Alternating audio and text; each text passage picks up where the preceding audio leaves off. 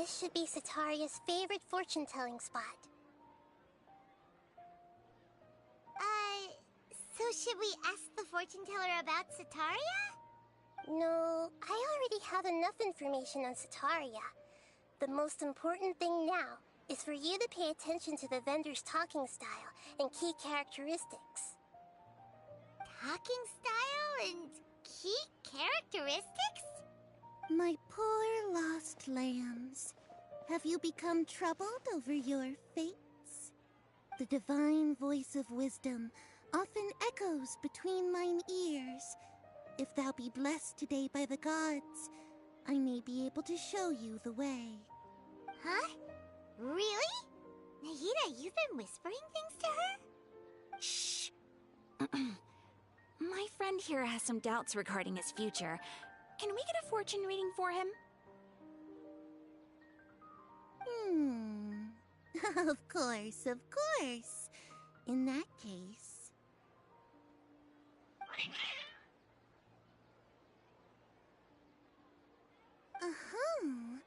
It would seem that Harut and Marut are quite wary of you. Perhaps, at some time in the past, you have somehow offended the gods. Only mocking the god of Animo, questioning the lord of Geo's financial savviness, and brawling with the god of Electro. Do those count? Oh, nothing. Go on, pick an aspect for her to divine. Health prospects. No problem at all.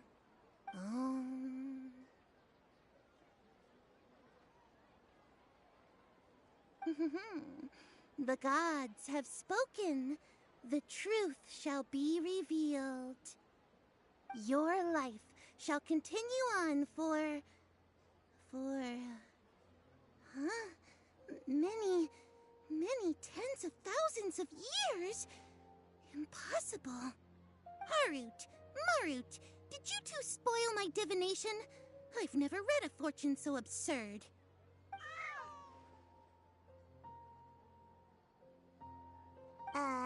Actually, Paimon thinks this is probably the most accurate fortune-telling you've ever done. I admit that the orientation of today's celestial matrix is, suboptimal. As such, there will be no charge. Is that so? Well, that can't be helped. If you were to bring some food offerings for Harut and Marut on your next visit, perhaps they could help you reverse the wheels of fate.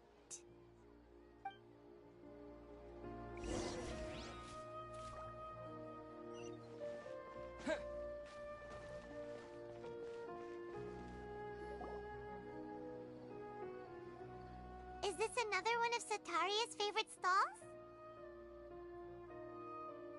Yep, it belongs to a king. His father helped Sataria a lot when she first moved to Samari City, so she still comes by whenever she has time. When I start talking with him, listen carefully to the details of our conversation. Ah, dear customers, would you like to look at some pottery? We caught wind of your great craftsmanship, so we specifically came to take a look. Oh, I recognize you. Aren't you Miss Catherine from the Adventurers Guild? Sounds like I'm in for some big business. Speaking of, where did you learn this trade? I suppose you could say it all started with my dad. He's a mason by trade, but I picked up an interest in clay while apprenticing for him. After that, I began making pottery by myself in secret, and I simply changed trades when my works turned out well. Although it's a pity that I'm no longer making much use of the knowledge provided to me by the Akasha. That's nice. You're making a living doing something you love. So is your father still working as a mason? Oh no, not anymore. A few years back, he fell from a roof and broke his leg.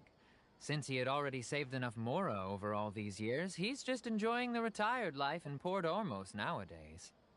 I see. We wish him peace and happiness in his retirement. I'll have someone in charge of logistics at the guild come by another day for some goods. We'll leave you to it. Take care now. No problem. Rest easy, all our goods are sure to meet your every need.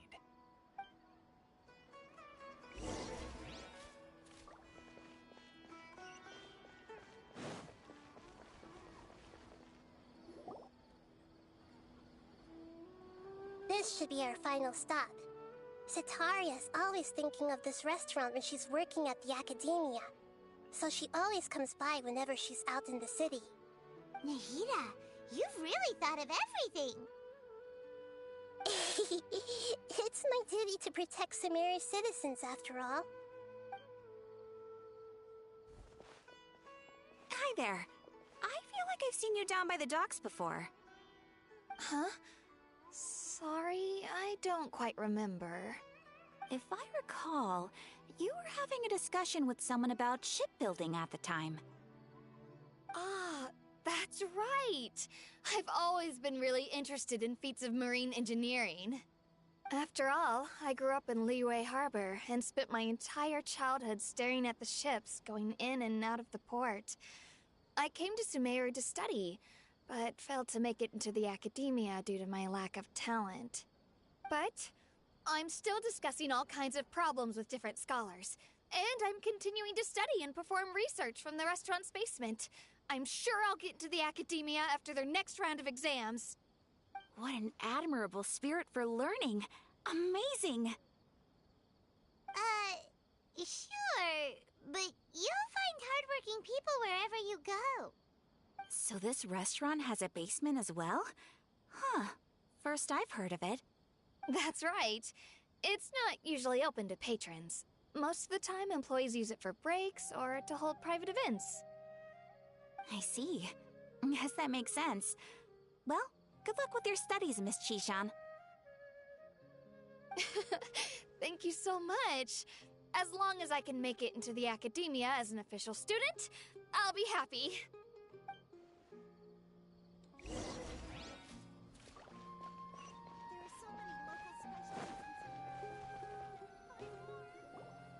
So, was that everybody? Mm-hmm. 3 familiar faces should be enough for Cetaria. What's the point of all the information we've collected? Nahida, you still haven't told us how you're planning to make Cetaria face her problems. Cetaria is already used to avoiding her problems, so we must find a way to break through her usual sensibilities. I remember you mentioned that the Eremites in Port Ormuz are all making a fuss about the upcoming resurrection of King Deshret. Although it's all just a boatload of nonsense, the fate of her homeland may turn out to be Cetaria's soft spot.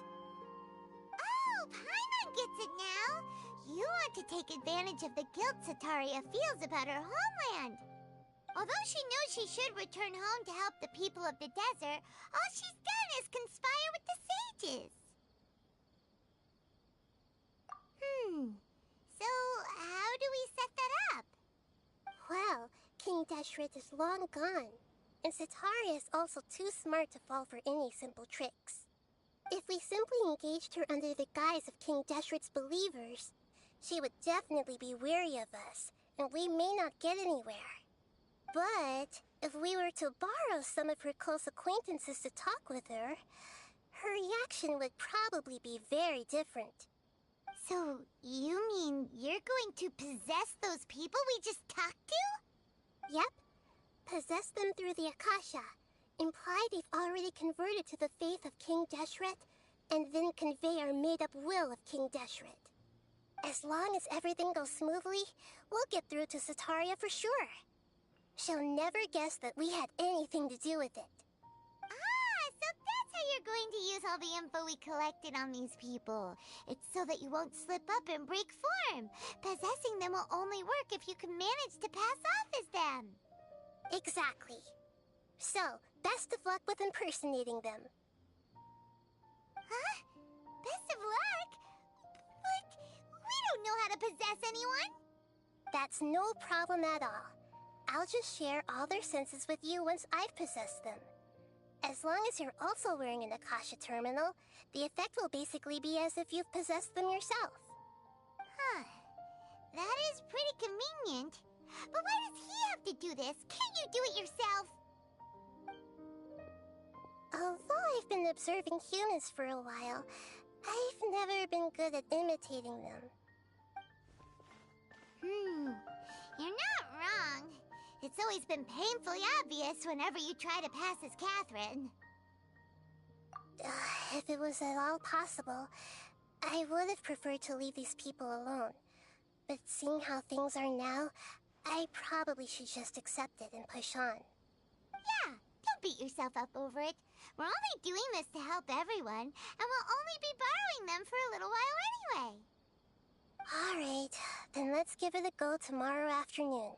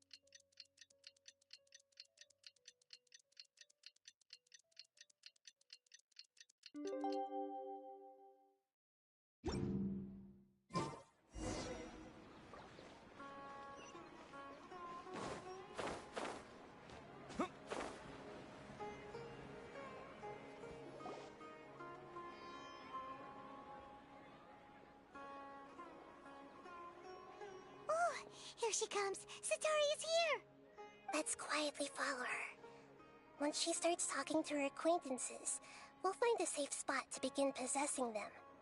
As for how we'll sway her to our side, I'll leave that to you. I trust you'll know what to say. Paimon's starting to feel kinda nervous. Okay, let's go. Looks like they've already started talking. Let's find a hiding spot and get started.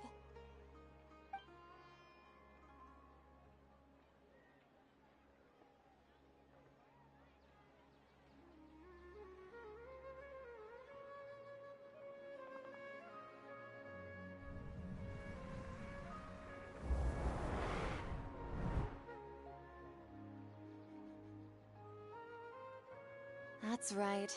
You really can't force anything when it comes to love. And besides, everyone around me has a very different background and outlook. Are you still listening to me, Nabia? Oh, of course I'm listening. You were talking about troubles with your love life, right? I heard everything you said. Okay then. You just seemed a little distracted for a moment there.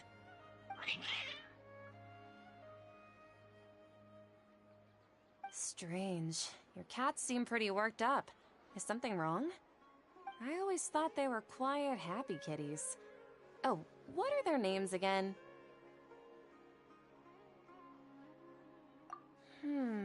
Are you sure? Those aren't ringing a bell for some reason. Well, actually they have many names. Which names I use depends on my mood. Huh, I see. I imagine that must be hard for the kitties, too. So, which fortune do you want me to read for you today? You must have come for another echo of the divine voice of wisdom. I'd like to get another reading on my love prospects, but to be perfectly honest with you, I feel like I've been a real mess recently. A mess? Well, could you do a reading on how long it'll take me to finish my current project at work? I really just want to get it over with. I hear you. No problem at all. The gods will reveal the truth.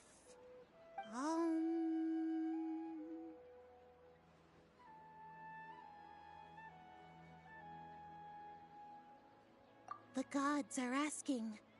Sitaria, why haven't you gone home? Why haven't I gone home? Do the gods really know everything I've been thinking about? Sitaria, why don't you just go home? It's a demand now instead of a question. The gods seem to be truly upset. I'm sorry. I know I failed the gods. Please pass on my most sincere apologies and ask for their divine forgiveness. And if I may ask, Nabia, is there a specific god who's speaking to you right now?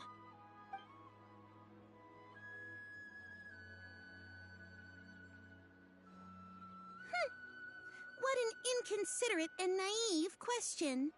The god who is speaking to me is, of course, the wisest and mightiest of all, King Deshret. King Deshret? No wonder he would make such a demand of me. Wait a second. King Deshret passed away a long time ago. Even though news of King Deshret's resurrection has been spreading like wildfire, it's all just a misinformation campaign from the Academia. How can King Deshret still exist in real life? What insolence! I am King Deshret's most loyal believer. Do you wish to refute his voice of wisdom? Oh, no. As a child of the desert, I am only reveling in his power upon learning that his divine glory has touched even this city. I will think very carefully about his demand of me. I'm sorry. I must go now. Wait!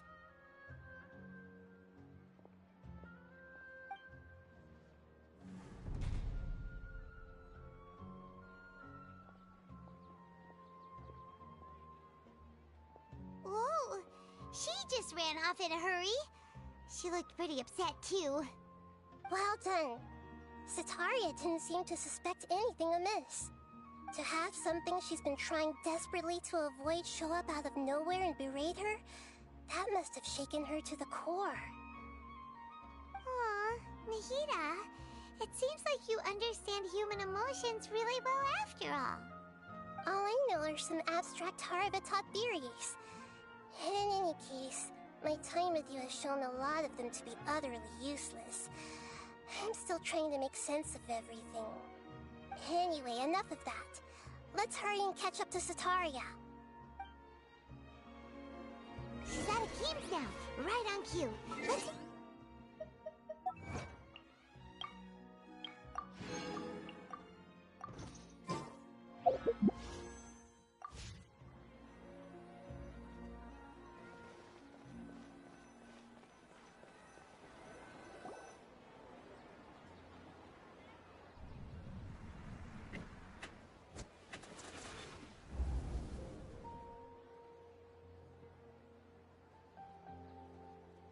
It's okay. I just got caught up in something. Oh, actually, didn't you ask me to help you look for work?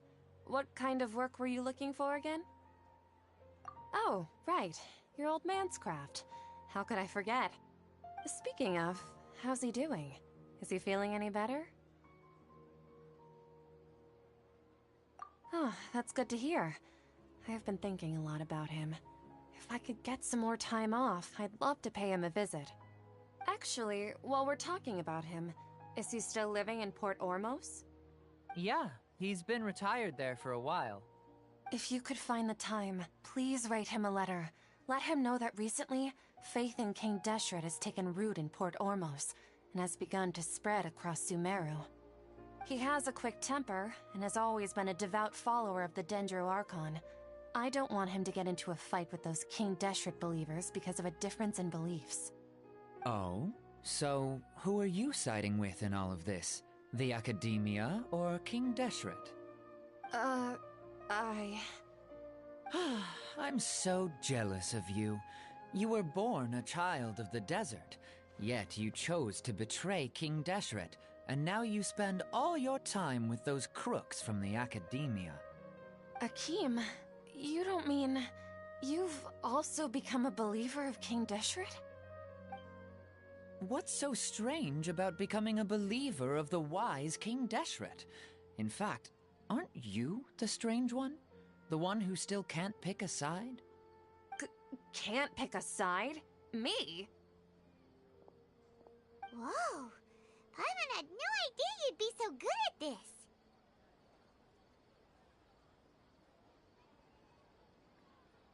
You really zeroed in on the issue and put it right in front of her. It might feel a bit overwhelming for Sataria. But once everything is over, I'll be sure to pay her a visit to her mind and explain everything. Anyway, let's keep going.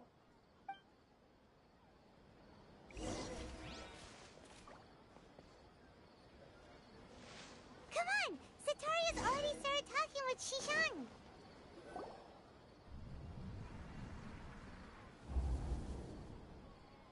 So, Shishan, have you noticed anything weird in the city lately?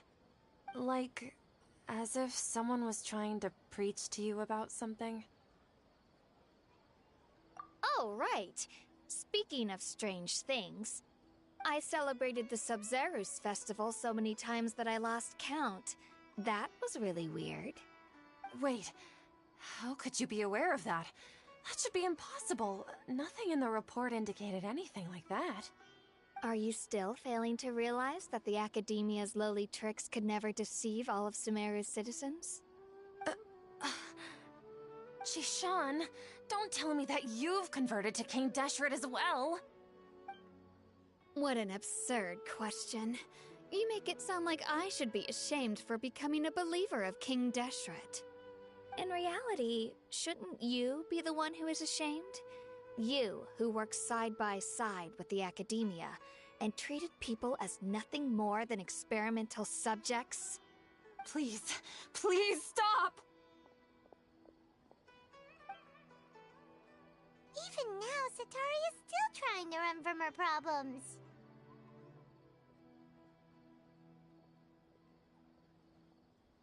She can no longer justify everything to herself.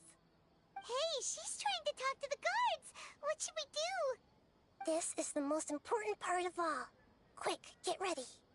Mercenary, you're a member of the Corps of 30, correct? Please help me pass a message to the Matcha right away. The situation in the city is getting out of control. Please, try to remain calm, miss. Tell me what's happening in the city. Heretics are infiltrating the city, and they've already converted many residents to their side. Heretics? What kind of heresy are you talking about? King Deshret! Many people I know have suddenly started believing in him, but he's long dead. It's impossible. Miss Sataria, nothing is impossible. You know my name?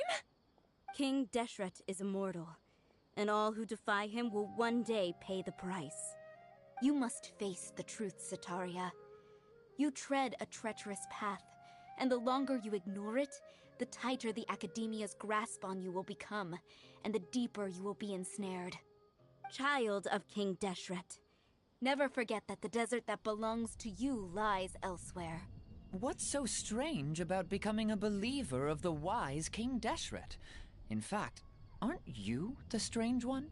The one who still can't pick a side? What an absurd question. You make it sound like I should be ashamed for becoming a believer of King Deshret. Sataria, why haven't you gone home?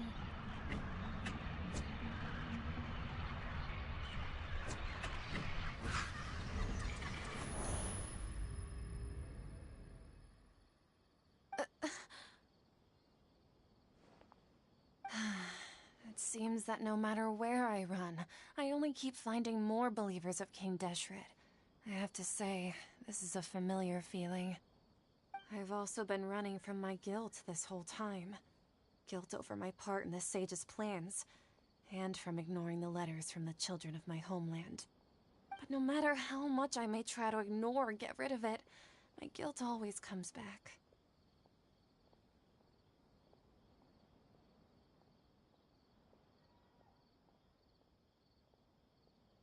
You won't necessarily lose your research opportunities by facing the truth. Besides, did you really want to conduct your research while carrying such heavy feelings of guilt? How do you know me so well? Are you truly just a believer of King Deshret? Or are you the god himself? That's not important. The important thing is to pass judgment on the academia and its sages, and to correct their mistakes. If you could provide some assistance in this matter, perhaps it could serve as a form of atonement. In the gods, but I've always believed in serendipity. Your appearance must be a fated opportunity for me to get out of this wretched situation. Please tell me, what can I do for you? How much do you know about the sage's current activities? I was just one of the designers for the massed dream harvest scheme, which is what happened around the Sub-Zeru's festival. But I know very little about the full scope of the overall project. I'd assume that only staff with the highest clearance would have access to those confidential documents.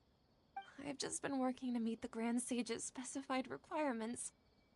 However, there's something that's been really bothering me. I heard that a scholar who was previously expelled has returned to the city, and even the sages are still quite wary of him. To fight against the academia, we will need to figure out the nature and the purpose of their work. Is there a way for us to get access to the confidential documents you mentioned? It should be possible if we're willing to take some risks. After all, I'm an assistant to the Grand Sage, and I've been working on many tasks outside of the project. One thing, though, I won't be able to transfer the documents to you through the Akasha once I get my hands on them. The sages have always closely monitored all activities within the Akasha. Let me see... let's use the most primitive method. Send someone to pick up the documents tomorrow evening at the Academia entrance. The Academia entrance? Wouldn't that be too conspicuous? Don't worry about that. I assure you, this won't be a trap. I'm only suggesting this location because it'll draw more scrutiny for me to leave the Academia again. It'll be safest for me to distract the guards long enough to hand you the documents. All right, I trust you. So, if I were to successfully complete this task, would it mean I've atoned for my wrongdoings? That'll depend on the judgment of the Dendro Archon. The Dendro Archon. That's right. Her people are the ones we have endangered. As the God of Wisdom, she's also the one responsible for judging and guiding the scholars.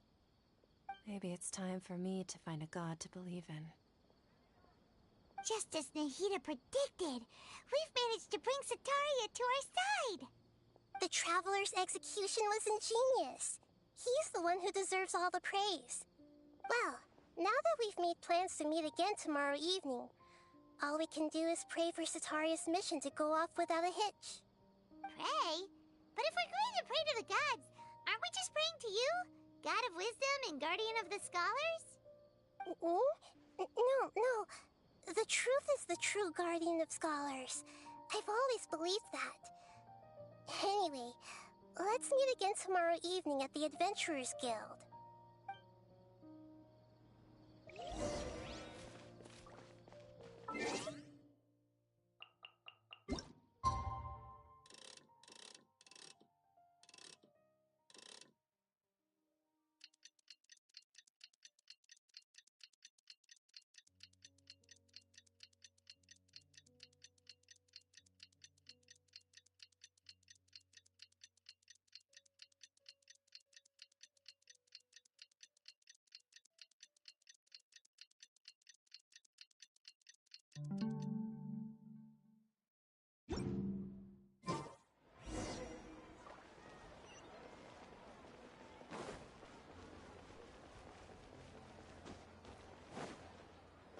Catherine, we're here! Oh, you are the other Catherine, right? That's right. I suppose I'm the other Catherine in your mind. Shh!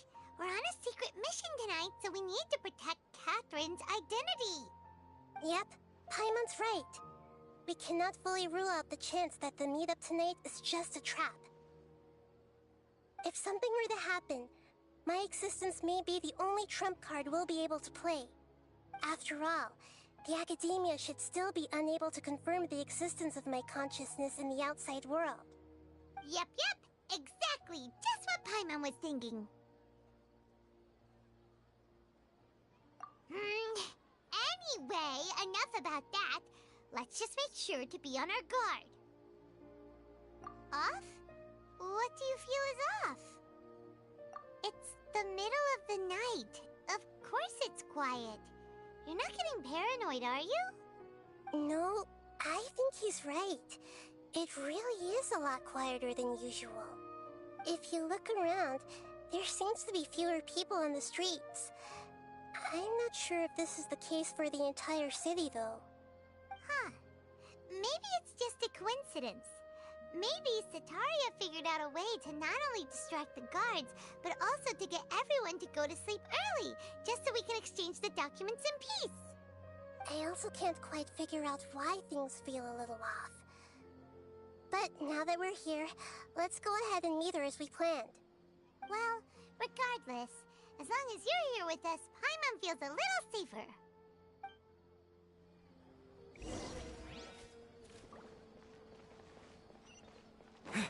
Huh.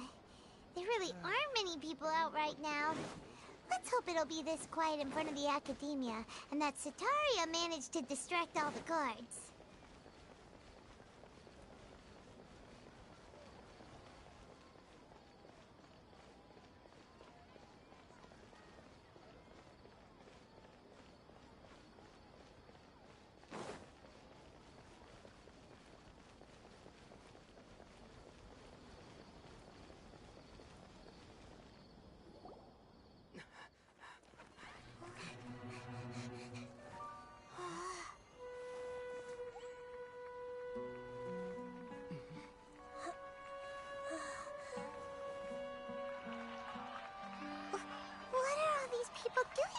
This hour of the night.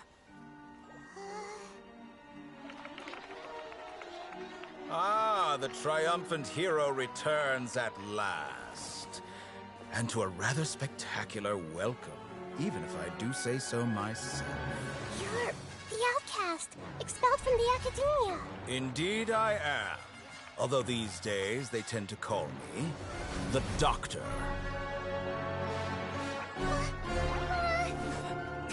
If you're looking for your researcher friend, she has already been taken into confinement. With some basic caution, she could have discovered the listening device on her person. Clearly, she lacks the degree of rigor expected of a true scholar.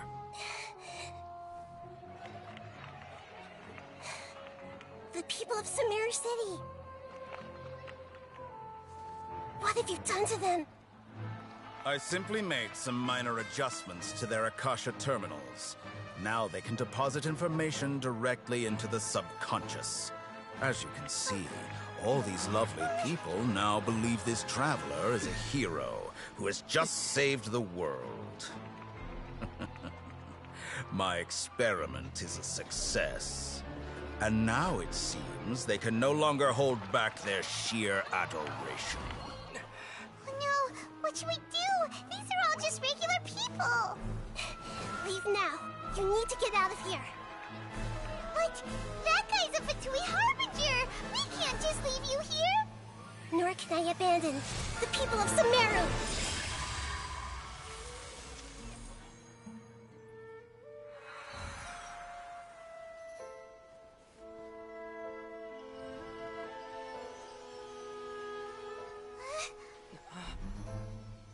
Don't worry. We'll meet again outside of the city.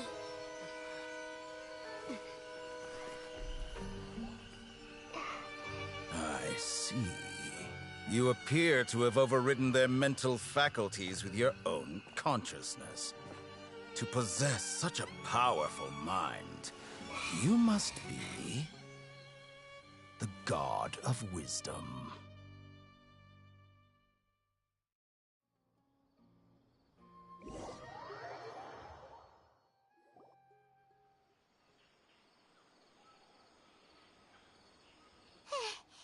This should be far enough. Paimon needs to catch her breath first. Is Nahida going to be okay? We only made it out because of her. Paimon wasn't counting on running into a new Harbinger here, let alone such a high-ranking one. That guy was number 2. So scary. He called himself the doctor. Remember, Tainari told us about him. Sataria did say that someone who once got expelled from the academia came back recently. And that even the sages are wary of him. Yep, sounds like she must have been talking about the doctor. Yeah, now that the doctor's in the picture, we're no longer just dealing with the academia. They're in cahoots with the Fatui. But what are the Fatui after this time? Another Gnosis? Yeah, things would be a lot easier with Nahida's help. Nahida said we'll meet again outside of the city. But we can't just keep waiting around, right? You mean... Oh, right! Wasn't he invited by the sages to work on some project when we were staying with him in the Vidia Forest? That has to be the same project. Even though he turned it down at the time, he might still know something. There's no time to lose. Let's go to Gandharvaville.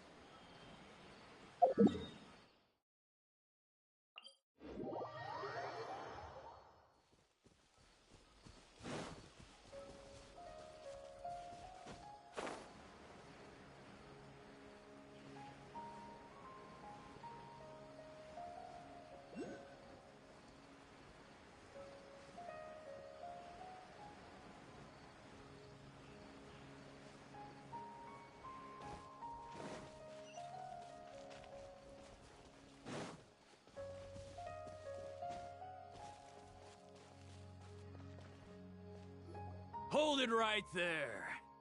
A blonde-haired traveler and a floating fairy. We've got you, all right. Take a look around. You've fallen right into our trap. Are you mercenaries from the Corps of 30? Did you come here to arrest us? Corps of 30? We're nothing like those government lapdogs who don't even get scraps for their work. We are an elite brigade that commands the highest commission rate in all of Sumeru. We're here on the orders of a client known only as the Outcast. The Outcast? An outcast from the academia? But why wouldn't the doctor just send the Fatui after us? Still wasting time on idle chit-chat. We'll shut you up soon enough. Get them! You're up, traveler! With the wind! Ha!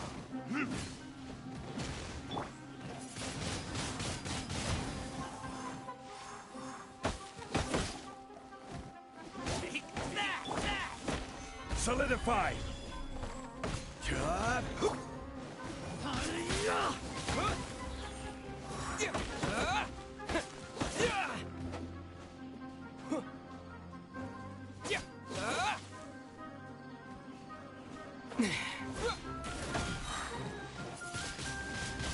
Windblade!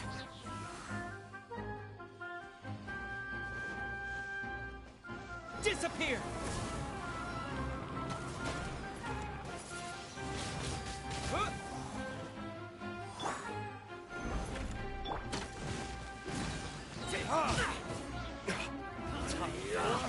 Retribution!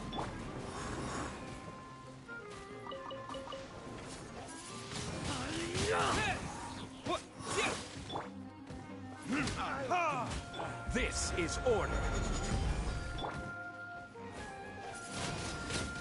Windblade!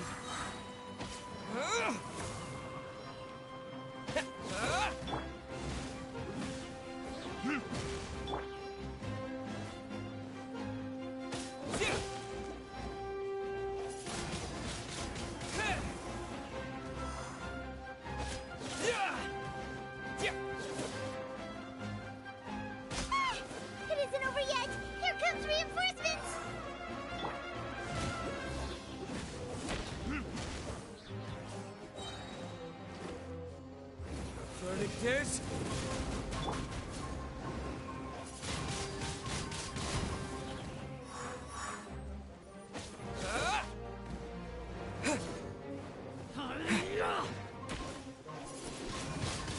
Windblade! Disappear!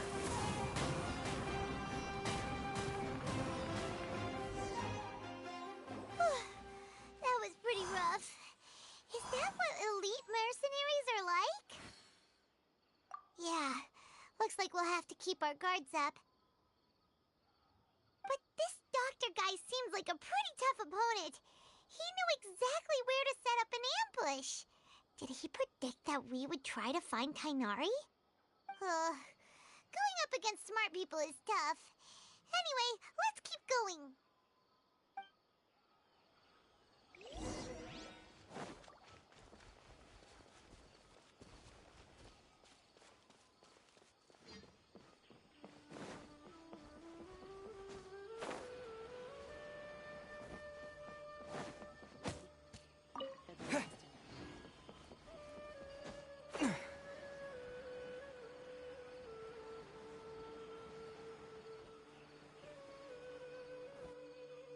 Oh, it's the Traveler and Paimon. What are you two doing back here? Kale! It's nice to see you again. Are you doing all right? To be honest, I'm not doing too well. My Elazar has been progressing at a faster rate lately. I'm finding it harder to complete more intricate tasks. As a result, Master Tainari is taking me off the patrol schedule. He will only allow me to stay here and coordinate other people's tasks. Oh, Kale.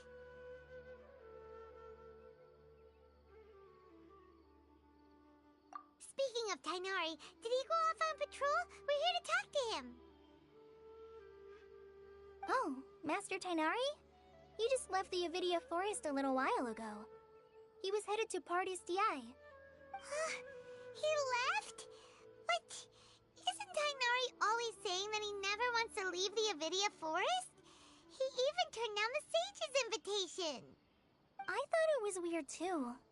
Master Tainari always prioritizes his work as a forest watcher above everything. He almost never leaves his post. He left in a hurry this time, though.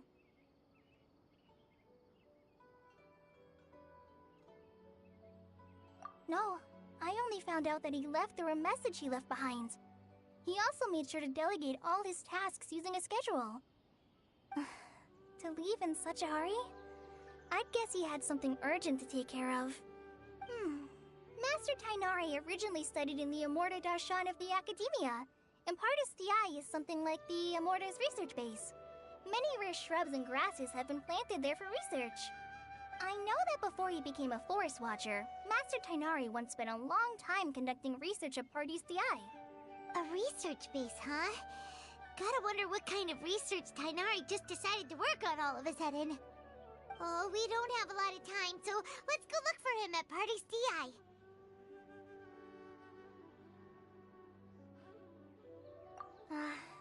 Don't worry, I'm fine. I'm used to living with Elazar by now. If you run into Master Tainari, please send him my regards. Got it. Will do. See you later, Kale.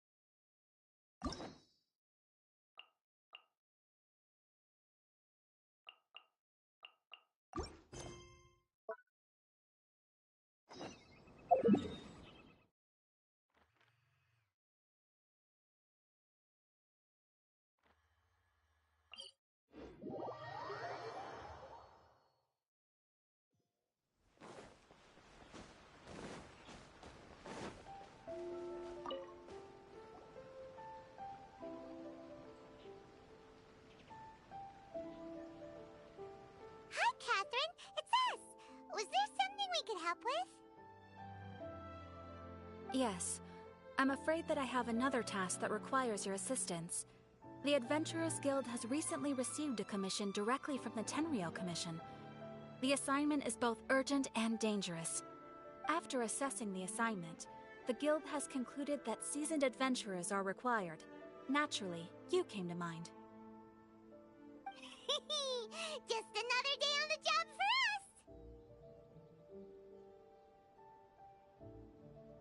Allow me to explain. The Tenryou Commission recently issued an arrest warrant for a young Oni by the name of Arataki Ito. An Oni?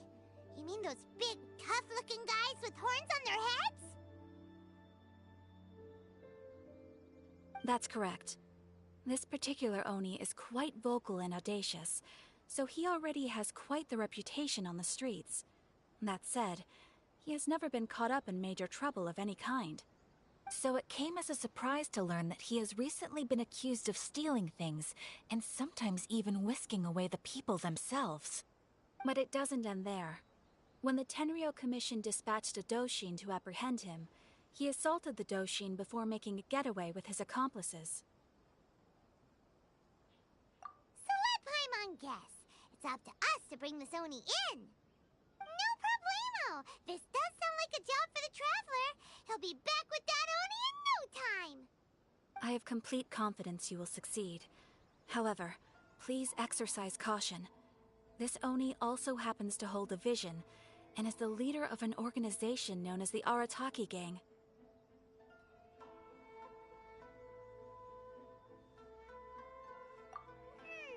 You're right. We have no idea what we'll be up against. Better play it safe. We are still investigating Arataki Ito's potential motives behind these incidents, as well as his current whereabouts. But please ask around in the streets as well. There will likely be others more familiar with Ito's circumstances than I am, who can provide you with useful information. Thank you. I will await your return. Ad Astra Abyssosque.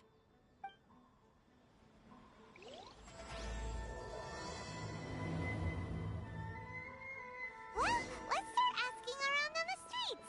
Hopefully we'll learn a little more about this Arataki Ito?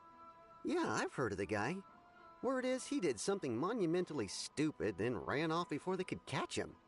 And to be completely honest, I was a little surprised when I first heard it. Okay, well, I mean, not that surprised. Wait, you mean he already had a bad reputation? No, not exactly. He's just very overbearing in everything he does.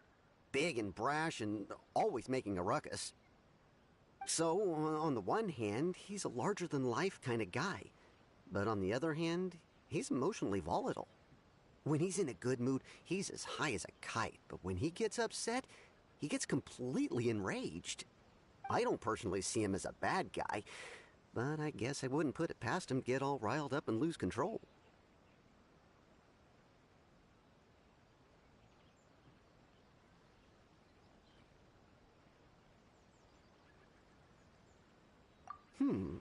You know, I'm afraid that I'm not too sure myself. I keep a pretty good eye on what's happening in the city, and as far as I can tell, he just idles the days away. When someone asks for it, he's willing to lend a helping hand, but other than that, he's just out making a scene with the kids on the street or his gang. If I had to guess, his lack of income finally drove him to do something more drastic to make ends meet. Is it just Paimon, or is this Ito fellow starting to sound pretty weird? I'm afraid that I don't have much else to tell you. He tends to spend his time with people a little more lively than myself. Perhaps you could try asking around some more. Okay, thanks!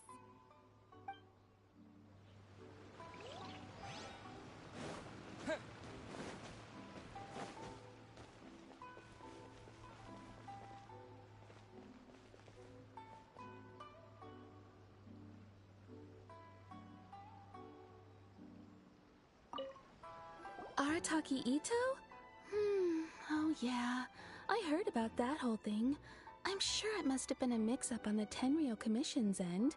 He could never do anything so dastardly. Huh? How can you be so sure? Is he really as trustworthy as all that? No, perhaps you misunderstand me. When I said he could never do anything dastardly, I meant he literally doesn't have what it takes. Maybe a story will explain it better.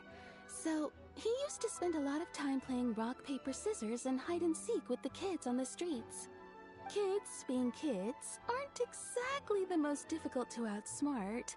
I'm sure you can see what I'm getting at here. He used to lose all the time, sometimes catastrophically. On purpose, though, right? No, not at all. The one time I saw him win, he started jumping around and yelling, "I won! I finally won! I'm unbeatable!" And so on. Then he took the kid's candy as his prize and ate it right there in front of him. Ugh, that's just plain wrong. He did take it way too far that time. The poor kid started crying, so I stepped in and gave Ito a scolding. He was pretty quick to admit that he was fully in the wrong, and it wasn't long before the kid had stopped crying and was laughing and playing again as if nothing had ever happened. In fact, the children quite like playing with him because he's always serious about the stakes and never throws a game on purpose. So, I suppose what I'm trying to say is a guy who can't even beat kids at a children's game really gonna be capable of these kinds of diabolical deeds? Huh. He doesn't sound like a bad guy at all. In fact, he kind of sounds like a man of integrity. Yes, my thoughts exactly. Still, the Tenryo Commission's evidence against him is supposed to be irrefutable. So, I'm not trying to condone his actions or anything. If he really has messed up big time, then he should face the consequences just like anyone else. Thanks for the info. We'll keep asking around. My store is offering the latest in fashion. Come and have a look. Arataki Ito. Of course I know him. We've been trying to apprehend him recently. We know he's already left Inazuma City, but with no clues to follow, we have no choice but to commission others for help, including the Adventurers Guild. Catherine says that Arataki Ito hasn't done anything seriously bad before, so it seems pretty strange. Paimon's curious. Is there any evidence of all this stuff he's accused of? Yes, of course. Otherwise, we'd never have put so many people on the case. For starters, most thieves will try to devise a way to conceal their identity, but for an Oni, the horns are a dead giveaway. I mean, the whole city could have recognized it was him. At first, he was just one of our suspects, but when we went to investigate, he personally confessed to everything and started trying to provoke the officers. What's most frustrating is that he then managed to escape along with his entire gang. He must have been planning the whole thing right from the start. Of course he did. Whether material or psychological, there is plenty of evidence either way. He's never had a Mora to his name his entire life, and he's never kept down a real job. Word is that he also takes care of someone in his gang, and that the burden of it takes quite the toll on him. After scrounging for a living all these years, maybe he thought that being the bad guy would be an easier ride. As for his psychological motives, it's a bit embarrassing to talk about, but we confiscated his vision during the Vision Hunt Decree. At the time, Arataki Ito put up quite a fight. It took a huge amount of manpower and resources, and in the end we had to enlist the help of Kujo Sara to finally secure his vision. The Vision Hunt was a mistake, but we never expected that he would go to such extreme lengths to take revenge on us. He does sound a little unstable, just like people have been saying. If the two of you are able to capture Arataki Ito, please bring him straight here. We'll handle him from there. Thanks for all the info.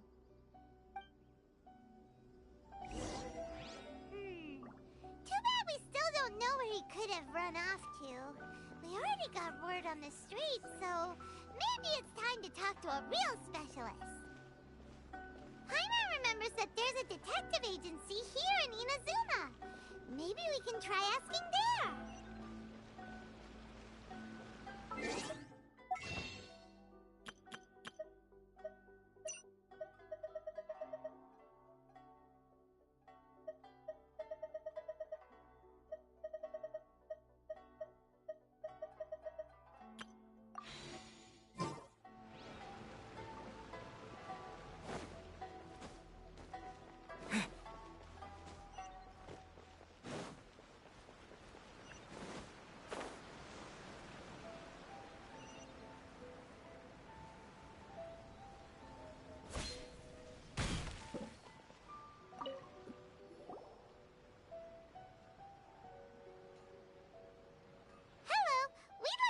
Questions about Arataki Ito.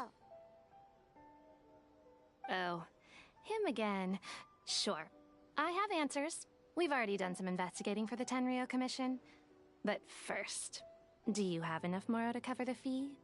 I've heard all about your travels. After everything you've been through, I'm sure you understand the way these sorts of things work. How much Moro are we talking about here? A one-off payment of 397,000 Mora, up front. Plus a further 5% of your Adventures Guild remuneration as my commission, if Arataki Ito is successfully caught and brought to justice.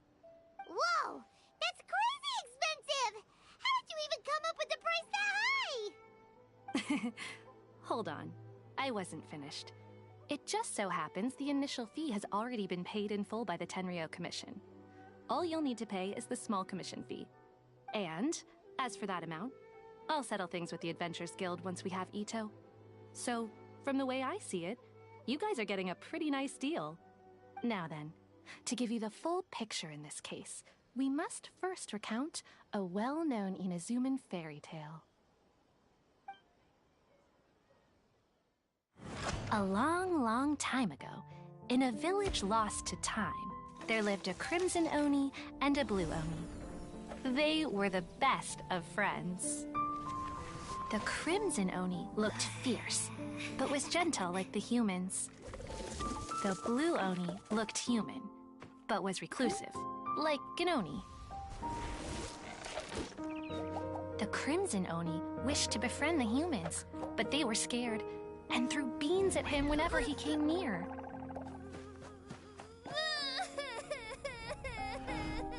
So the Blue Oni said to the Crimson Oni, Akka, I'll cause trouble in the village. You come and stop me. Then the humans will accept you. As planned, the Crimson Oni chased the Blue Oni away. The Crimson Oni's deeds spread throughout the land, and people finally accepted him. But when the Crimson Oni went to tell the Blue Oni the good news, he was gone and left only a letter behind. I went traveling. Don't come find me or they'll treat you as a naughty little Oni. But don't worry about me. No matter where I go, we'll always be friends. Huh? That's it? What about the little Blue Oni? Whatever happened to him? I suppose the Blue Oni simply disappeared, never to be seen again. Only the Crimson Oni remain now. But the Blue Oni was just an innocent little kid! Of course it does. Otherwise, I wouldn't go through all the trouble of telling it. One interpretation is that the story is actually broadly based on historical events and that Arataki Ito is, in fact, a descendant of the Crimson Oni. What I'm trying to tell you is that the Oni have sacrificed a lot in the past in order to finally integrate themselves into human society. But there are still some volatile personality traits in the Oni bloodline. Every generation of Oni inherits these traits. So while Arataki Ito has never been known to commit a wrongful act in the past, can we ever completely rule out the possibility of him one day allowing this side of him to take over? But how could he do that? After the Blue Oni's sacrifice? That would be such a betrayal! That's a very old story. Nobody knows how long it's been since the Blue Oni disappeared. We can only assume that they have long since died out, in which case, it would be quite a stretch to say it still counts as a betrayal at this point. Besides, the suspect has already confessed. What is there left to discuss? According to my investigation, he was headed southwest. I would bet he's already made it to Yashiori Island by now. The Tenryo Commission is unable to enter territory controlled by Sangonomiya troops. No doubt that's the reason Arataki Ito chose to flee in that direction. Don't mention it. I'm just doing my duty. Wait! Paimon still has a question. If Arataki Ito has given in to his bad side, won't that mean he's extra mean and violent now? I could only assume so. Judging from his previous bouts, he is a skilled fighter with a lot of brute strength. Whether or not you'll be able to handle him, that I do not know. Okay, but what's up with people throwing beans at Oni? What use is that? Ah, yes. Now that you mention it, I seem to recall that Arataki Ito is allergic to beans. In fact, all Oni will avoid beans, but especially Ito. I heard that just touching a bean is enough to incapacitate him. If you could weaken him a bit by triggering his allergies, perhaps you'd have better luck subduing him.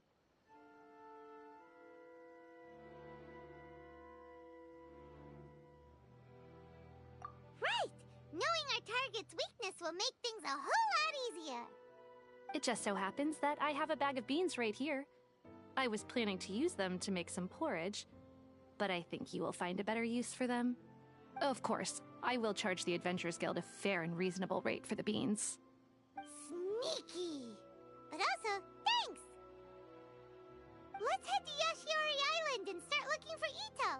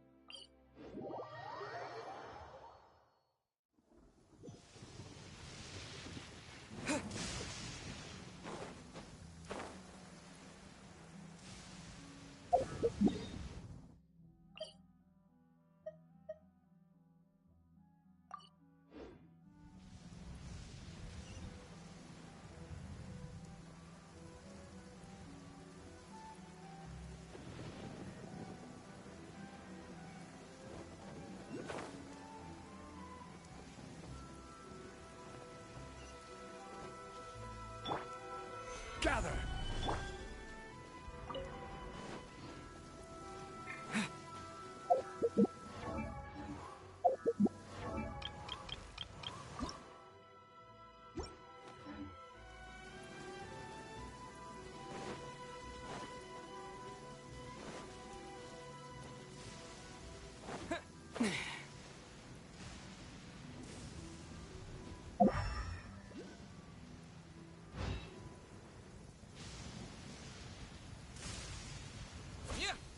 According to Detective Sango, Ito...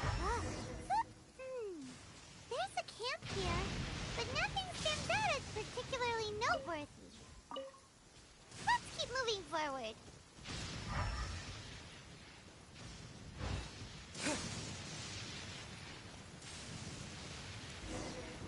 There are more footprints here.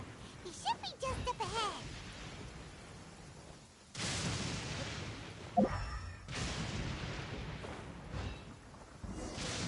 Wait! Could that be him? Is that Arataki Ito? He doesn't seem to be looking this way. Perfect. Let's try the beans Detective Sango gave us. It'll save a lot of hassle if we can avoid a fight.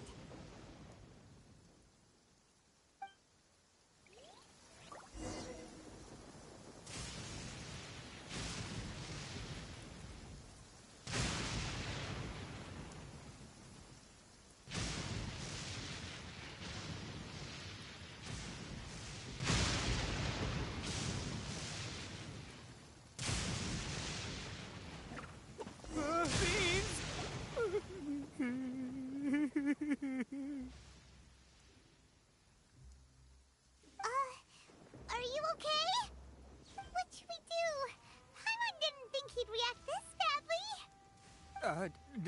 Don't be alarmed. It's just my my allergies acting up.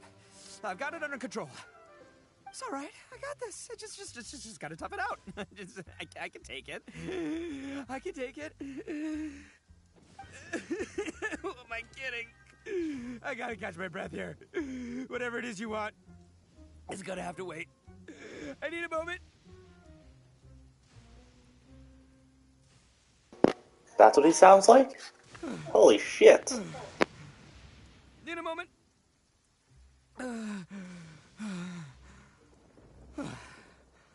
Woo, that's better.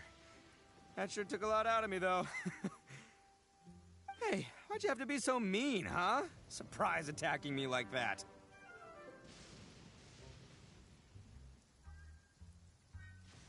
Oh, I get it. So you're here to bring me in. How in the world did you find me all the way out here? Well, whatever. If you think I'm going back with you, you can forget it. I'd walk away if I were you. I pack a mean punch, you know. I don't want to hurt any regular folks like you. That's pretty big talk considering all the beans we have. Yep, that's right. Me. All by myself. Nobody else. As boss of the Arataki gang, I gotta nab a little food and drink when we're running low. That's only natural, right? Yeah, but nabbing people? That's taking it a bit far, don't you think? Not when their families will pay good mora to see them again. Easy pickings. And the extra mora means I can, give some to my gang to spend on themselves. Hey, what's with all the questions? Like I said, I'm not going back with you, so stop wasting everybody's time. No way, mister! We've accepted a commission to bring you back! What did you say, little one? Go on. Say it to my face. Well, mostly he took a commission to bring you back. Looks like you aren't gonna let this drop. In that case, we... Uncle Ito! Don't run now. Careful or you'll fall. What's taking you so long? You said we were gonna have a beetle fight today. Come on, you promised. Yeah, that's right. Still going ahead. But you see, I've been out here for ages, and I still can't find a beetle that I like. So, just give Uncle Ito a little more time, okay? Huh? Who are they? Are they your friends? Yeah, that's right. I told them not to come, but what can I say? They were just too worried about me. It's because of a little thing called, prestige. Yeah, because of all the prestige Uncle Ito has. Huh? What are you talking about? Come on, just play along. Leave the kid out of this. Uncle Ito, you don't look so good. You look like you're about to fall over. That's because Uncle Ito bumped his noggin on a tree branch while looking for a beetle. Uh-oh! It's all good, though. These horns are rock solid. Okay, if you say so. Granny and I will keep heading back now. Don't be too long. Yep, I'll be right there. Hope you're ready to lose today. Who were those people? The old lady was Granny Oni. She's the one who took me in and raised me. And the kid's name is Daisuke. I took him in just a while back. They're both like family to me. They escaped with me out this way, along with my boys from the Arataki gang. If I didn't bring them with me, the Tenryou Commission would be knocking on their doors for sure. Right.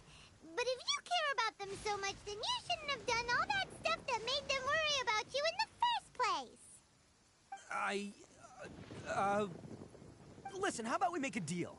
You two let me go wrap things up with Daisuke, and once we're done battling beetles, the two of us will settle things with a duel. If you win, I'll come quietly. You can take me back to Inazuma City, and you won't hear a peep out of me. Why? Because I'm an Oni of my word.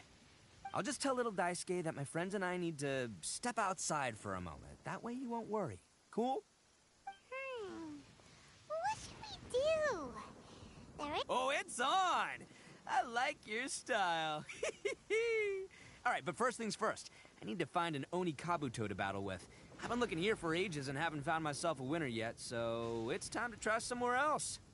Come with me. Saves you worrying that I might skedaddle.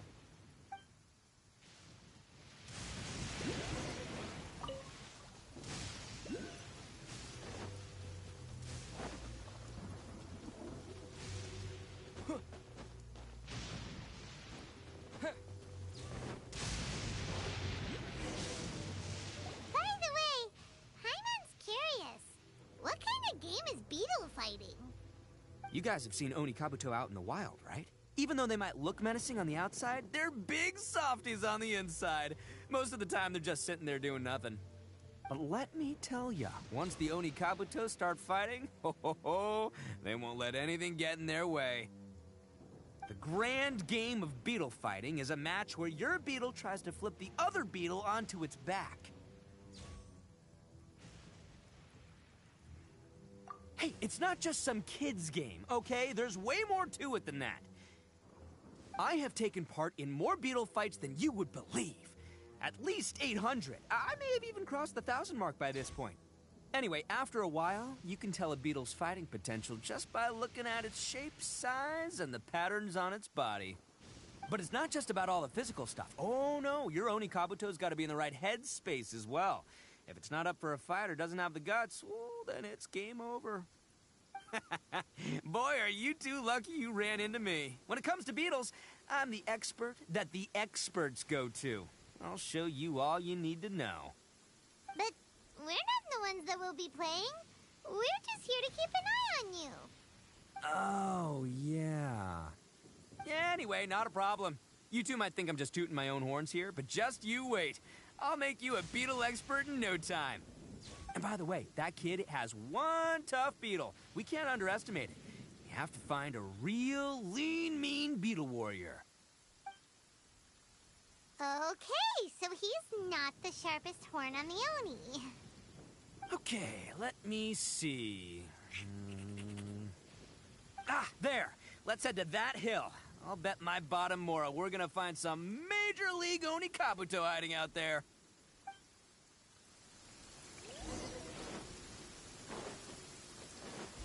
Uh-oh! Lightning storm! Just off. Oh, darn it, they're all gone. Let's hop down from here and take... Look, you see all those purple things? It's a whole pile of Oni Kabuto. Huh? Oh, what the... Ah, no, not lavender melons. Well, even a pro like myself can make a mistake from time to time. It's okay, just gotta roll with the punches. Let's try somewhere else.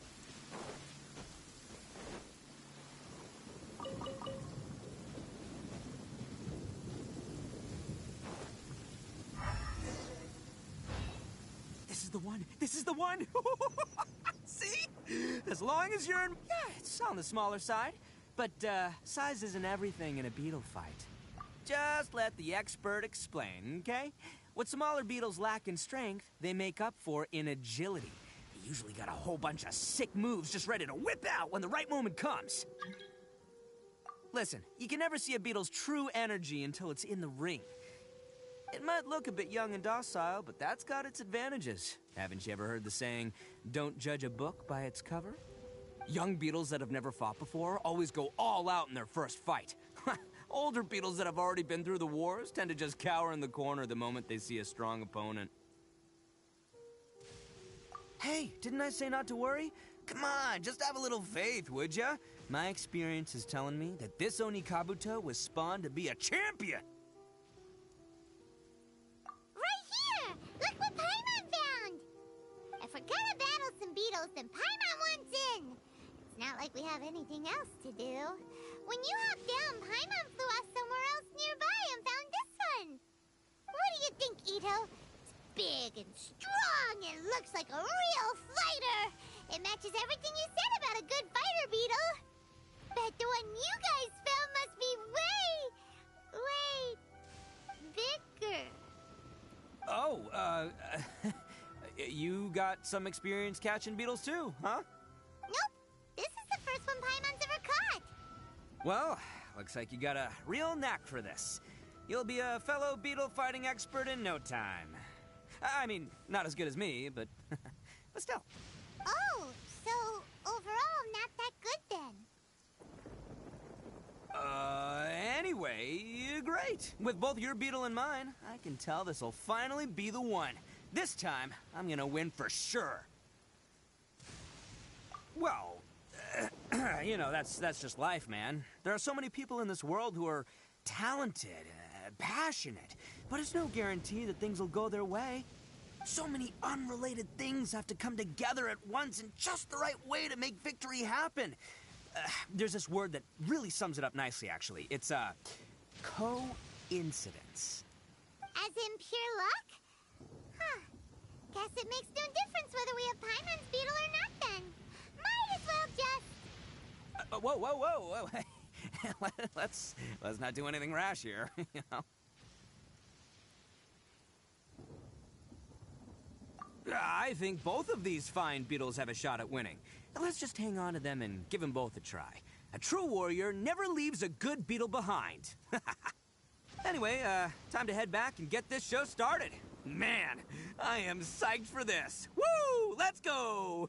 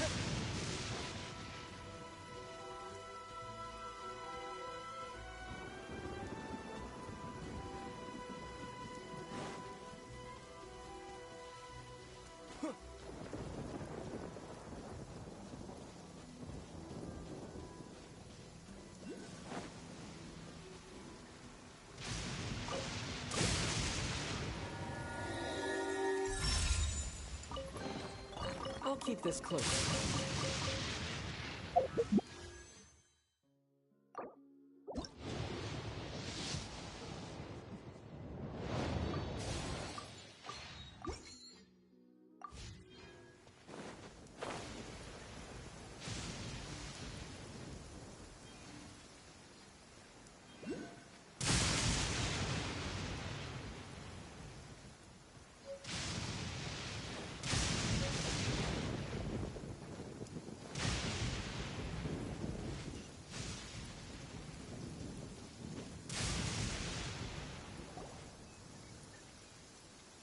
Finally, you're back!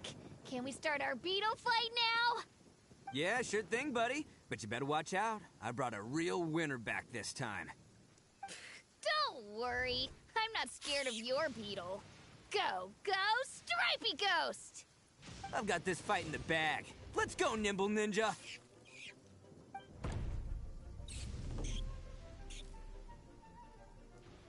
Huh? When did you come up with that name? Come on, you can take him, little guy!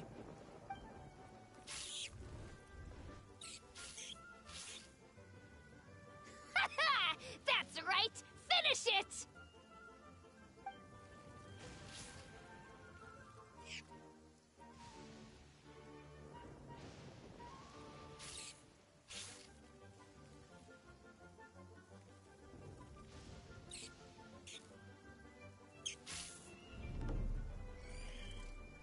Oh, no! My little Nimble Ninja! Ha! Looks like I win again! Dang it! Ugh, it's my 7th loss in a row.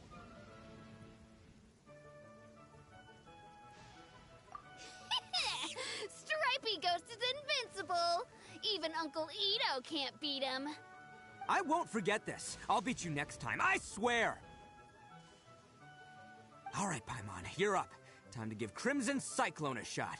Maybe it'll end this losing streak of mine. All right, go get him, Crimson Cyclone!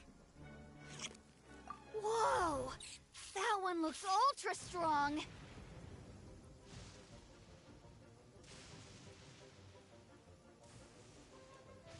But it's still no match for you, Stripey.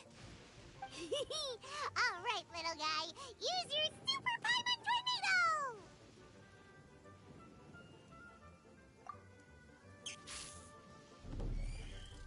No.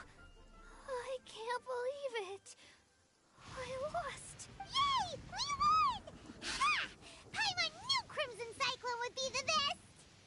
Boy, did that one put up a fight. Woo! It wiped the floor with Stripey Ghost. I know a real beetle trainer when I see one. Way to kick some beetle butt, partner. See? Paimon's got real talent. Of course, Crimson Cyclone has to take some of the credit, too. Oh, right. Yeah, now that the beetle fighting's over and all. Hmm? This is for you, Daisuke. Huh? For me? You're really giving it to me? Go ahead, take it, Daisuke. When we finally get back to the city, you can show it off to all your friends. But will we ever be able to go back? Of course we will. Trust me. I never go back on my word. Anyway, I got some things I gotta discuss with my friends here. Go play with Granny for a while, would ya? There's a good boy. Good. The kid doesn't suspect a thing. You're from the Tenryou Commission, aren't you? I bet you're here to capture Uncle Ito. Huh? Hey, didn't I tell you? They're my friends. In fact, they're in the gang. We're practically family. That's not true. I already know everyone in your little gang, but I've never seen these two before. Uncle Ito didn't do anything wrong. Don't take him away. And not only did he not do anything wrong, he also saved my life. He's not a bad guy. Hey, some things we don't tell to outsiders, remember?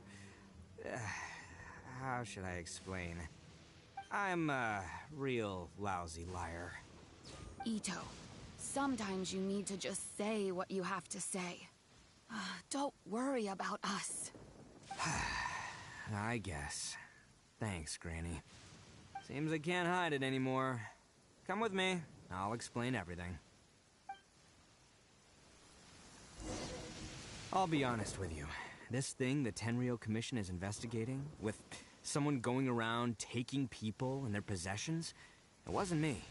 Any of it. I have my own reasons for lying about it, and I really didn't want to get innocent people caught up in this while I'm still trying to solve the real problem here. And the same as you. I just want to avoid conflict at all costs. But it's just not worth it if someone gets hurt. So why in the world would you say that you were the culprit? Maybe you don't know because you're Outlanders, but it all started a long, long time ago with the story of the Crimson Oni and the Blue Oni. Hold on a second. If you're talking about that fairy tale, we've heard that one already. Oh, so you already know. Well, that makes things a whole lot easier. So, is the story from the fairy tale really true? Everything about the fate of the Oni is true. The Blue Oni chose exile, and the Crimson Oni stayed behind. But the other details aren't historically accurate. Fairy tales are nice stories, but there's something they leave out. It's a little thing called the cold, hard truth. The Inazuma of long ago was a dangerous place. If you wanted the Raiden Shogun's protection, you had to have a good relationship with the humans. The Oni are a proud kind, so it wasn't easy for them to ask others for acceptance. Over time, the Oni eventually split into two factions. The Crimson Oni were friendly with the humans, but the Blue Oni, they were more stubborn and insisted on keeping to their own. Paimon thought you were two different species. So really, you're all one family? Yep, that's right. There's no real difference between us. We just paint our horns different colors to show which side we belong to. Because humans were still wary of Oni at the time. The Crimson Oni always hoped to find a way to live in peace with the humans, but the Blue Oni kept clashing with them. Humans didn't see a difference between Crimson and Blue Oni. All they knew was that Oni were hard to get along with. If things were to continue that way, the Oni were never gonna get along with humans. And so, the most revered leaders of the Crimson and Blue Oni decided to resolve it once and for all. Over drinks, they swore an oath. The Blue Oni would play the role of evil Oni to help the Crimson Oni integrate into human society. But the Blue Oni's leader gave 2 conditions. What were they? First, the Oni must abandon any prejudice they held against humanity. Every Oni was to accept humans in their heart before the humans accepted them. Oni were not to use their strength to mistreat humans, but were also not to stand for mistreatment against themselves. Second, the Crimson Oni were to integrate with human society, but not by trying to please the humans. The Oni were to embrace their own honest characters, their surging tempers, and their awesome strength to win respect from the humans. In other words, they were to carry on the Oni bloodline while also protecting our Oni pride. After choosing exile, the number of Blue Oni began to dwindle, until eventually, they disappeared altogether. Since I first heard the story of the Blue and Crimson Oni as a kid, I've heard it countless times in my life. Not once did I ever imagine that the Blue Oni clan had actually survived. So you're saying the real culprit was a descendant of the Blue Oni? That's right. Most people don't pay attention to the color of an Oni's horns. They probably don't even know that Blue Oni exist. But nothing gets by the Arataki gang. At the scene of the crime, they saw an Oni with different color horns than mine. Still, it'd be strange if the culprit really was a descendant of the Blue Oni. I can't bring myself to accept it. Exactly. They would give up their life before abandoning their pride. I've always respected the Blue Oni for the sacrifice they made. I know the aspirations my ancestors had for the future of all Oni. Our pride does not allow for any wrongdoing. You don't steal from other people. You don't harm other people, period. My guess is that the Blue Oni was tricked or forced into it somehow. But I don't have any evidence. That's right. If I didn't step in, the Tenryou Commission would have definitely caught them by now. But what does Daisuke have to do with any of this? He said that you saved him so he knows your story, right? He was the one I managed to save from the Ronin after I sent them running from the scene. He was off playing somewhere when they came by and ransacked his house. By the time he came back, his parents had been taken. The whole reason I'm in this is to help this kid find his mom and dad again. I never wanted to tell you any of this. My original plan was to knock you both out and take my family to hide somewhere else. There's more to this than just one Blue Oni. There's a dangerous group behind everything that's been going on. I didn't want to get anyone else caught up in this mess. That's everything. The whole story. If you don't believe me and want to drag me back to Inazuma City, then I'm gonna fight you with all I've got. But if you're willing to believe me, then please, give me a little time. Once I find the Blue Oni, I'll turn the both of us in. Yep, Paimon too!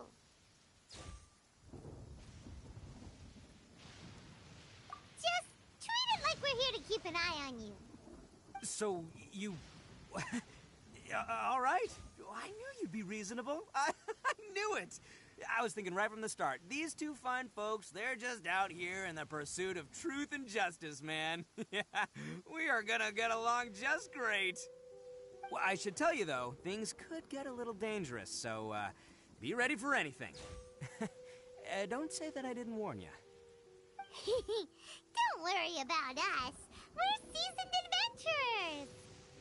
All right, then our first job is to investigate where this Blue Oni is hiding out. There's a victim of his that saw him up close, currently taking refuge at Sangonomiya's camp. I figure we can start by talking to him.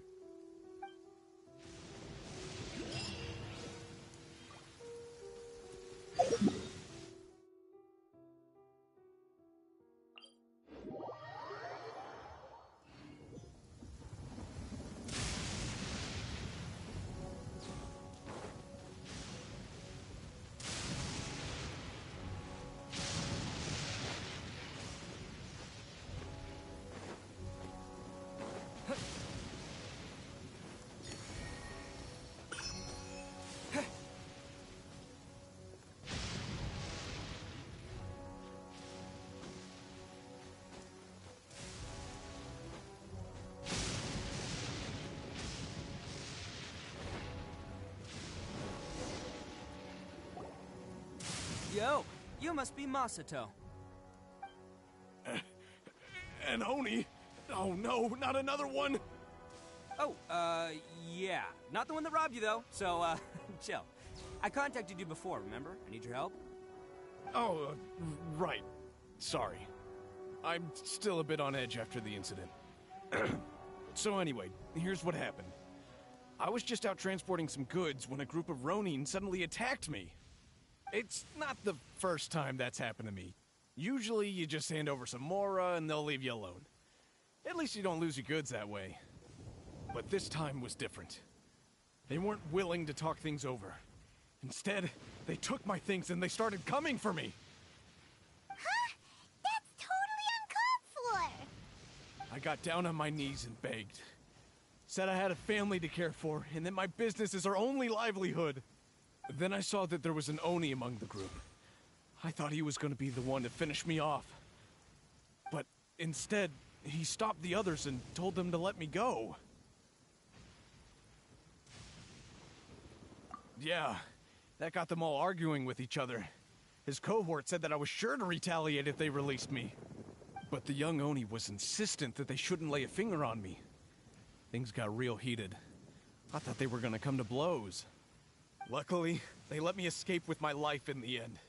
And I scrambled to get myself here, where I'd be safe. I never want to set foot outside of here again! So he'll steal, but he won't harm people.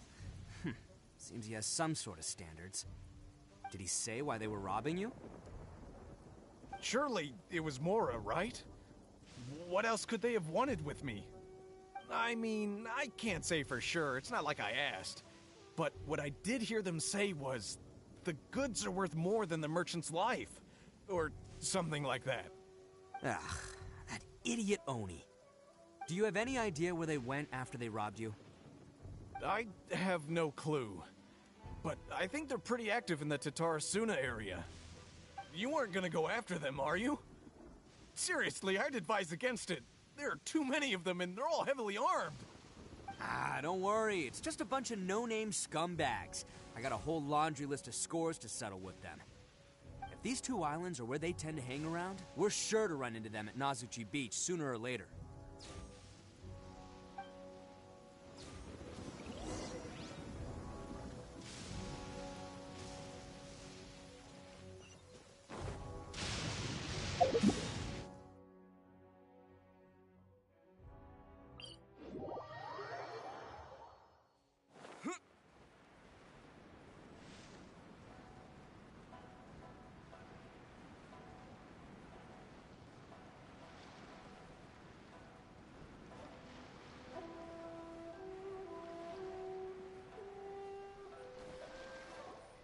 They gotta pass through here sometime. Let's just hang tight for a while. If I'm not mistaken, they'll be showing up any time now. Yeah, things might get a little rough, so we better be prepared.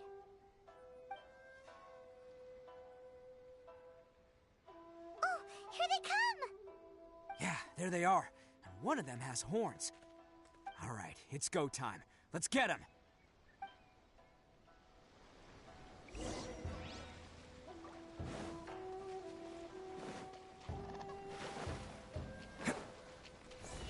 Looks like you fellas aren't going down without a fight. Fine by me. Let's fight first, talk later.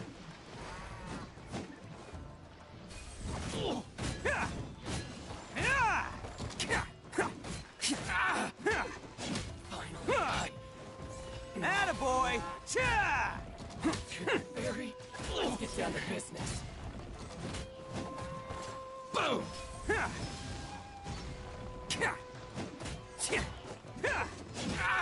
My blade! Bam! More!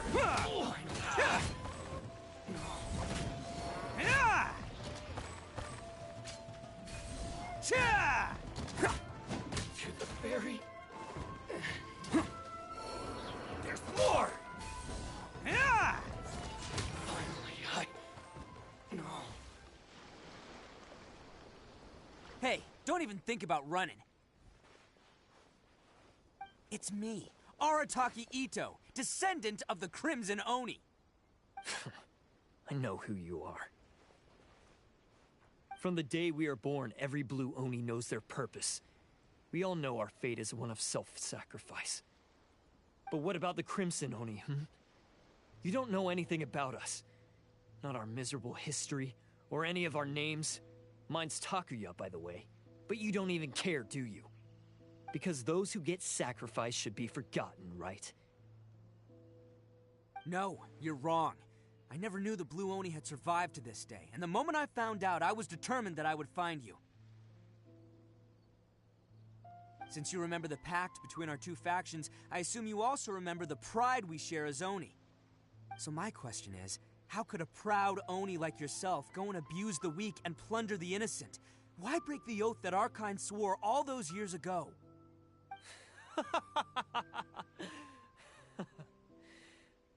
Huh? What's so funny? Who are you to talk about pride and oaths with me?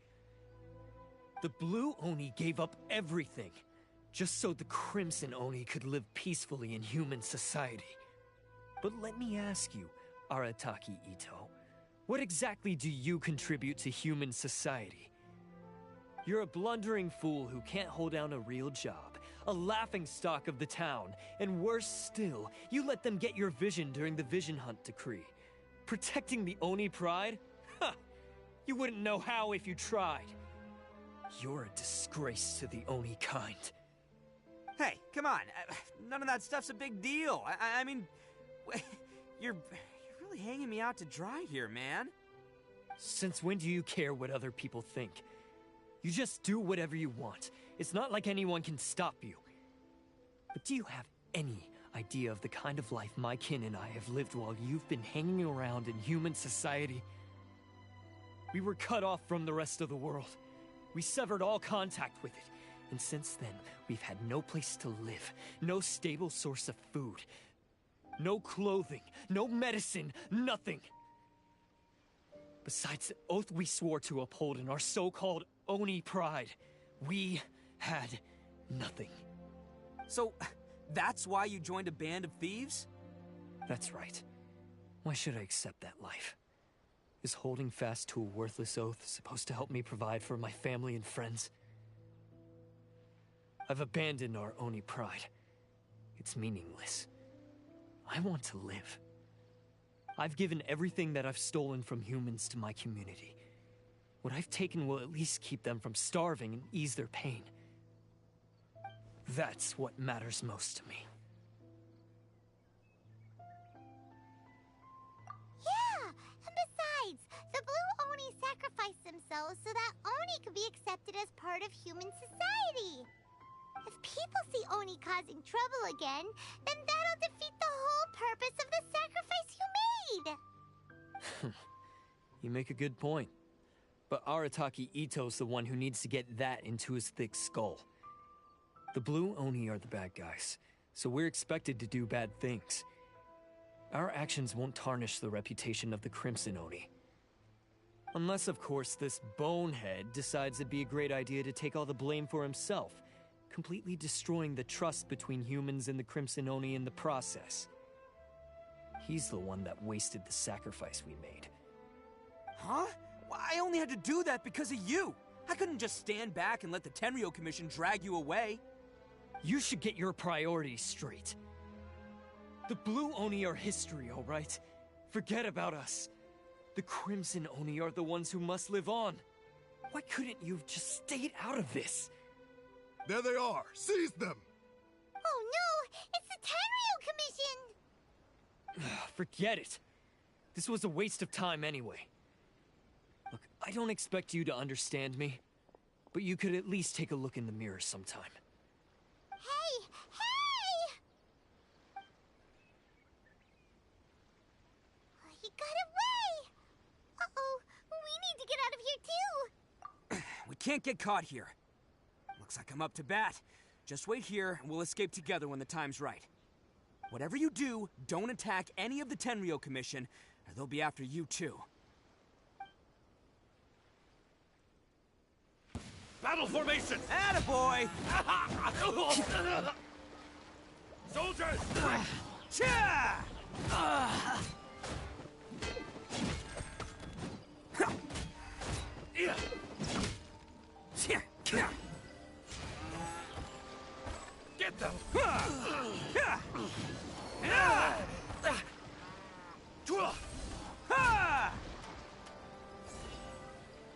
Let's... Come on, men!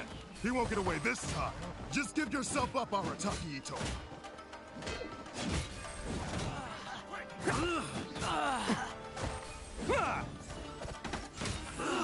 Can't catch me. It's showtime! This! I must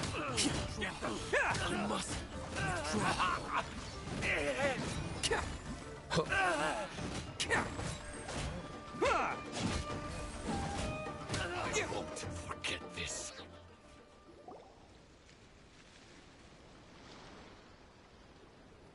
Man, they really came out in force today. I'm kind of flattered the Tenryo Commission sent so many. But I still haven't completely recovered from the bean attack earlier. I'm starting to lose my edge here. No way. All that would do is send them after our Blue Oni friend instead. But I have to settle things with him first, man to man. Then what should we do? The Tenryo Commission's about to arrest you! No choice but to keep kicking some Tenryo butt! Hey, boss! Thought you'd have all the fun without us? Granny Oni sent us. We're here to lend a hand. Maybe we can't take him, but we can sure slow him down. Now's your chance! Go! Hey, I told you to stay out of this one. Well, we're in it now. Come on, there's no time! Go! Do what you gotta do, boss! All right, then. Watch yourselves. As soon as I'm done, I'm coming back for you. Come on, you two. Time to roll! Don't let them get away! After them! Hey, you guys want some of this? There's plenty to go around.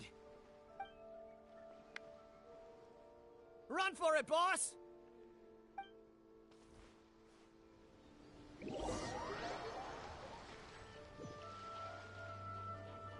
As boss of the Arataki gang, getting rescued by my own boys feels pretty humiliating. I promise to never let you down, boys. All right, we've got some footprints to follow. Let's find Takuya. Huh. Is it just me, or are there more and more footprints here? At least we know where... a wrecked cart and some goods. Look alive, we've got company. With the wind! I will have order.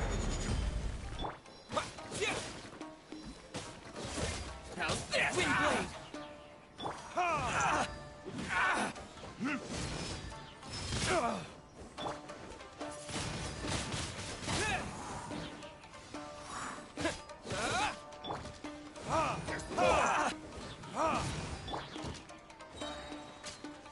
Disappear! My blade! To the very gallows. Time for retribution!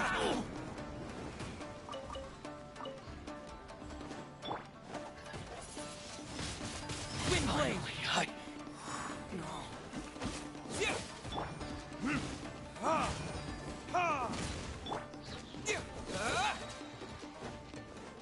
With the wind!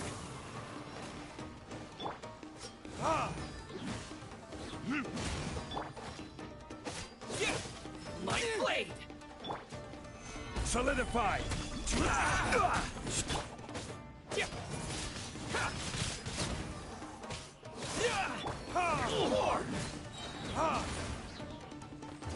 Verdict is... Boom! My blade!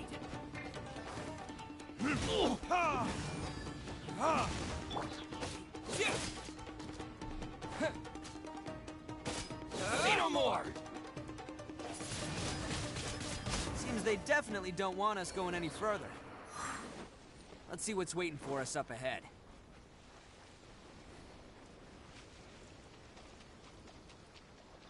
Huh. Besides the footprints, there are other signs of life here too. Must be plenty going on around here. let's investigate. They couldn't have just disappeared into thin air. Unless they're all ninjas or something. Hidden entrance, yes! All right, I think we just found their hideout. This is gonna be where they keep all the people they took. Paimon thinks Takuya's probably in there as well. Huh? Fire away? Of course I did. Come on, I'm not that dumb.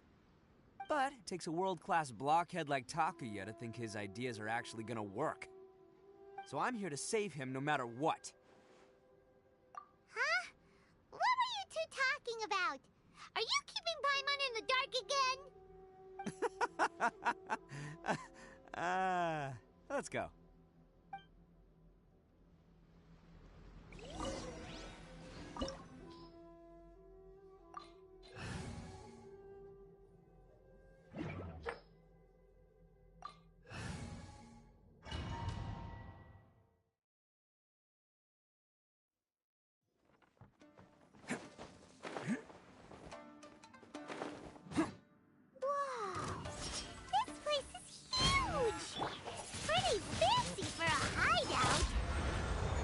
Acquired by less than legitimate means, no doubt. And all the more reason we gotta put an end to this. Hey, I wasn't ready! Let's roll! My blade! Finally, there's more! To the fairy.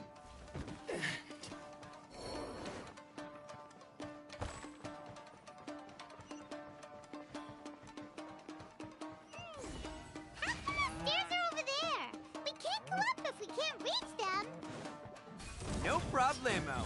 That'll be what this mechanism's for.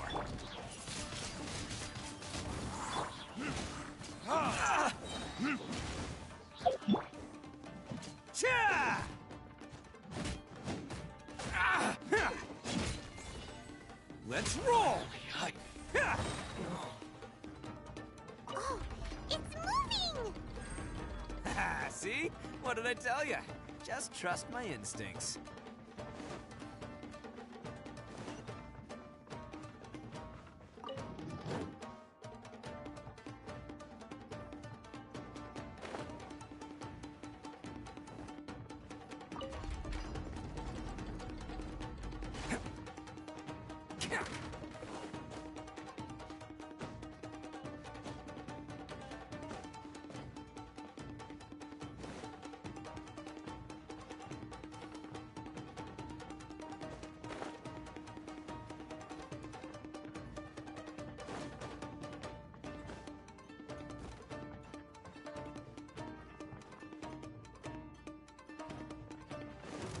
It's a lucky day. Going somewhere? How's this? There's more! Oni coming through! There's more! My blade! There's more!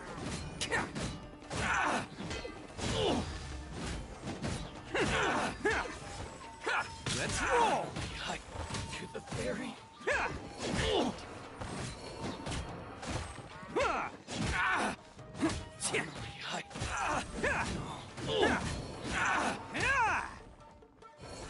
Attaboy! To the fairy.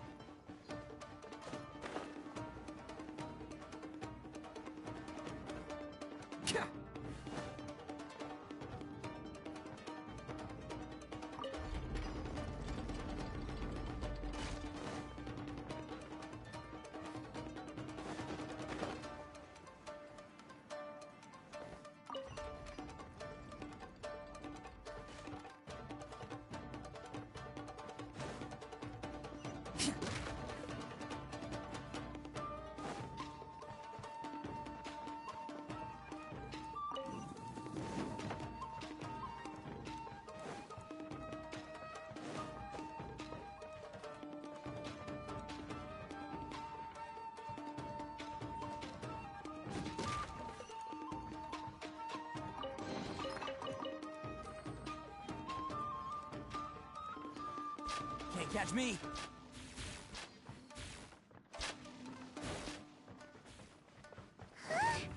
Look at all the people locked up in here. They must be holding on to them for leverage. All right, let's get them out of here.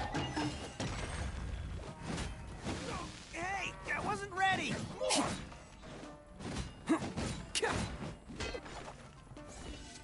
Bam! How's this? How's this?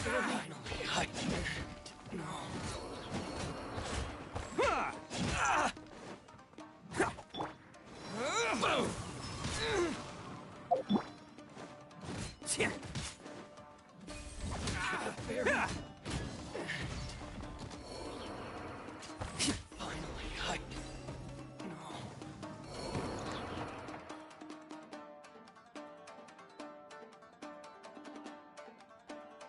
All right, you're all free to go now. Quick, get to safety. Sorry, but have you seen our little boy? We're awfully worried about him. Calm down, dear. We don't even know if he was taken here or not. But... Oh, my little Daisuke! Oh, you must be Daisuke's parents. Yes, that's right! Have you seen him? Where is he? Is he all right? Don't worry, he's safe and sound. Someone's looking after him now on Yashiori Island. I can show you where on the map. He's been worried about you. I bet he'll be relieved to see you. You were the one who saved him? Oh, thank you, No, please, no. No need to thank me. It's my pleasure, really. It's just who I am. It's what I do. Before you go calling me a hero, let me ask you this. Wouldn't any other self-respecting guy who saw another person in danger have done the exact same thing? Really? Just one little compliment and it goes straight to his head. These vagrants are insatiable. They'll do anything for money. No one dares stand up to them for fear of what they might do. Would they really do anything drastic? No, actually, because one of the guys, the one with Oni horns on his head, has always shielded us so far. Oh, in fact, his horns look just like the ones this guy has. At night, he would secretly bring us food and water. I don't understand what he was trying to do. Are you a friend of his? Or perhaps a relative? Relative, I guess. Oh, maybe there's something secretly troubling him. He seemed different from the rest of the gang. They seem like heartless crooks, but I'd say he comes across more like a confused child who made some poor choices. Let me put it this way. There are a few things he needs to straighten out in his head, and I'm here to point him in the right direction. I'm glad to hear that. He's lucky to have family like you. Don't worry. He'll be in my trusty hands. I'll help him see the light. Anyway, you should scram. It's still not safe here. Yes, thanks again. You've rescued our entire family. We are indebted to you. Huh. A child that made some poor choices. Anyway, let's get going, while we still have time.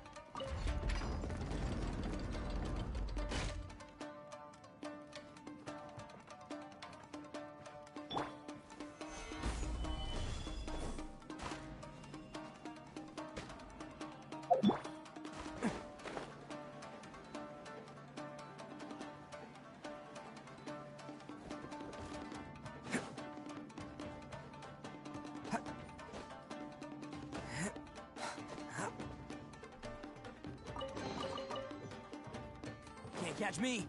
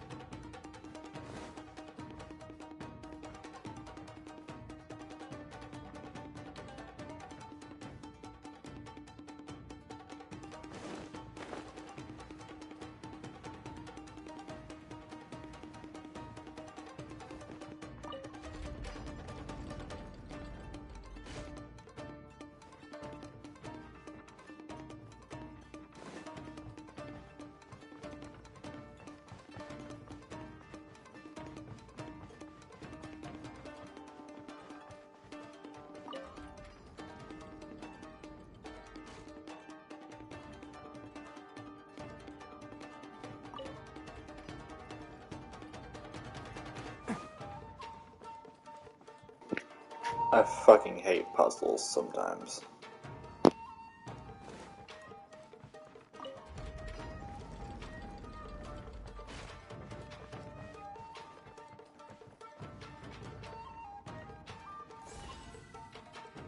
Attaboy!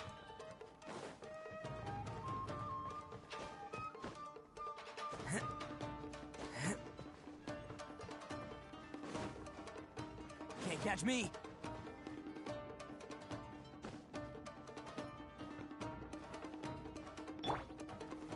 Stabilize.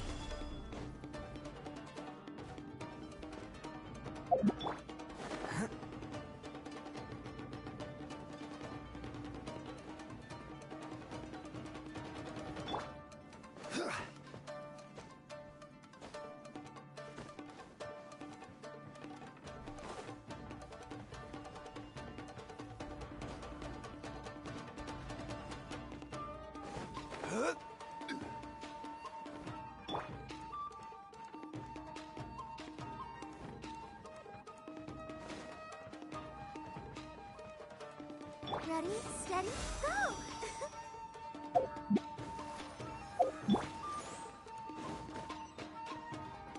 This is the place.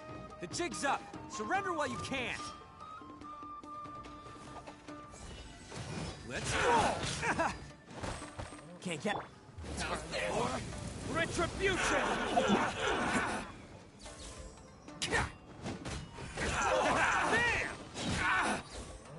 It's showtime!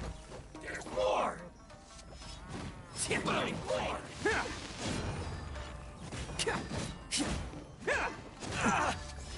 Let's roll!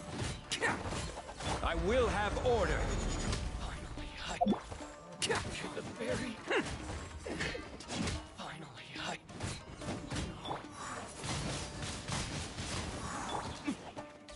to the fairy. Going somewhere?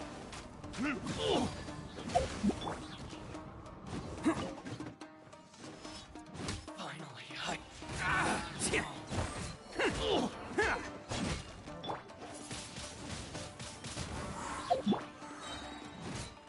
Oni coming through! How's this? To the fairy. Bet you think you've won, don't ya? So naive. This is my home turf. I'll let you in on a little secret. A long time ago, I picked up this rare paper charm. It's very precious to me. What makes it so special is that if you tear one piece, the other piece starts tearing too.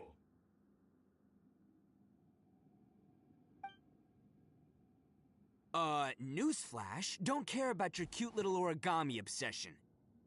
You'd better stay where you are and let me finish. Aren't you curious what the other piece is used for? I'll tell you. It's now the critical component of a mechanism, and when it gets torn, this place goes up in smoke. Yeah, the whole hideout is rigged with explosives and ready to blow. What? You're gonna blow this whole place up? Oh, don't worry about me. I made sure that I've got an escape route. The rest of you, though, you're gonna be buried deep among the rubble. You've had your fun. Now it's goodbye. My paper charm! Where's my paper charm? Oh, I'm sorry. Are you looking for this? Yes, that's it. But when did you... I snatched it earlier, to stop you from doing anything hasty. Why, you... And now you're going to betray me? You're one to talk. What about burying everyone here? If you ask me, that sounds like you've already betrayed our agreement, no? Just give it here! You done talking now? Huh? You sure? Great, because I'm done listening! Yeah!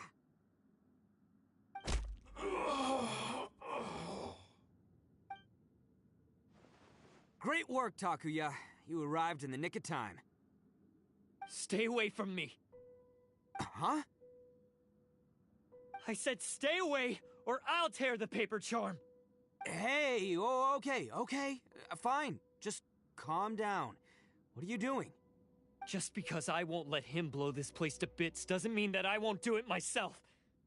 Unless you want to get buried, you should leave this place now.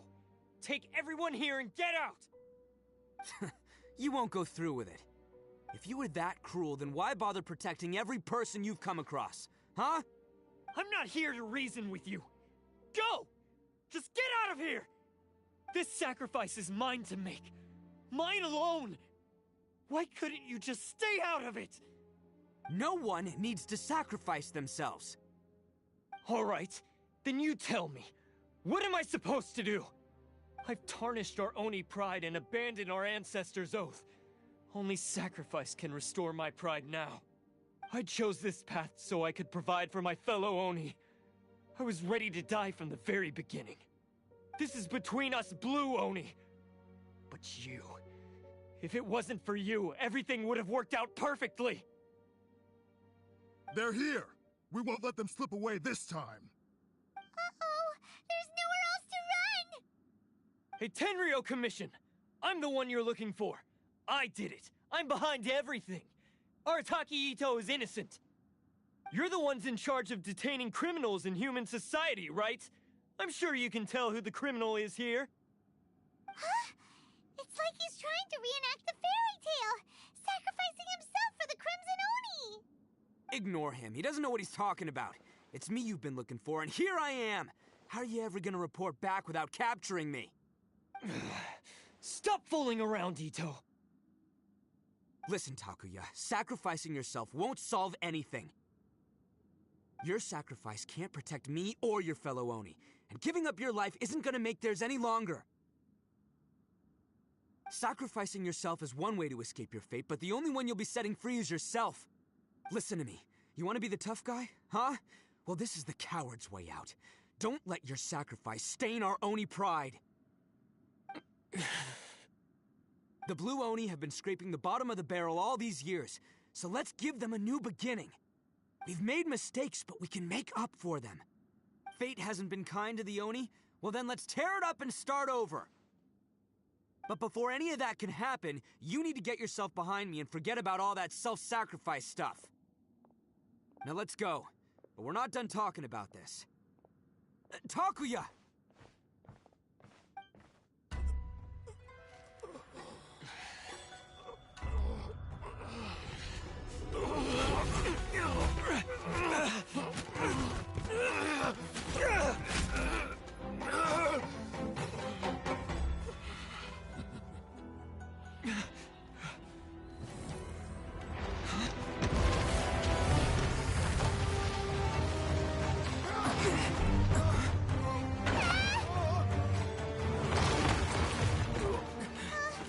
I'll take care of this.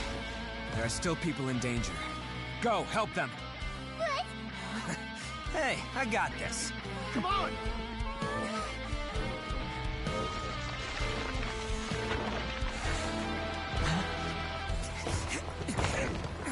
Forget about me! Just go! It's what I deserve! Ah, shut up, would ya?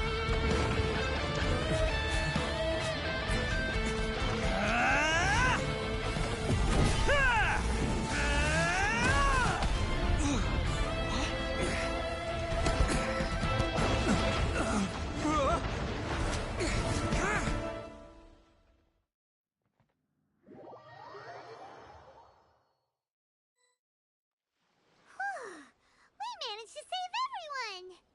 But what about Ito and Takuya? Paimon hopes they're alright.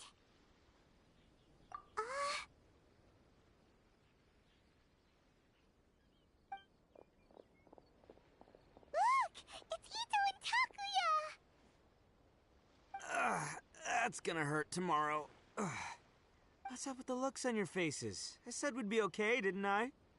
I'm sure I'd be looking a whole lot sharper right now if it wasn't for that brutal bean attack of yours earlier.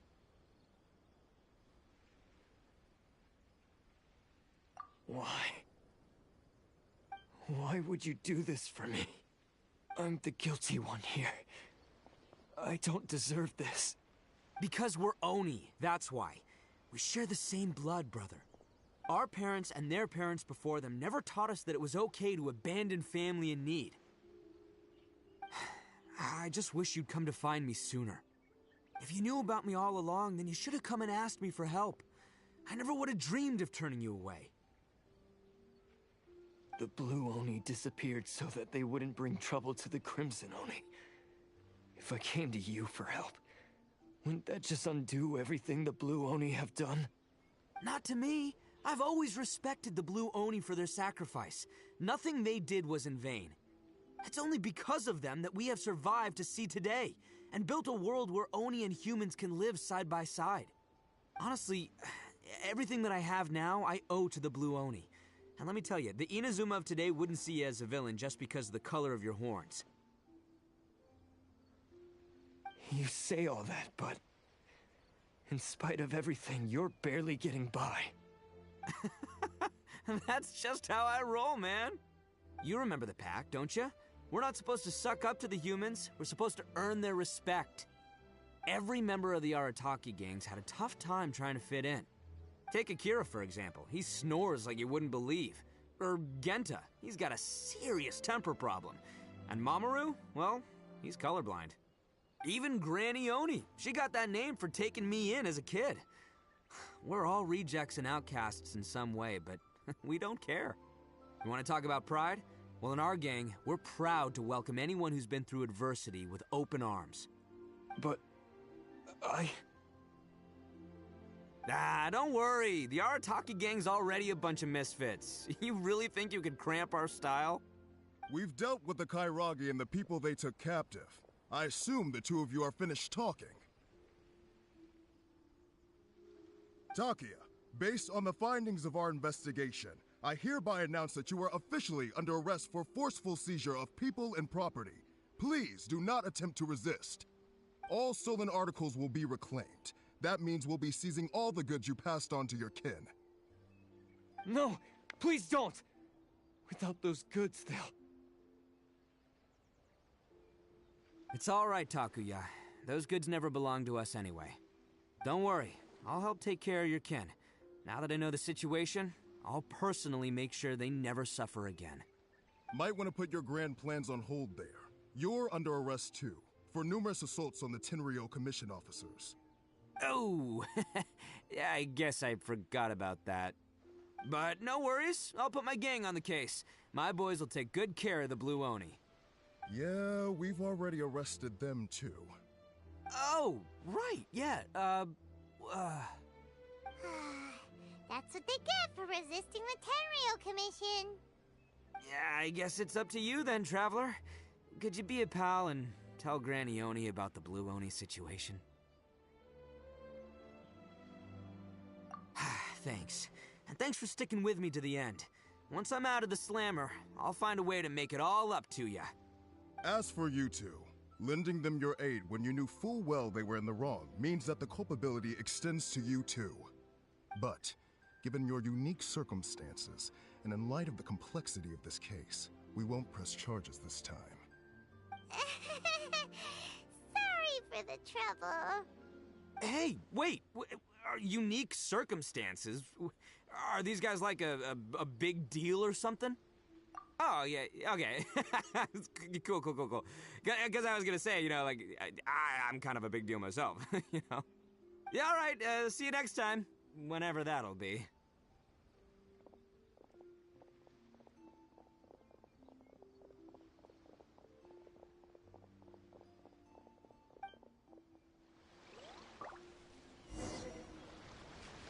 Well, he's pretty.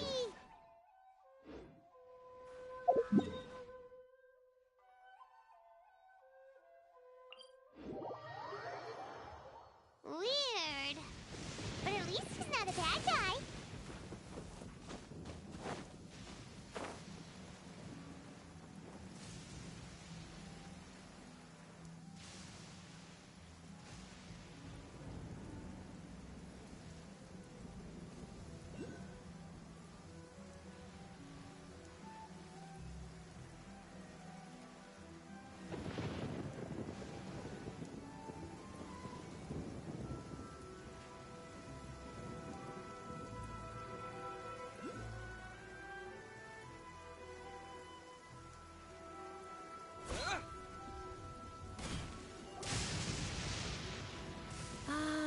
Yes, that does sound like my Ito.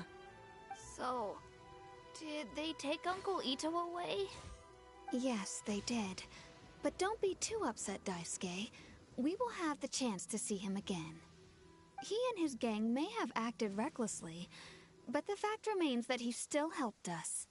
Yeah, I knew it! Uncle Ito helped us, and he's awesome!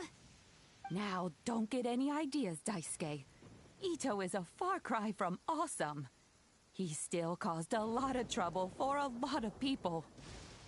If you ask me, I'd say he's like one of those little Oni Kabuto you kids are playing with all the time. Though he looks fierce on the outside, he has a kind heart. He's not a delinquent, but he'll never back down from a fight. I don't really get it, but it sounds like a compliment. I can't wait for my next beetle fight with Uncle Ito. Thank you, Granny, for taking care of our little boy. I hope that Ito and his friends will be released as quickly as possible. Yes, you needn't worry. The officials in the Tenryo Commission will certainly exercise sound judgment. It's time we started heading back. We'll be sure to visit again soon. Ah, I'm glad that everything was resolved in the end. Things were looking quite dire, but now the future looks bright. Wonderful, wonderful. As for the Blue Oni, just leave them to me. If there's one thing an old granny like myself can do, it's caring for others. Do you need our help? No, no. Go on ahead. I'm sure you have other adventures beckoning. Besides, once Ito is released, he'll be here to help me. Oh, yes. And you know what? I think that's what makes him adorable. Wouldn't you agree? He does whatever he puts his mind to. He's sincere, brave, and determined. Back when I took him in, everyone thought I was most unusual indeed. They started calling me Granny Oni, but I've never been ashamed of this name. On the contrary, I'm quite proud of it, because Ito is my pride and joy.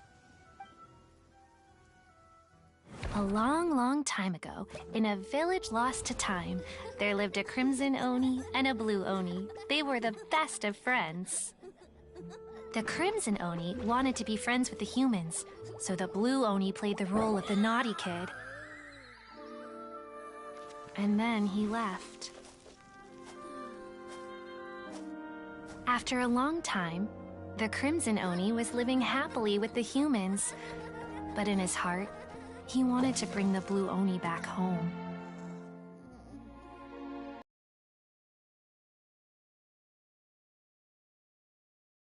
His search took him up the highest mountains and across the widest rivers. He found many traces of the Blue Oni, but the more he found, the clearer it became. The Blue Oni was hiding on purpose. So just as the Blue Oni had once done, the Crimson Oni left him a letter. Dear Al, I've made lots of human friends now, and I want to have a big party for everyone. I want all my friends to be there. That means you too, Al. If you don't want to meet me, you can just watch from a distance. The Blue Oni snuck back to the village and hid in the shadows. He saw the great feast and roaring fire and longed to join in.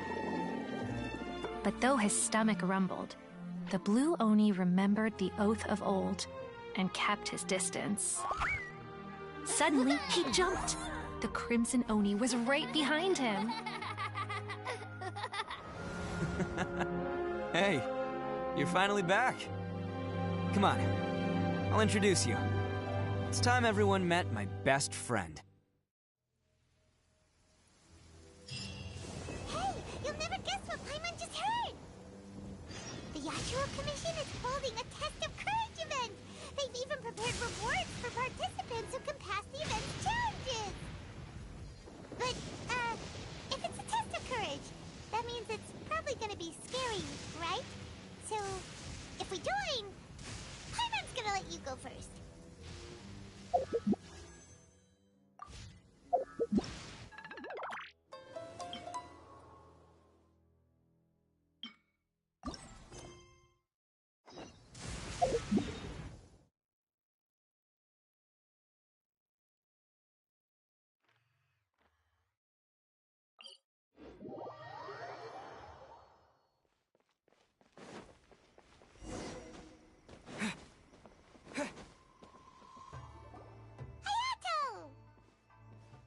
Ah, it's you two. Yes, it has been a while. We heard the Yashiro Commission is holding a test of courage, so we came right over to sign ourselves up. We didn't expect to see you here in person, though. Does that mean this event is really important? You think I only make an appearance for occasions that are deemed sufficiently important? It just so happens that this test of courage event was actually my suggestion. But, naturally, I've left the planning and more trifling details to be arranged by my retainers. Considering that such events are quite popular across Teyvat, I've had numerous examples to draw from, so everything should be in good order. I'm merely here to do a routine check on the progress of the event, that's all. Oh, Paimon gets it! So what you're saying is you're not very busy right now. In that case, maybe you can give us a quick rundown of the event rules. Only Paimon could be so natural at ordering others around. However, the possibility remains that we may yet require your assistance. Sorry, what did you say? Nothing. Seeing as I apparently have some time, I suppose we may chat about the event for a moment. Yippee! As its name implies, the event is a game designed to put one's courage to the test. The venue for the event will be set up in the Chinju Forest. Before the start of each round, participants will be divided into teams of 2. Once teams have been formed, the event staff will announce the name of an item that has been placed in or around the Chinju Forest area. The first person to locate the specified item will be declared the winner of that round. The winner of that round? Huh. So there's gonna be multiple rounds to the test of courage? Precisely. There will be a total of 3 rounds in the test of courage because the event was actually orchestrated by 3 different parties. Merchants raised event funding, the Kamisato clan provided the grounds, and the Grand Narukami Shrine provided consulting services. As such, each of these 3 parties have selected one item for participants to find, so, naturally, the event will require 3 rounds to determine the winners. Ah, Paimon gets it! So basically, it boils down to searching for stuff in Chinju Forest. We'll need to find 1 item each round for a total of 3 items after 3 rounds. Huh. Simple enough for Paimon. Yes, seems you've got the gist of it. We will be issuing different rewards based on the number of rounds won. So, if a participant wins multiple rounds, then that will also be reflected in their final reward. If a participant manages to find all 3 items, then they shall receive the grand prize provided by the Grand Narukami Shrine. Ooh, a grand prize? Sounds like it could be really valuable. As for its true value, I'm afraid you'll have to win the event first and ask Lady Guji yourself. Of course, this event is intended to measure your courage. If you withdraw from the event because you become too frightened, then you might as well forget about seeing any rewards. I'm curious myself how many people will be brave enough to make it to the end. It'll be most disappointing if nobody claims the prizes we've prepared. Don't worry, those prizes are as good as ours! Even though just the thought of this event sends shivers down Paimon's little spine, the Traveler will be brave enough, no doubt about that. I appreciate your enthusiasm. I look forward to seeing how you perform. Anyway, I think I've given you sufficient details. I'll add your names to the list of participants momentarily. As for the 3 items you'll be searching for, please wait for a staff member to inform you at the start of the event. Oh, and a friendly word of advice. Test of courage events tend to give rise to a variety of strange rumors and stories.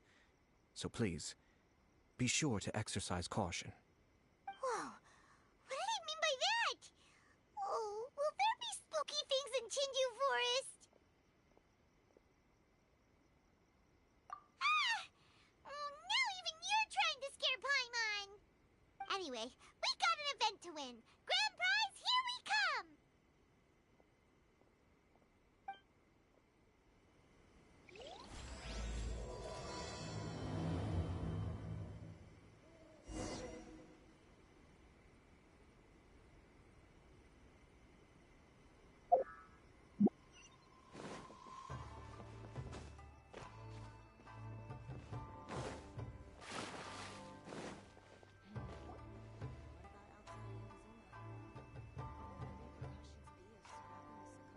Hold it right there. Oh, well, if it isn't my compadres. Didn't expect to see you here. Huh? Paimon knows that voice. It's Ito! What are you doing here? Oh, wait, don't tell Paimon you're here for the test of courage. Ha! What else? I'm sorry, but those prizes already belong to yours truly. Arataki ain't scared of nothing, Ito. I mean, well, that's what I really want to say. But I have actually got something else going on. Oh? What's that? It's a long story. As soon as I heard about the test of courage, I got the gang together and was ready to bring everyone for the time of their lives. But, it turns out the other members weren't as pumped about the event as me. Jinju Forest? We've already been there 1,000,000 times. There's nothing scary about that place. That event's just a game for kids. What a waste of time. Let's play some genius invocation TCG. Seriously? Test of courage? Ugh, whatever. I guess if that's what the boss wants. Can you believe that? What a group of deadbeats. I'm not gonna put up with that. Nuh-uh, not in my gang. Oh, Paimon gets it now. Dragging the gang to an event they don't want to go to won't be the best for your reputation as a leader. Hey, this isn't about me. As leader of the Arataki gang, it's my duty to find new and tantalizing experiences for everyone. A happy gang means a happy life. Even if they can't get it through their stubborn heads now, one way or another, I'll show them how much fun a test of courage can be. Anyway, I'm no stranger to Jinju Forest. Sure, it was a little terrifying going through there, but hey, I'm used to it now. And seriously, what kind of scary pranks could those guys in the Yashiro Commission ever come up with? If they can't scare anyone, then it's not going to be a test of courage, now is it? Not to mention, if the gang starts complaining, I won't ever be able to show my face around here. And after all that talk, it still boils down to you. Well, leading a gang can be complicated, you don't understand. Anywho, I've got a plan. Since there's no way I can trust the Yashiro Commission to make a fun event, I've decided to step in and spice things up a little. Wait, you don't seriously mean that? Oh, you bet I do. Yours truly is gonna be out scaring people. I'm taking this event to a whole nother level. But it's gonna take more than an Oni to make it happen, so I came here to recruit some help. And then I saw you come walking along. Come on, come scare people with me, please. No way! Pretty please? Forget it! Pretty please? Ah, fine. But don't forget, we're here to win the test of courage and take home the grand prize. We'll help you out, just don't get in the way of our prize. Yes! You're a real Oni saver. Hey, don't worry, with me around, winning the test of courage will be a piece of cake. All right, those participants won't scare themselves. Let's get out there. What a noisy guy. But after hearing him laugh and talk, Paimon doesn't feel scared anymore. Huh. Maybe laughter is the key to making fear go away. If things get scary later, we can all start laughing at the top of our lungs. Hey, Traveler, Paimon, enough chit-chat. We're gonna miss the event. Coming!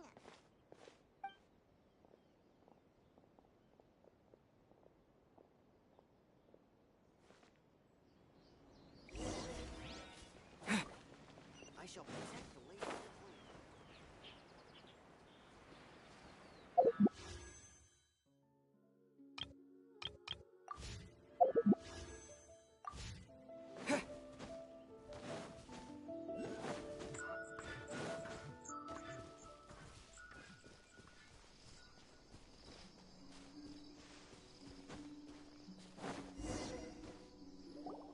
All right, this looks like the place. Is it just Paimon, or does it look a lot scarier than usual here?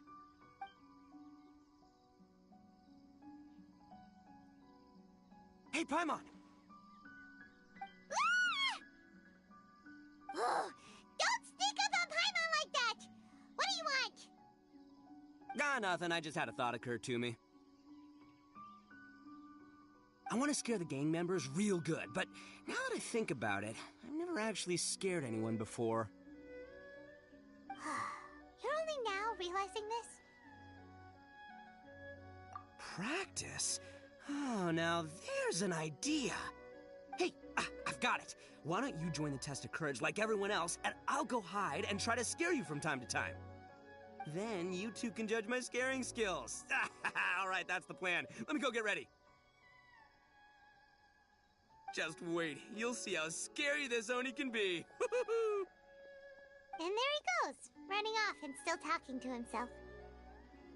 Well, we were here to join the event anyway. Guess we'll just have to pass Ito's little test along with whatever else the event throws at us. Oh, seems one of the event staff is over there. Let's go talk to her.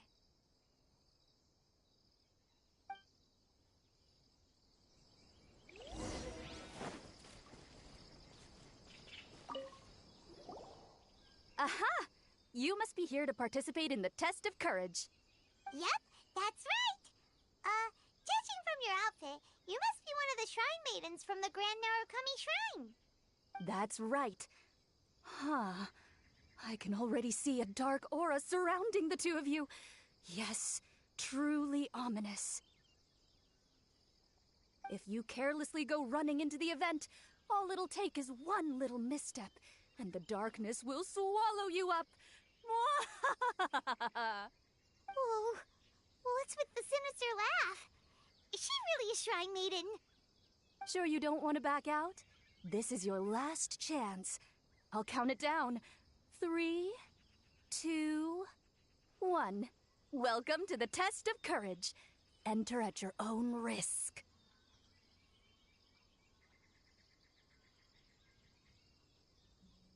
Sure, you could say that.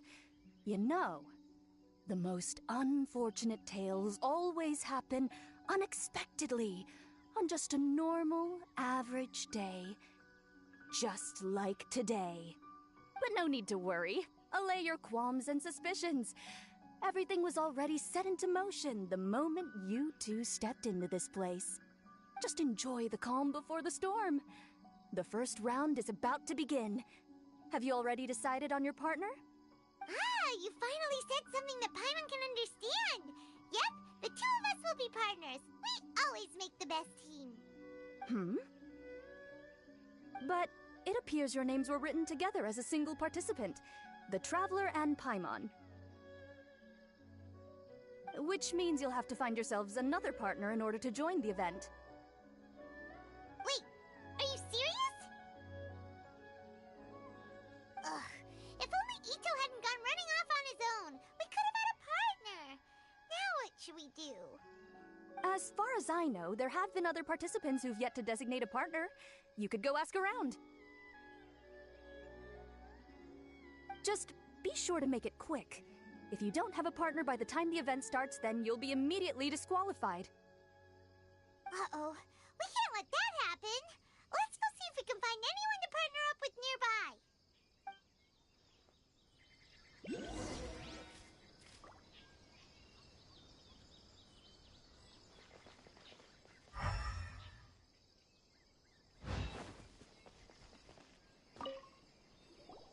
Oh, Traveler and Paimon. Greetings. Huh? It's Ayaka! Are you here for the test of courage, too? Yes. My brother told me that the event would be most interesting, and suggested that I personally participate. I have never experienced a test of courage event, so I don't really know what to expect. Oh, so this is your first time? To be frank, I'm no expert when it comes to the supernatural. I often worry that I haven't shown spirits proper respect, and have brought shame upon my clan. Oh, speaking of which, may I ask if the two of you are partners for the event? Actually, the Shrine Maiden just told us that we only count as a single participant. However that works. So, we're looking for a partner now. Splendid. In that case, how would you like to be my partner? I always feel at ease when you're by my side. But of course, please don't let me get in the way if you wish to participate with someone else. Oh, you'd really like to? then it's my honor. Or I suppose I should say, please pardon my inexperience. And if I appear to be frightened, please promise not to laugh at me.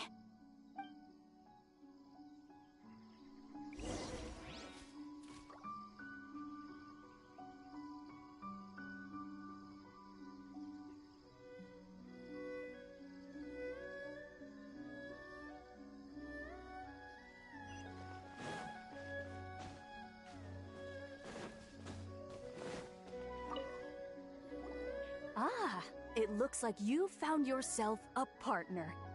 The event is just about to start. I will now reveal the item you'll be looking for in the first round. It's called Dongo Milk. Ooh. Dongo milk? Correct. Tomoki was kind enough to provide us with his Dongo Milk, and it has been hidden somewhere in the Chinju forest. The path will be marked with signs to guide you, but some strange and unusual things may occur along the way. If you ever feel you can't handle it, you may withdraw from the event at any time. Now, if you're ready, then you may begin. We don't want anyone to beat us to it. Let's go!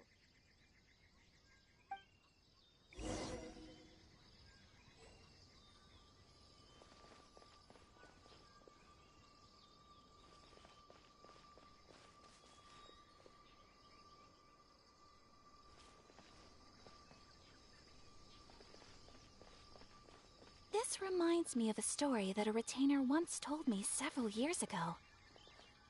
There was a wandering samurai who, while crossing the forest at night, noticed that the familiar scenery was beginning to change right in front of him. The man stopped and realized that it was as if he was in another world. Strange creatures that didn't appear to be human were all staring at him. Ah! That's super scary. Paimon doesn't even dare look at these trees after hearing that story. Will we really be okay? If anything weird jumps out at us, teach it a lesson, Traveler!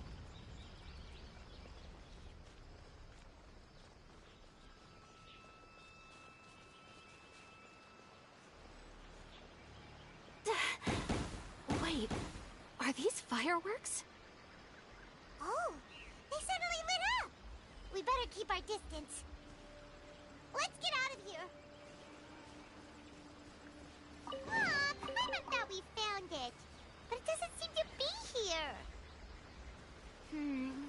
Let's keep searching somewhere else.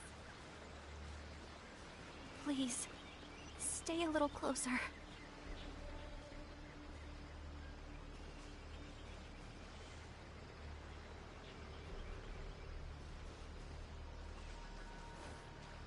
Please, stay a little closer.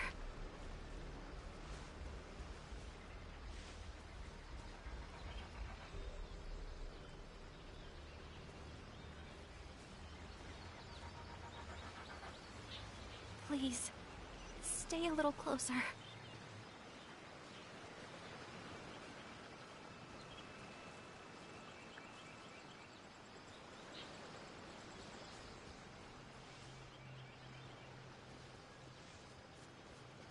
Please, stay a little closer.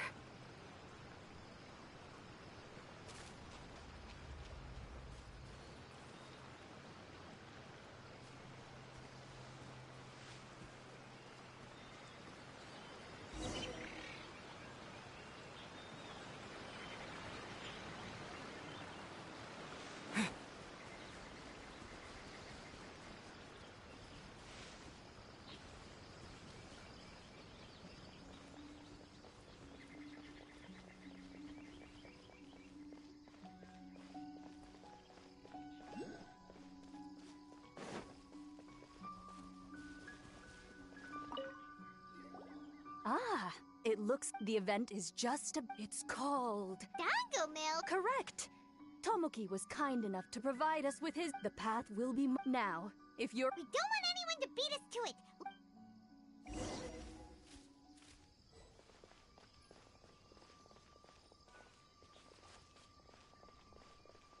This This reminds me of a story that a retainer once told me several years ago. There was a wandering samurai who, while crossing the forest at night, noticed that the familiar scenery was beginning to change right in front of him. The man stopped and realized that it was as if he was in another world. Strange creatures that didn't appear to be human were all staring at him. Ah! That's super scary. Paimon doesn't even dare look at these trees after hearing that story. Will we really be okay? If anything weird jumps out at us, teach it a lesson, Traveler!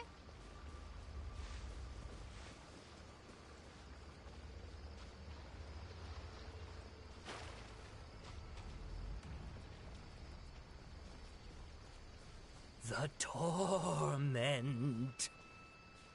Huh? Did you hear that voice? Ah, the torment. You will suffer with me. Could it be a spirit that's haunting this place?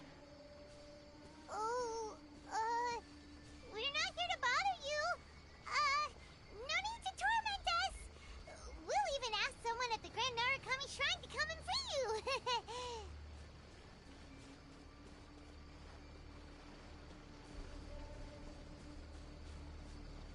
Please, stay a little closer.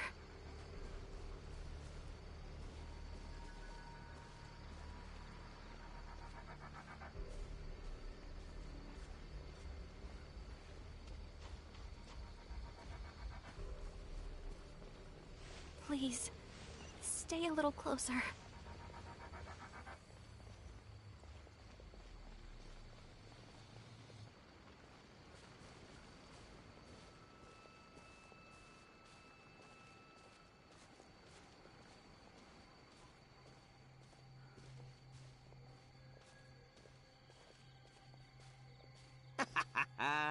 Oh, I'll show you how scary this Oni can be. Ha! How was that? Were you scared?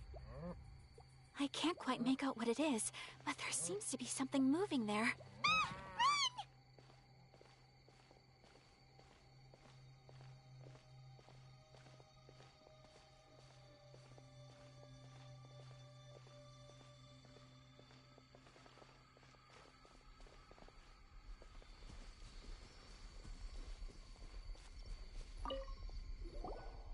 Look, everyone. Isn't this the Dongo milk we're searching for? And there's a scarecrow beside it. Strange. What is that doing here? Well, it doesn't matter now since we found the Dongo milk, then we must be the first ones here, right? But there's no way we can carry back so much Dongo milk. Why don't we drink some to lighten the load a little? Paimon could use a sip. Ah! The scarecrow stood up! It appears to be guarding the Dongo milk here. You mean, it's watching if we touch the Dongo milk? Don't worry. Paimon didn't even touch it. Oh, maybe you're right. Paimon will try to calm down. Let's try some together. Tastes great. Indeed. Any fears I had a moment ago seem to have been dissipated by the Dongo milk.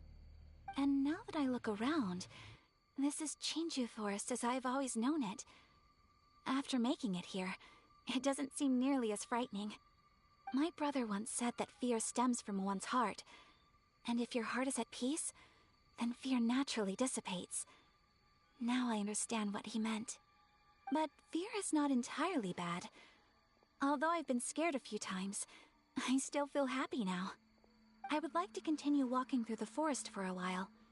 Will you accompany me? Ah, I see. Well, I shall continue walking while you go greet your friend.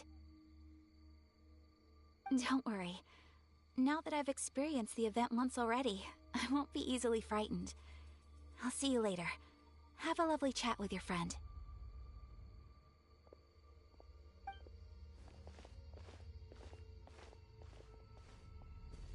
Eh? Whoa, it's really you! What are you doing here? Oh, hello. Miko told me about the Test of Courage event taking place here. I thought I would come and have a look. Ah, so that's why you're here. So what do you think of the Test of Courage? Are you having fun? It's more or less the same as I remember before. I wasn't scared by anything, but on the contrary, some of the event participants were horrified the moment they saw me. Oh, that Miko. Did she send A here to scare people on purpose? If that's the case, it feels like A isn't really experiencing the event like everyone else. Oh, Paimon has an idea. We'll give you a bottle of the doggo milk we just found. That would make you a winner in this round, too. Ah, yes. Isn't that the dessert drink we had the last time we met? Sure, I'll take one. Actually, I've sensed a familiar feeling ever since I arrived here. It's brought some old memories to mind. Huh? A familiar feeling? Have you been down to the beach by any chance?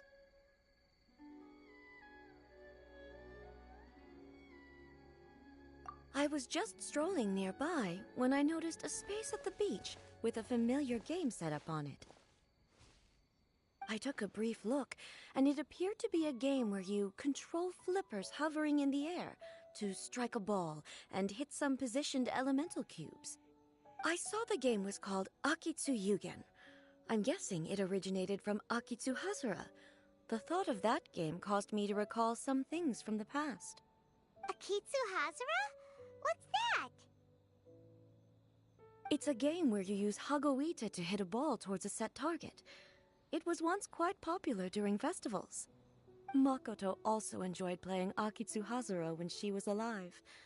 Yakiako was still around at that time, and nights in Inazuma were much more lively than they are now.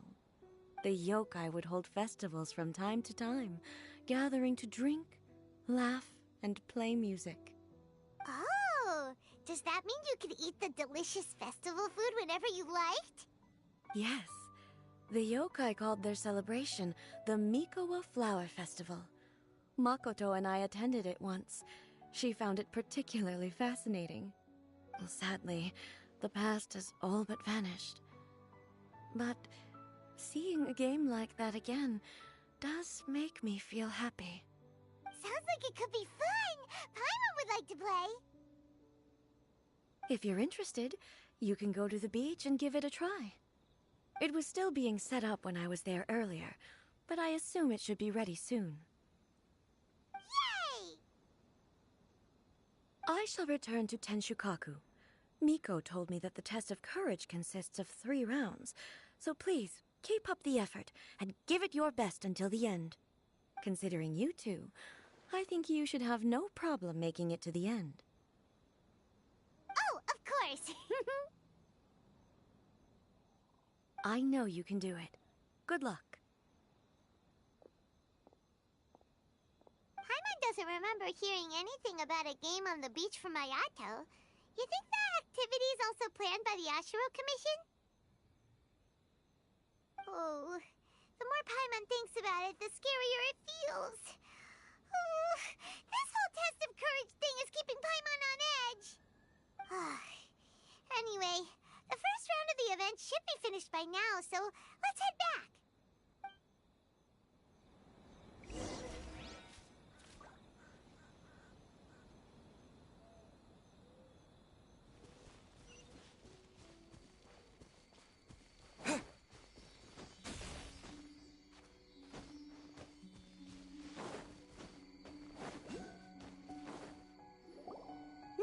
So, what'd you think? Do I know how to scare people or what? Oh, what Paimon think? Paimon was hiding behind you the entire time, so Paimon didn't really notice Ito scaring us at all. Paimon will leave this one to the Traveler. So, was Ito scary or not?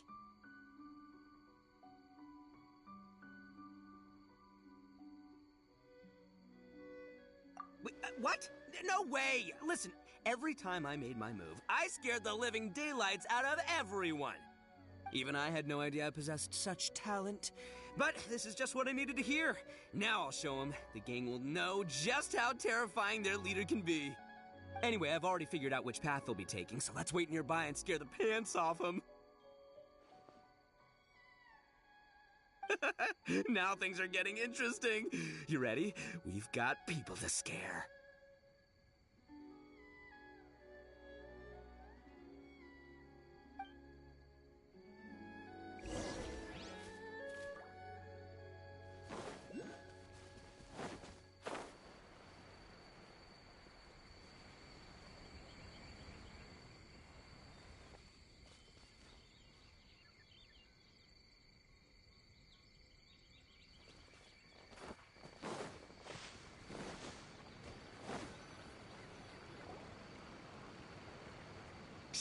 I think we're getting close. Come on, come on, come on. We can't let them see us. Oh, here they come. So, how are you going to scare them, Ito? Easy peasy. We'll wait for them to get real close, and then we'll jump out and shout together. They won't know what hit them. Huh? What are we, a bunch of kids now?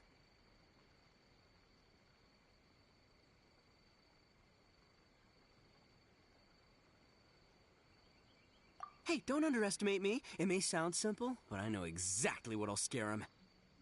The gang's probably moping along on their way back, saying things like, "This is boring," and "Let's go home." But it's dark and their guard is down. Now's our chance. Having the three of us suddenly come flying out of the bushes is gonna scare them real good. Before they come to their senses, we'll already be halfway to our next ambush spot.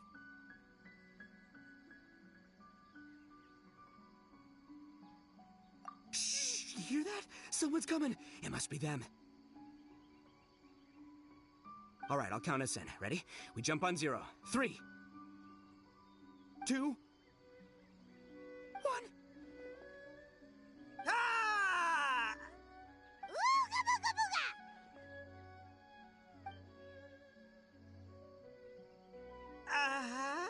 booga! Wait, you're not... They're ghosts!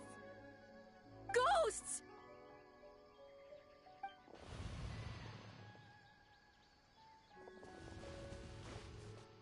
Wait, hold on a second. Did you see that? They were definitely not human! So all the strange rumors about the test of courage are true. Oh, what should we do? Do you think the ghosts are coming after us? Oh, Paimon. I didn't expect you to be such a baby. Hey, you're one to talk. You were the first to start running. Don't make fun of Paimon. Well, you shouted ghosts, so my instinct to escort you two to safety kicked in. After all, real ghosts are terrifying. My skills are completely useless against them. Oh, because I just realized that they were also running from us. Which means they were afraid of us too. And if that's the case, then there shouldn't be anything to worry about. Now that I've calmed down, I'm starting to wonder if they were actually ghosts. They might have been people dressed up as ghosts to scare us. Oh, definitely not. No, during the event, I took a little walk around the Chinju forest and saw all the gimmicks that the Yashiro Commission had set up. Those three weren't from the Yashiro Commission, but they did seem a little familiar. Come on, let's go back there and take a look. Huh? Now you want to go back?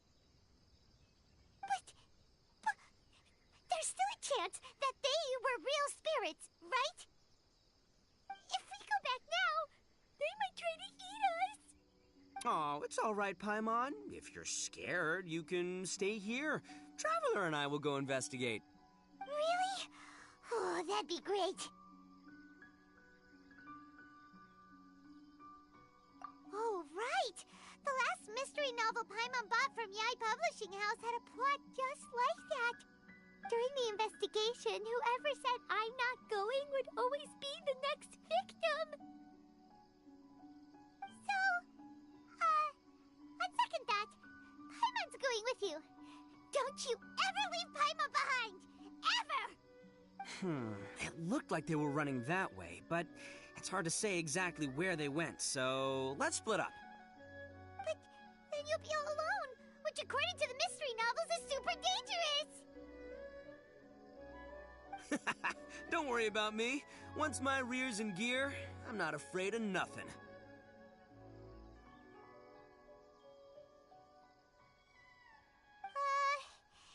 Paimon has a bad feeling about this. They scared you that bad, huh? Huh. Looks like they really do have a knack for spooking people. This time, I'll capture him and learn their art for scaring people. Anyway, I'll catch you around. And there he goes, running off and talking to himself. Again.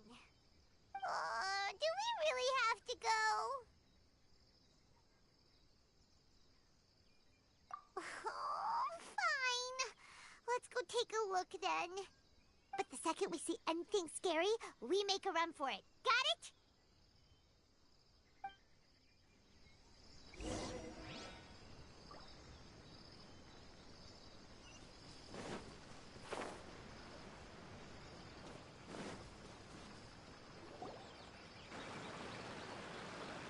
Well, we've already walked all the way here. Wonder where those three went. Paimon didn't see them anywhere. Oh, maybe Ito was right. Maybe they've been hiding. Huh. Seems like they're not scary after all.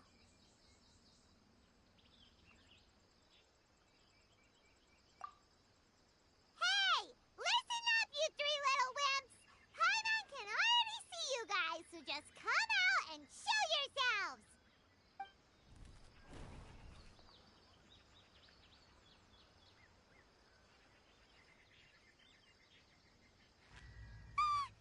There's someone actually here! Paimon's scared again! It's just gonna be a few more days. Just don't do it, Chizuru. You can't give in to your desires. Others will suffer for it. You mustn't make the same mistake. Just hold on a little longer. You've already come all this way, right?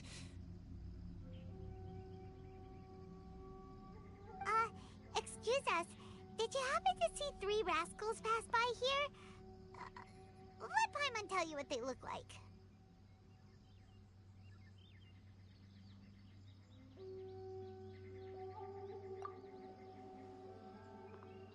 Are you talking to me? To someone like me?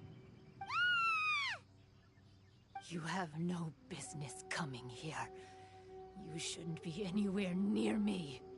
If you value your lives, you must leave immediately.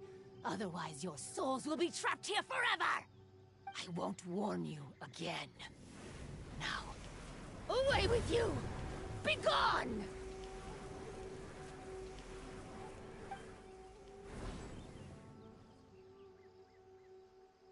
Wake up! Hey, traveler, wake up!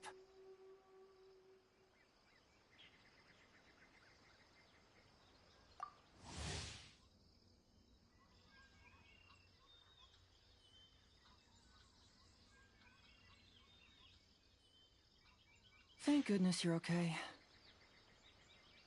Before we get to that, I think someone needs your attention first. Please don't eat Paimon. Paimon doesn't taste very good. Please avenge Paimon.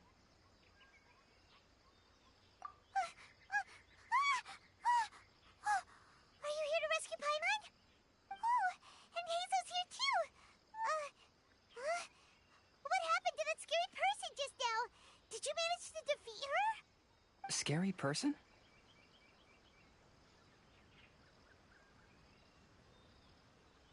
Okay, I see. I only found the two of you passed out here when I arrived. There was no one else around. What happened? Tell me all the details.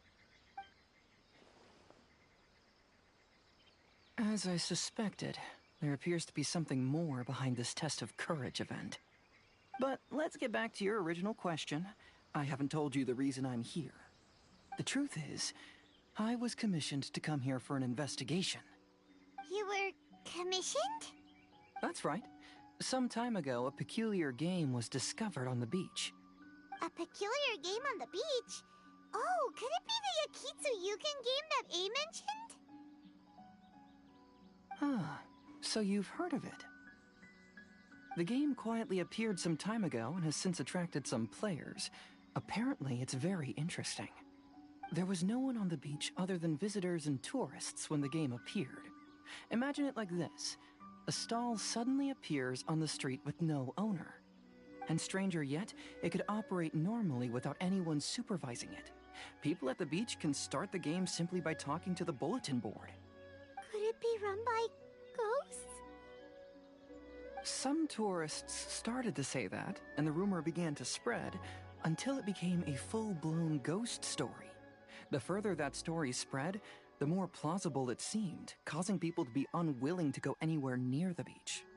The Tenryo Commission wanted to close the beach in order to investigate the situation and dispel the rumors, but before they could do anything, the Yashiro Commission organized the Test of Courage event here. People that were initially scared by the rumors began to believe that the beach game was actually a preview event planned by the Yashiro Commission for the Test of Courage, so visitors have gradually returned again. But I'm quite positive that the game never had anything to do with the Yashiro Commission. Wait, so the Yashiro Commission were fully aware of all the spooky stuff going on, but they still decided to hold their event here? But Ayato must be one of the smartest guys we know! What the heck was he thinking? Who knows? But I'd rather trust tangible evidence than speculate on his thoughts. As for my commission, apparently someone reported that they found themselves trapped for hours on the beach while playing the game. According to his own account, he kept returning to the same location no matter which way he went, and even though his friends were nearby, they couldn't see him. That sounds so scary! Even though it was obvious that he wasn't telling me the whole story, the testimonies of his friends did validate that what he said actually occurred. On top of that, it was also this very incident that led to all the ghost rumors. No one dared to go near the beach until the Yashiro Commission announced the Test of Courage. Who set up the game on the beach? And why did the Yashiro Commission help them cover it up? I need to uncover the truth, so I'm here to investigate. Anyway, don't mind me. Working together will only raise suspicion, so I'll undertake my own investigation for the time being. However, please proceed with caution. Based on my observations, most people are still unaware of anything happening here. Telling people that something's amiss might cause quite a stir.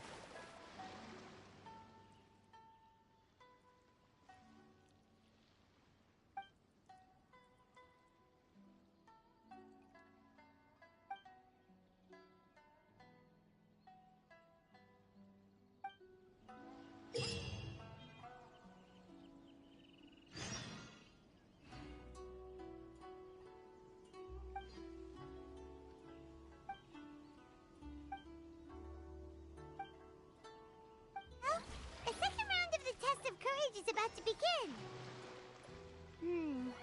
Paimon wonders if the Shrine Maiden knows anything about what Hazo told us. Let's go go ask her.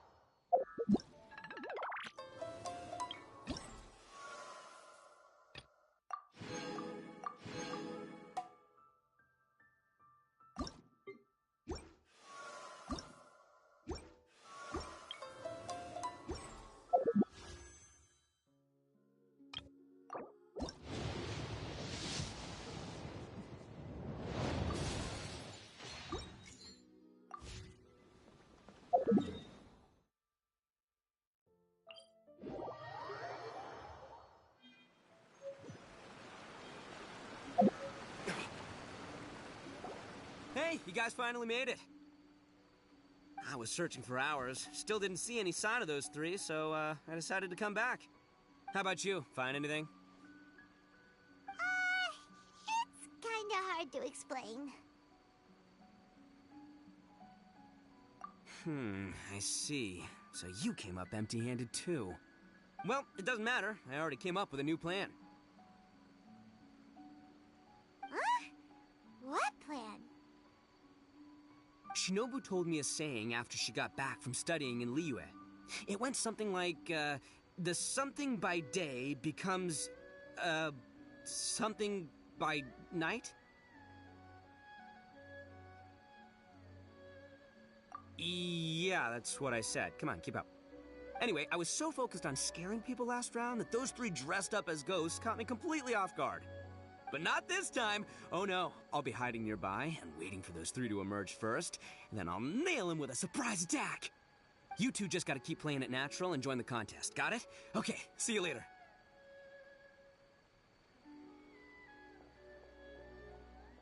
Wait, Ito! He ran off again. Well, his plan does make some sense, at least. Let's go talk to the Shrine Maiden so we can join the second round.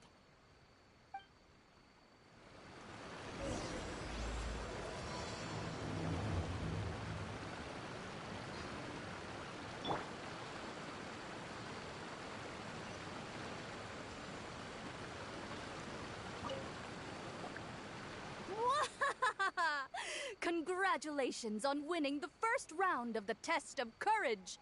Now you're one step closer to the dark, messy truth. But is that really a good thing? Ooh. Hey, cut the nonsense! What we just saw was super terrifying! Oh, really? Good to hear. Hearing the word super terrifying is exactly what all us event organizers would like to hear. No, that's not what Paimon means! Something mysterious is also happening here, not just the event! So what? You've heard the stories about the test of courage, haven't you? Everyone who participates in the event faces a variety of emotions. People are afraid of seeing their innermost fears appear before them, and yet they still seek the thrill of experiencing those fears.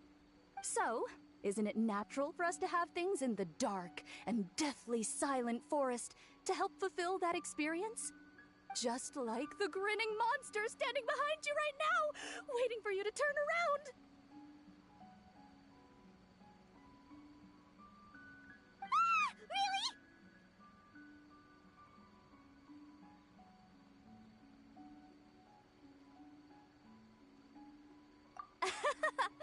I knew a little trick like that wouldn't be enough to scare you off. So, congrats on passing this test. The second round of the test of courage will begin shortly. Have you found your partner yet? Huh? But don't we already have a partner from the last round? Yes, your team's outstanding efforts certainly won you the last round. So it's understandable that you'd want to pair up with your previous partner. But unfortunately, you must find a different partner for each round of the event. If you don't have a partner by the time the next round begins, then... Yeah, Paimon already knows. If we don't have a partner in time, then we'll be disqualified. Let's ask around and see if there's anyone looking for a partner.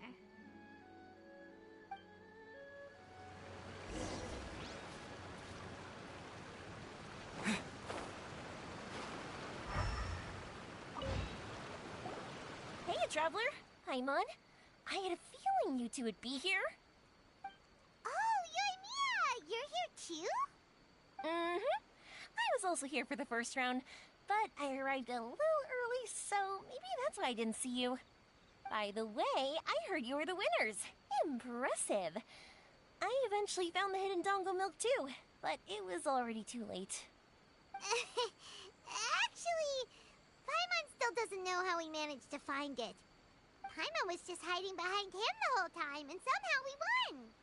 Traveler, you never told me you were so good at this sort of event. You weren't keeping it a secret, were you? Anyway, would you like to pair up with me? We'd be an amazing team! With us working together, the second round will be a piece of cake.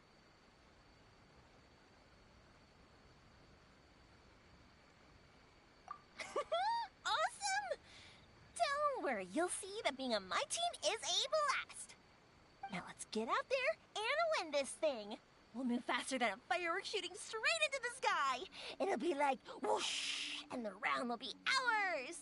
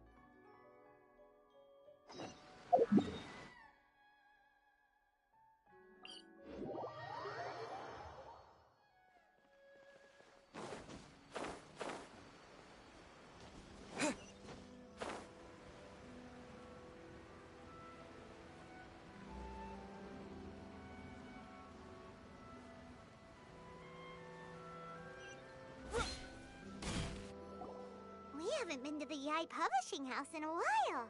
Paimon wonders if they have any new books in. The one we read with A that time was pretty cool.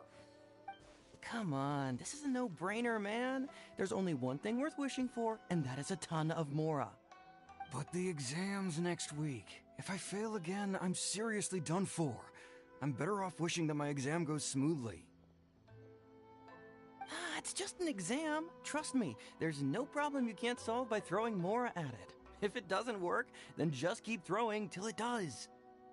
What are they arguing about? It's quite a spirited debate. Huh? Really? You guys don't know? You need but stand on this land at midnight, lower your head and recite a special incantation, then your wish will come true. Looks like you guys really aren't in the loop. This, my friends, is the next big thing. A highly effective wish ritual guaranteed to make your wishes come true. A wish ritual? That actually works? Right? Even Paimon knows that's just not how the world works.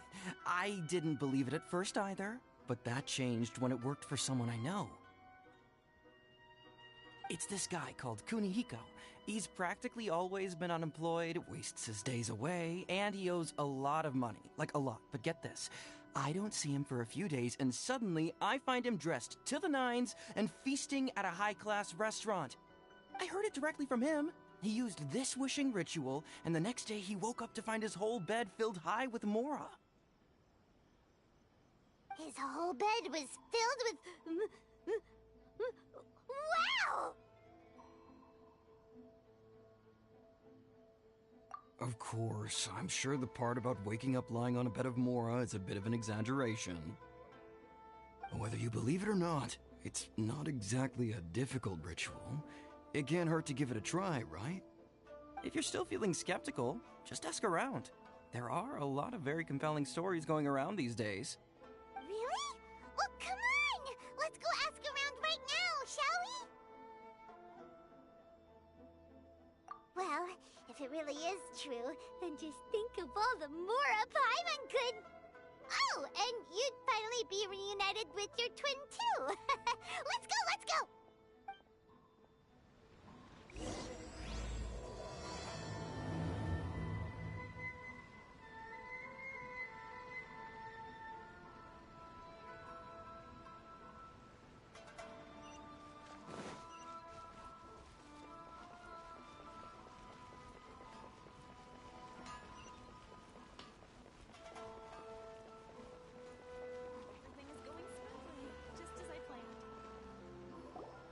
Closer inspection, it seems like there really are a lot of people talking about this kind of stuff. Hey, see those two?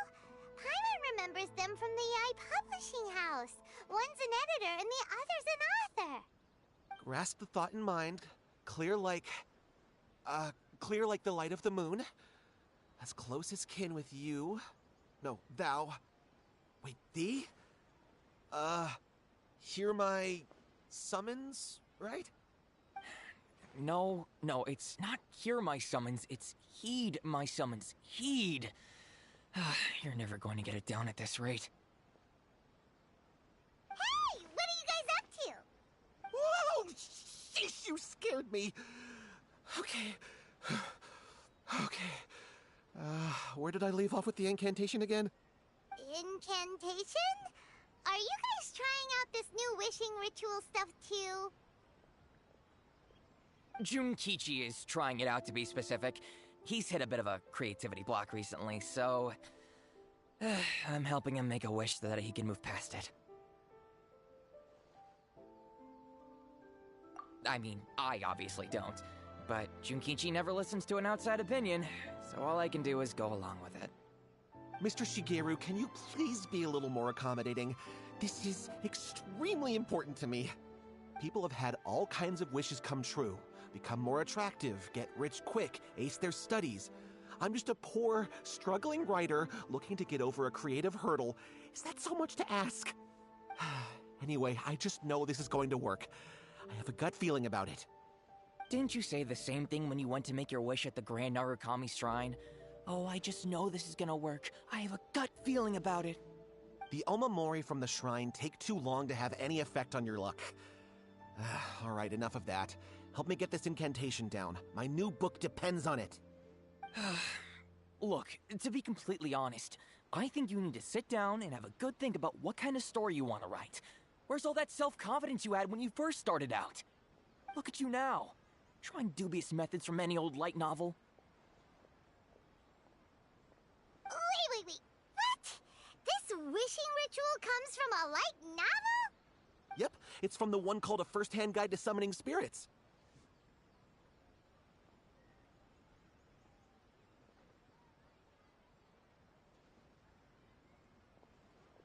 No, it's most likely a self-published title.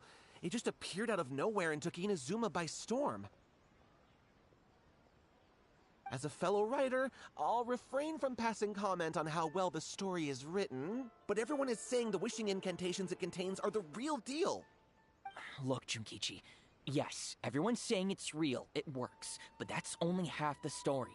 I've also heard lots of people saying that everyone who's had their wish granted using this method starts behaving strangely. What's so surprising about that? They're probably just giddy with joy at having their wish come true.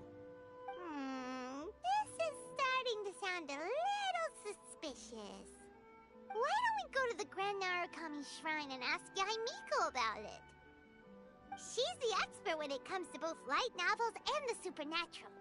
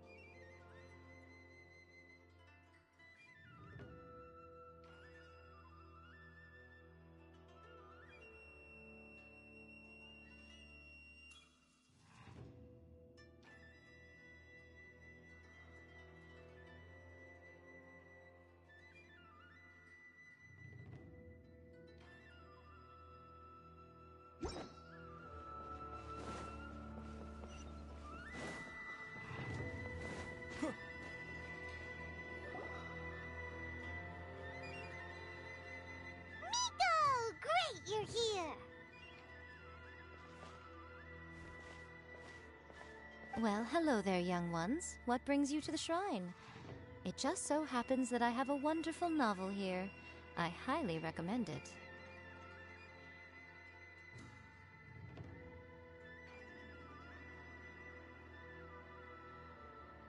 Oh? Well, what did you want to ask? Well, we were just... actually, you look kind of busy. Is this a bad time? No, not at all. It's nothing major. Lady Guji, what do you mean, nothing major? I'm begging you, you've got to help me save my brother.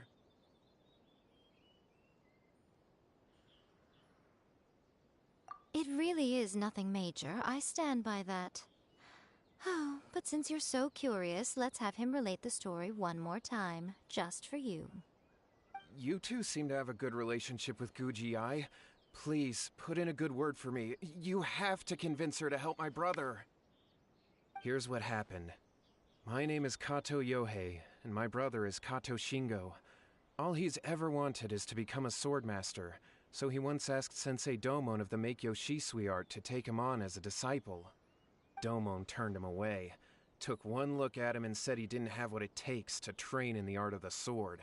But my brother wasn't about to resign himself to defeat. He trained every day as hard as he could, and finally proved himself by defeating one of Domon's best disciples in a duel recently. But since his victory, he's been acting extremely strange. It's like he's become a completely different person.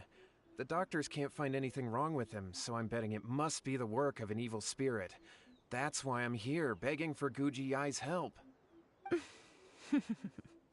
You know, there really aren't as many evil spirits lurking around as you seem to think. Your brother achieved the goal he'd been striving toward for as long as he can remember, and now it's gone. It's only natural that he feels a little empty and lost while he's trying to find a new direction. If it were me, I'd just leave him be for a couple of days. He'll recover on his own soon enough. No, Lady Guji. If you saw him for yourself, you'd know. I guarantee you he's not acting like someone who feels empty and lost. Oh, all right. Then tell me, when did your brother spar with Domon's disciple? About 5 days ago. 5 days ago, you say? Yes, Lady Guji. That's a long time for him to be acting up like this. I'm really worried about him. Our greatest wish is to one day found our own school, just like Domon. We can't jeopardize that dream now. Wait a minute, now I'm a little confused. Are you here to save your brother, or are you here to make your dreams of founding a martial arts school come true? Well, they're kinda two sides of the same coin, aren't they? Whatever. Let me ask you this. Have you heard of any interesting new rumors lately? If so, I'd love to hear about them. What? Rumors? I haven't heard anything. Oh dear. Well, that's too bad. Lady Guji, please stop changing the subject. This is someone's life we're talking about here. Please, you've gotta help me. Miko, he seems really desperate. This thing with his brother sounds really bad. Okay, fine. Then it's decided. Yay, Miko! So you're gonna help him? Kato, whatever your name was, these two guests are trusted acquaintances of mine, and in fact, they are experts in resolving all manner of strange and supernatural phenomena. Exorcisms and that sort of thing are all in a day's work for them. Yeah! Wait a sec! Really? Is that hesitation that I detect in your voice? So let me get this straight. You come begging to me for help, I actually recommend someone for the job, then suddenly you start doubting me? Not at all, never. Whatever Lady Guji says, I trust wholeheartedly. Thank you two for your willingness to help. Please follow me. Now hold on a hot second, Miko. We may be a lot of things, but we ain't exorcists! Don't worry. If he wants an exorcism, just grab a handful of salt and mutter some mumbo-jumbo while you're sprinkling it around. It's a common trope in light novels, right? You just have to have a bit of bravado. As soon as the protagonist gains self-confidence, everything else just magically falls into place. Well, you were the ones who seemed concerned about his situation. Don't you think it would be a little unfair to make me do all the work? Besides, we both know you wouldn't be here at the Grand Narukami Shrine unless you had a request for me too. This is an opportunity to demonstrate that you come in good faith. This feels all wrong! But you technically have a point, so... All right, let's go. Don't worry now, I'll be coming along too. Okay, let's follow Yohei and go visit his brother. What is going on here? Granted, you can never be quite sure what's going on in Miko's mind.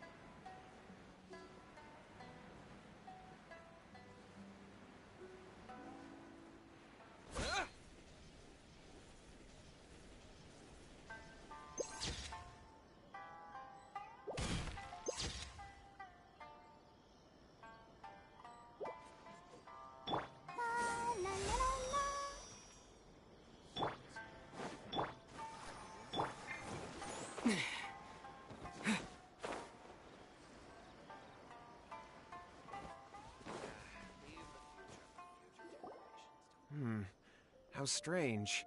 My brother's been meditating here pretty much constantly over the past few days, but now he's gone. Meditating? Yeah, it's something that he suddenly started doing after defeating Domon's disciple.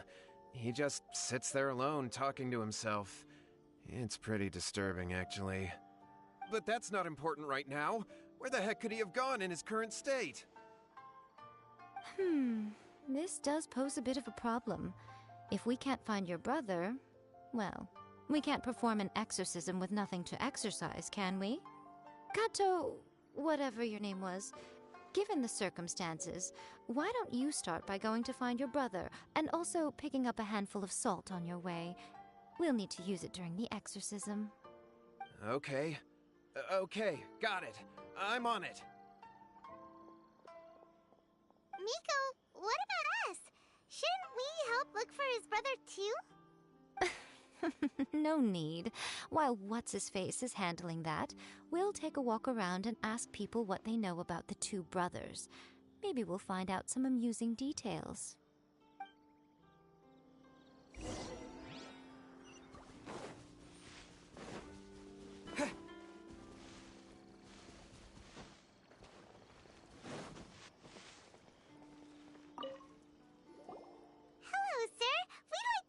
About the Kato brothers. Oh, are you debt collectors? Yohei said to tell you not to worry. He'll be able to pay you back as soon as he has enrolled a few disciples. Huh? Debt collectors? No, we're not here for anything like that. But, it sounds like Yohei and Shingo have gotten themselves into a bit of a pickle. Well, yes. I don't think there's any disputing that. Those two don't have an ounce of dedication between them. They just hop between ideas and won't stick to anything. Huh? But Yohei said his brother has always wanted to become a sword master, and even asked Domon to be his sensei. That's true, yes. Shingo begged Domon to take him on, and eventually, he finally relented. But even after convincing a renowned sensei to give him a chance, he was the same as ever, bumming around in class instead of focusing on his training. In the end, Domon had had enough and kicked him out. But Shingo was resentful about it. He blamed Domon for not seeing his potential, and even declared that he would challenge a disciple of Domon to a duel. Wait, what? That's not what we heard. Oh, how interesting. We heard a slightly different version. My brother wasn't about to resign himself to defeat. He trained every day as hard as he could and finally proved himself by defeating one of Domon's best disciples in a duel recently. Yohei said that? That Shingo trained hard. That's ridiculous. He just lay there cussing to high heaven all day every day. Some training regimen that is.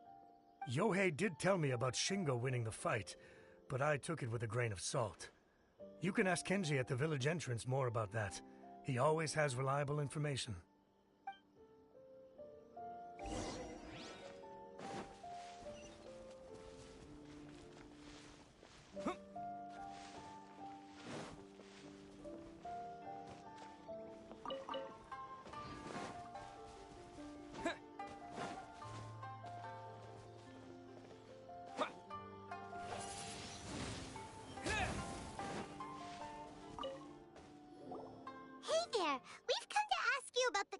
Brothers. Oh, you mean Shingo and Yohei? Yeah, we heard that Shingo defeated an apprentice of Domon's recently. Is that true? Yes, it's true. Wait, so are you here because you heard they're starting their own school and you're looking to sign up? We're not here to sign up, but we would like to hear more details about the fight.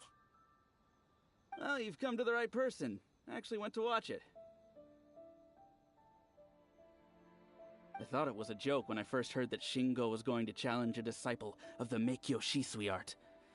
But when he drew his sword, he became a whole different person. The way he handled his blade, it was like flowing water, mesmerizing to watch. Domon's disciple is no pushover, but he was absolutely no match for Shingo. Is Shingo really that strong? Yep, he seemed pretty euphoric after winning the duel too. He was celebrating very vocally, saying something like, "What a duel. I haven't felt this good in a long time." Any other details to share? We've heard that Shingo has been behaving rather out of character since then. I'd definitely say that he has more energy than he used to. In the past, he never used to do much except lie around sunbathing all day. But just yesterday, for example, I saw him cutting down trees for the village head. In the space of one afternoon, he did what most people couldn't finish in 3 days. Not only that, but he managed to fell a lavender melon tree with just one kick. Quite impressive. Things got weird after that, though. The village head brought out some tofu for him, and he just flipped out. He shouted, "What is that stuff? Keep that away from me!" and then ran off. Lady Guji, esteemed exorcists, finally I found you. I found my brother. He's at the waterfall, and I've got the salt you asked for, too. Come on, let's go! Oh, as much as I'd prefer to stay and hear some more delicious details, I suppose we'd better be going now that he has been found.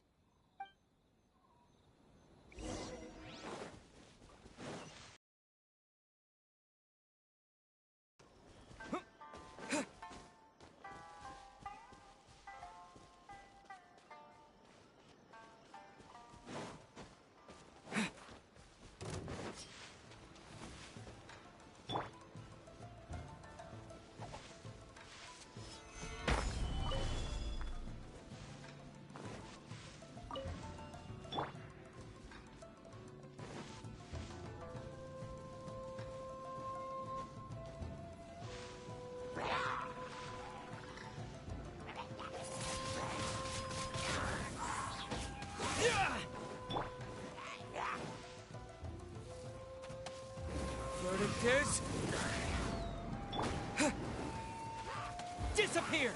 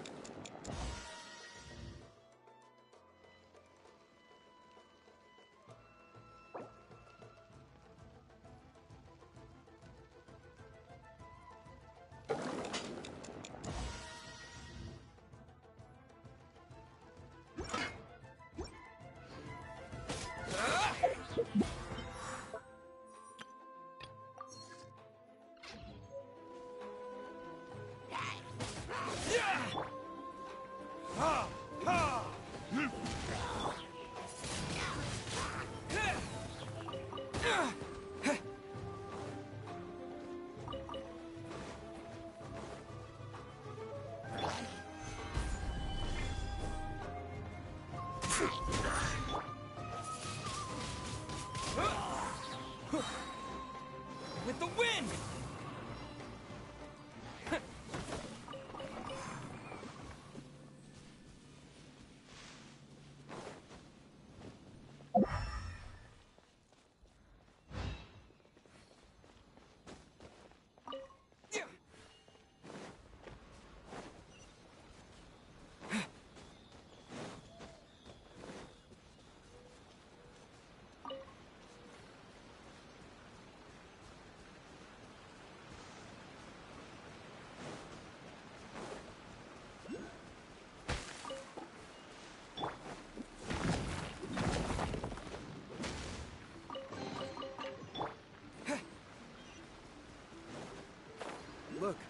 Look over there. That's him at the waterfall. So this is Yohei's brother. Whoa, he's meditating while sitting in a waterfall. That's pretty wild. Hey, listen! He's talking to himself.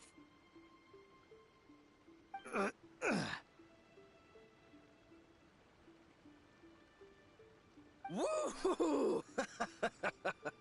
How's that? Can you feel it?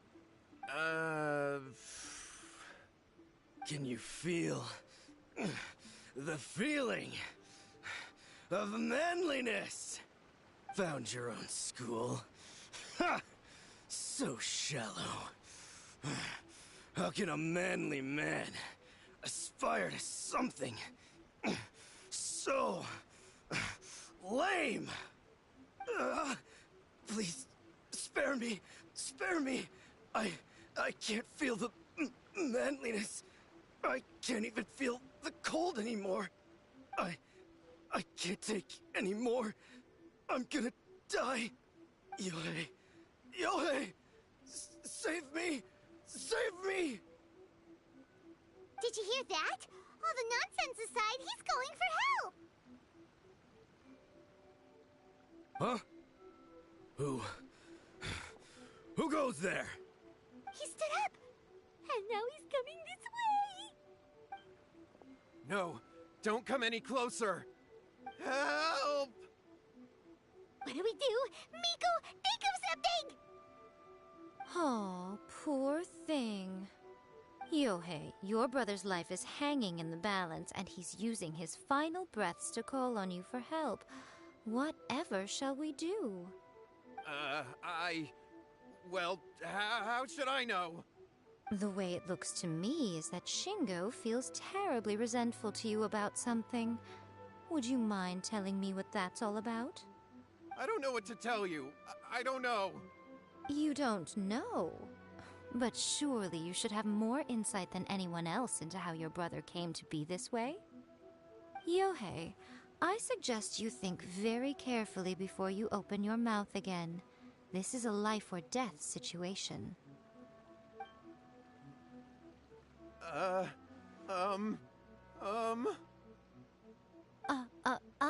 Your brother is your closest relative.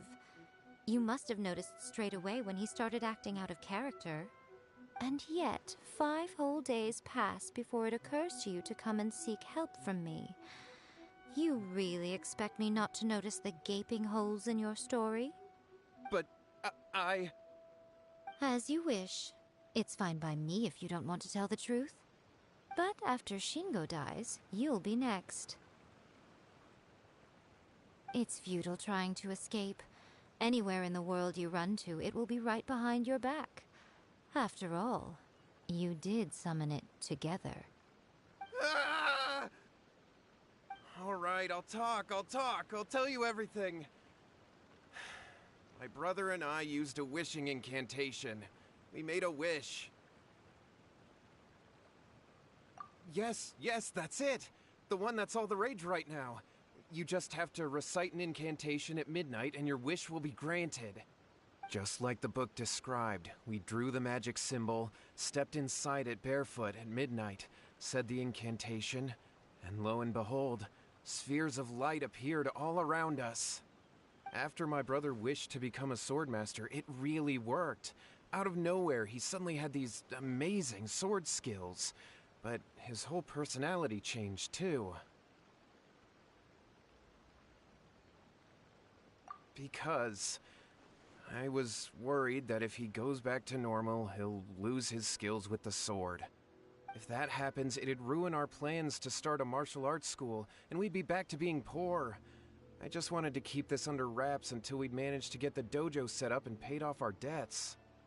So then, why'd you go to the Grand Narukami Shrine?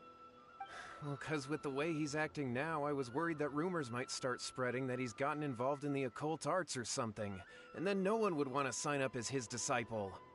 So I was thinking that maybe Lady Guji might have a way to get my brother back to normal, but let him keep his sword skills? My, look at you with your ingenious schemes. Stop deluding yourself. These newfound sword skills are not his. They belong to the spirit that has possessed him. You're right, you're right. We were wrong to do what we did. We had this coming. All right, then. Your turn now, my little friend. Toss the salt, and then draw your sword.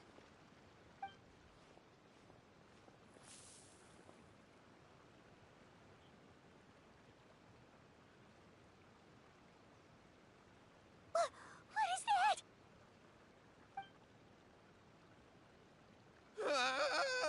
It's the spirit! See that? That's what you summoned. And look, now that Shingo's no use, it's coming straight for you. Save me! Save me! Miko! He fainted! What do we do now? We do nothing. But you, little one, just a quick fight and this will all be over. Who's this? Ah, a fellow swordmaster. Come on, fight me! He's coming! Be careful! What's one more? This is order. I'm ready. What?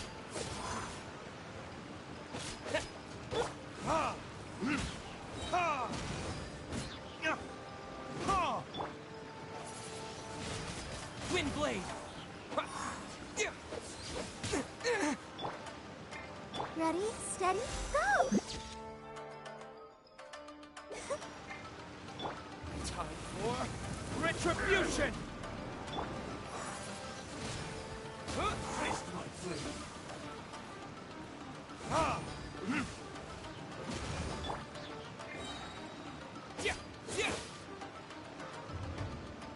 Disappear.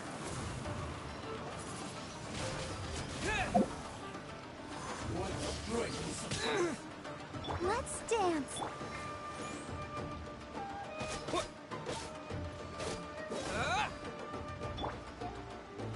Gather.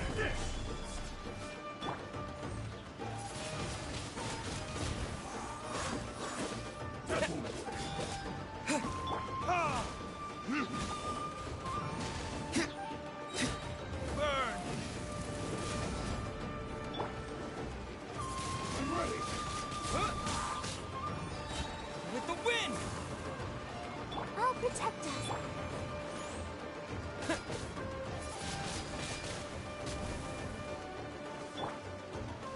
Stabilize.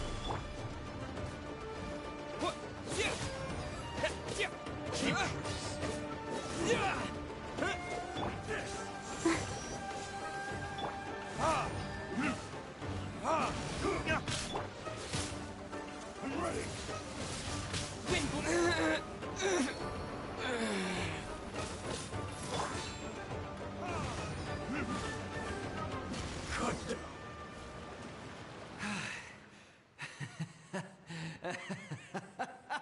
That was great! Excellent! Whoop. What a rush! I haven't felt this great in a long, long time. He disappeared! But he looked pretty content at the end there. Huh. Well, Paimon sure is confused. Do you know what that was all about? We can talk about it later. They're about to wake up.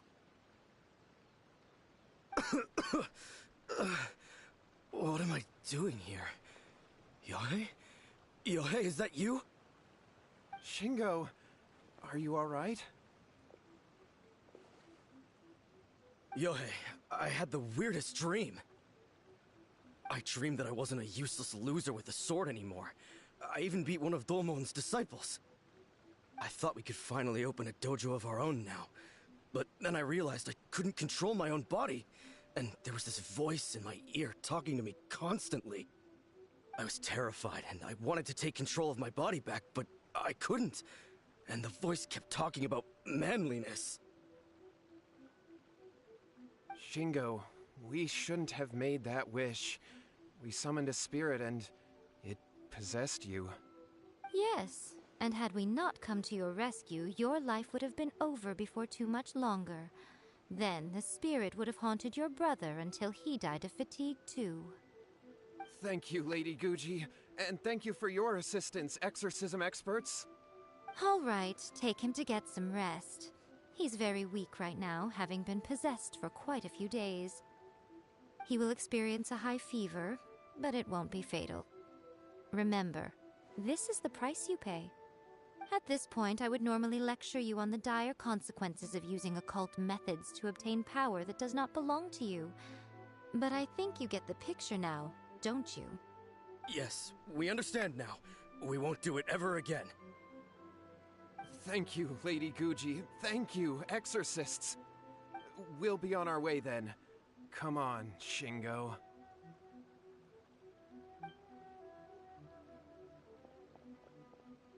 Nico, would they really have lost their lives if we hadn't gotten involved? And if so, why the heck were you so reluctant to help out?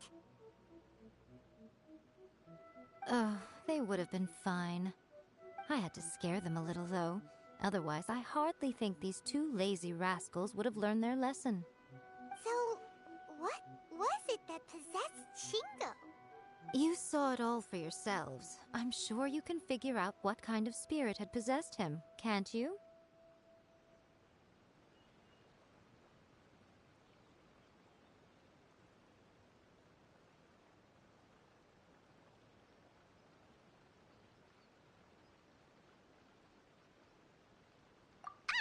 Paimon's got it.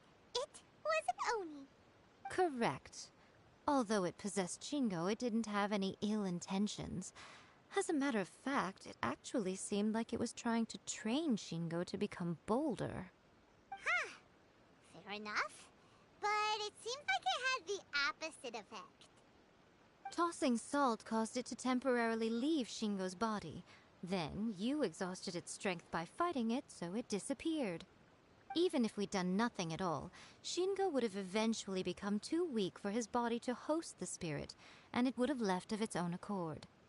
Of course, it would have been more stressful for Shingo and Yohei that way. Still, the experience may ultimately have been more effective than me scaring them into submission with a little exaggeration. Whew. Well, the main thing is that nobody got hurt. All right, seems like we've wrapped up everything here. Come on, off we go. Hold on, Miko. You say everything's wrapped up, but are you sure about that? Hmm? You mean you disagree? Oh, you mean that they got the incantation from that book. Yes, I know the one. Actually, that book's the whole reason we came looking for you at the shrine today. Incantations seem really popular right now. Human beings don't have powers like us yokai. It's quite understandable for them to be interested in incantations to summon the supernatural. That's not the point. The problem is that the incantations in the book are actually capable of summoning spirits and stuff, and loads of people are trying it. Even then, humans only have so much strength. Even if they do successfully summon a spirit with the incantation, it won't stay with them for very long. I really wouldn't fret about it. But who wrote this book, and why? Don't we think there might be a bigger safety risk here? What do you think, Traveler? Yeah, Yohei and Shingo may have been fine in the end, but things got pretty scary when Shingo was possessed. Lady Yai, I finally found you. Kuroda, what are you doing here? I'm here to report on Yai Publishing House's sales for the last month. All the numbers are here. Please, take a look. Let me see. What? We're losing market share? Yes.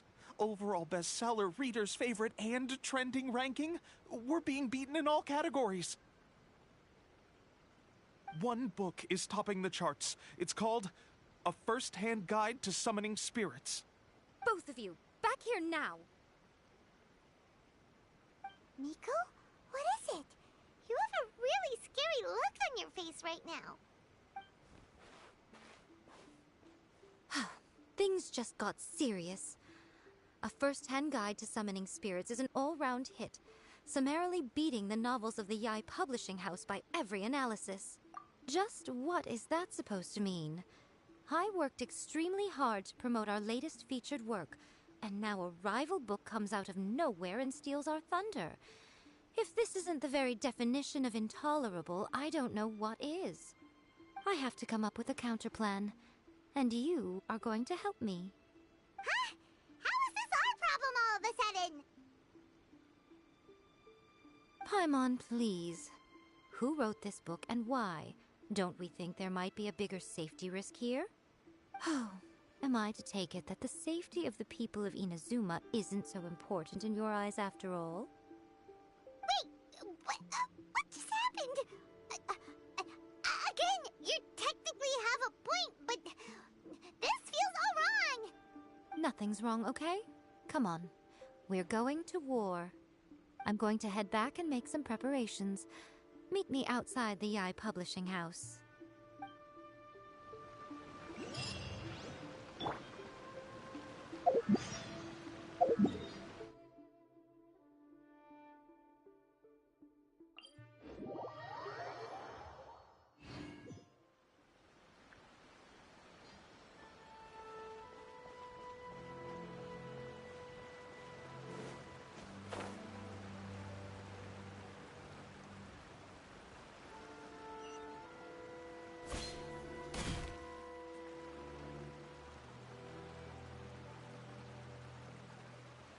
Nico, we're here. So what's your plan of action to deal with this rival book? Why don't you take a guess? I'll give you a hint. It's to do with the Yai Publishing House. Oh, Paimon knows! Combine the reputation of the Yai Publishing House with the status of Guji Yai and tell everyone that the incantations in that book are dangerous! Oh, wow. Your first guess and you got it absolutely wrong.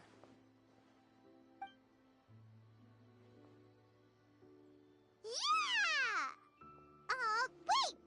Seriously? That wasn't it? A first-hand guide to summoning spirits is the hottest light novel right now. If we did as you suggested, we would effectively be advertising to everyone that the incantations are real. In bending over backwards trying to warn everyone about the dangers, all we would accomplish is to create more curious readers ready to try them out. Also, sales for the book would only increase further. Okay, yeah, that would be pretty catastrophic. Oh, how about we confiscate all the copies? Leaving aside the issue of the enormous manpower and resources such an operation would require, going to such lengths over a light novel would be extremely disruptive to the lives of Inazumans. But that means there's nothing we can do. Well, I've been thinking. I've read a first-hand guide to summoning spirits. It has many other good qualities besides the incantations alone. The book contains many ancient kaidan, or tales of the supernatural, and is written in a very engaging way. That is why the book has become so popular. I think we're going to have a difficult time trying to rein in its popularity while it's the only work in its league on the market. That's right. How do you get rid of the next big thing? You replace it with the next big thing. So what we're going to do is create Inazuma's newest hit novel. Smash our rivals' sales numbers and win our readers back. That is how Yae Miko wages war. Incidentally, this will also be the best way to combat the influence of a first-hand guide to summoning spirits. Wait, Miko, so you want us to write a novel?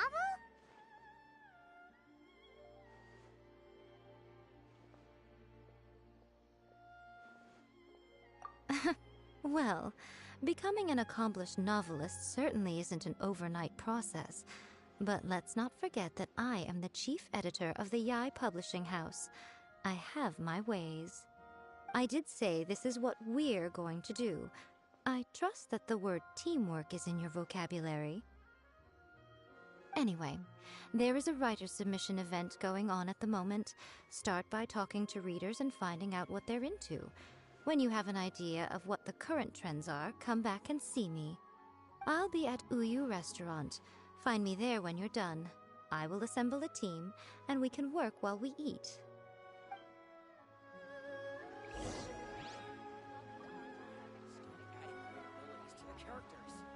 The new book from Yai Publishing House is out.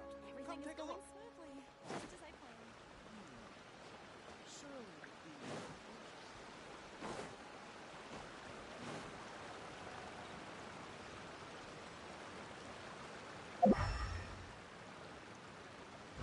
The key to a successful light novel is having good illustrations. When to use illustrations, what they should contain, and which artists you should commission for them. These are all key things to bear in mind. Good illustrations can make up for bad writing. But on the flip side, a bad illustration can ruin your novel, even if you have the best story in the world. There's a saying that light novels are essentially a case of buy art, get words free. I'd agree with that. Too bad most of the top artists have jam-packed schedules, so it's extremely difficult to commission them. The illustrations in A First-Hand Guide to Summoning Spirits are incredible, but it's unlike any art style I've ever seen before.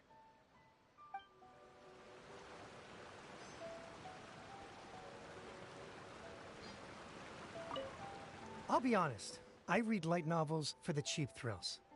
In most traditional stories, the protagonist usually has this long and drawn-out character arc, usually involving a process of separation, loss, and ultimately growth and renewed strength. It reads well and everything, it's just a little slow-paced for me. By contrast, there's this popular light novel at the moment called A First-Hand Guide to Summoning Spirits, where the protagonist is super strong right from the get-go. That's what I mean by cheap thrills. Action-packed right from page one. The protagonist is a kitsune who has not only mastered the secret art of incantations, but also tea ceremony, painting, and calligraphy.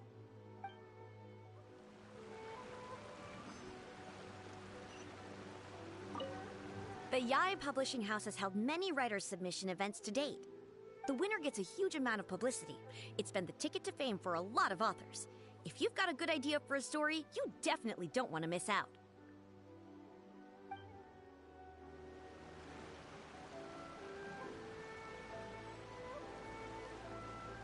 I've been reading light novels for a long time now. I'm mainly into big, ambitious fantasy works with an original core concept and good storytelling.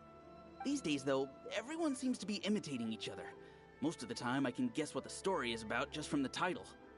The only recent book worth mentioning is A First-Hand Guide to Summoning Spirits. Not only is it a good story, but the descriptions are really true to life. So much so that I'm almost wondering if maybe the author really has met all those yokai before. There's much more to light novels than Paimon realized. Oh, let's go tell our findings to Yai Miko.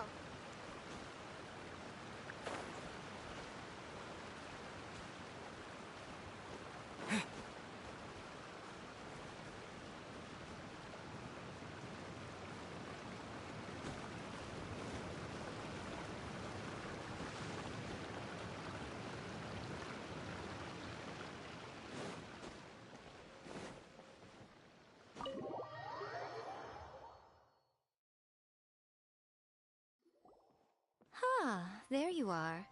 Let me introduce the team. You've already met Junkichi and Shigeru.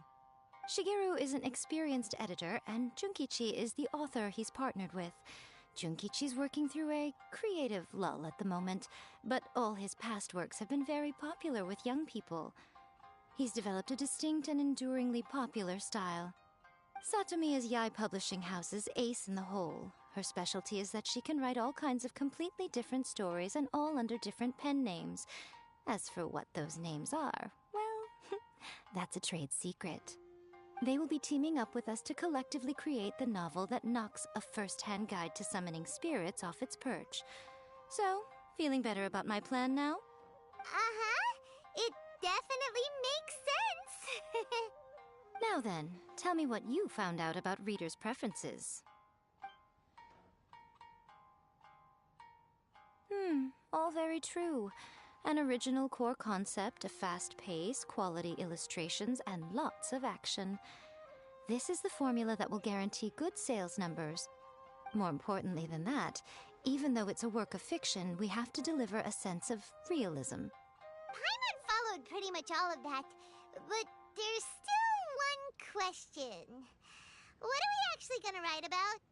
For example, we know we need an original core concept, but how do we come up with one? Before you can answer that question, you have to understand your target audience. Take a first-hand guide to summoning spirits, for example. When I read it, all I find is common knowledge to the kitsune. But to the general public, it's bursting with new and interesting ideas. It all comes down to the size of the information gap between author and reader. As a traveler, there must be a great many things you know that are complete unknowns to the people of Inazuma. What is commonplace to you may be fresh and original to them. Oh, right! So maybe we can take inspiration from our time in Mondstadt and Lille. But that would make it a completely different genre than a first-hand guide to summoning spirits. Is that gonna be a problem? Not at all. You don't have to worry so much about how to compete with that book. All you have to do is provide some interesting ideas based on your travel experiences. As long as the core content is interesting, my expert team here will be able to flesh out the details. Alright, let's start with Chapter 1 then. What are you thinking?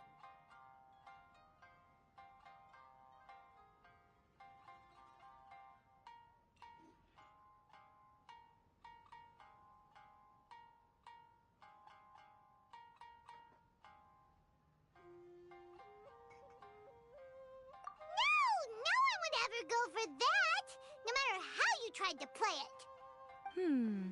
Out of a maximum of 10 points, I'd give that a 9. Is there really flying emergency food in other worlds? How does it taste? And how do you cook it? It's a strong opening, an easy way to grab the reader's attention. Never underestimate the appeal of culinary-oriented subject matter. Food, after all, is a topic that everyone is interested in.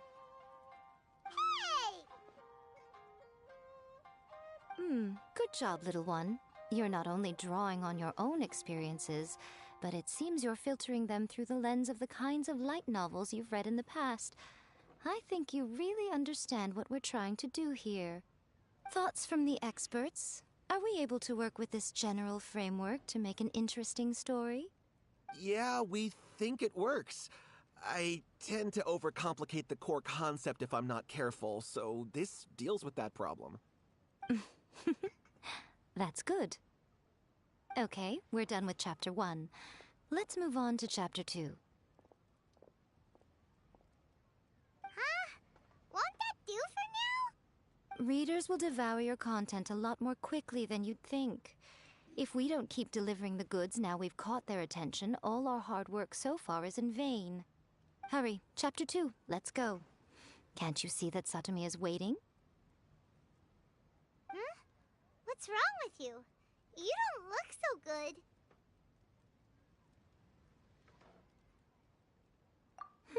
What a pity. I thought your beginner's luck would carry you a little further before it came to this. But alas, the time has come prematurely. Before it came to what? What's happened? The bane of our existence. Writer's block. It's your arch-nemesis for life, appearing without warning and inflicting a pain worse than death upon the writer. They sell their souls just to get their muse back. Sounds awful! When this happens, the best thing you can do is have a bite to eat and take a proper break. Boss, get me a plate of fried tofu, and get some kushikatsu for these two. Just the basic kind will do. Don't worry. this is my treat. Your treat? Oh, wait a minute. Miko, we'll be getting paid for all the hard work we're doing, right? Of course, everyone that takes part in the creative process will be paid. Alright, cool. Then let's press on, shall we? Don't give up now, for the sake of our paycheck, get your brain going!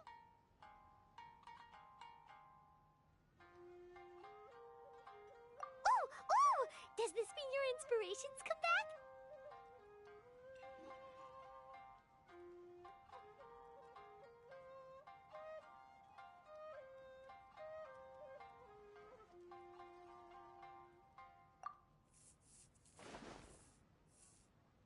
Let's see now.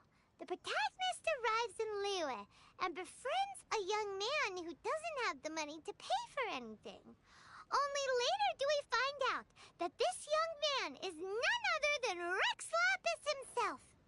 With the help of the Qixing and the protection of the Adepti, I am free to roam this vast realm. Is this the kind of cheap thrill that guy was talking about? I give it a 9.8. The story is fun and action-packed with no dark undertones. Also, there are a great many legends about Rex Lapis. I'm sure it will spark the people's curiosity. I, for one, think there's a sizable market for this. Approved. Alright, well, let's just hope Zhongli doesn't mind. Great. Well, now Satomi can get started on that. Leave it to me, Lady Yae.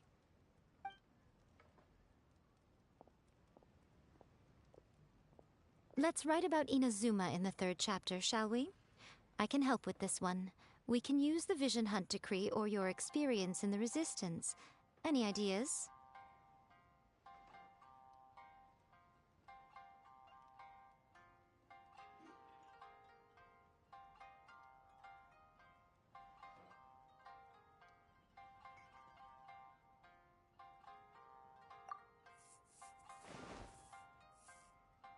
When the Vision Hunt Decree comes out of nowhere, the protagonist joins the Resistance, starting out as an ordinary rank-and-file soldier.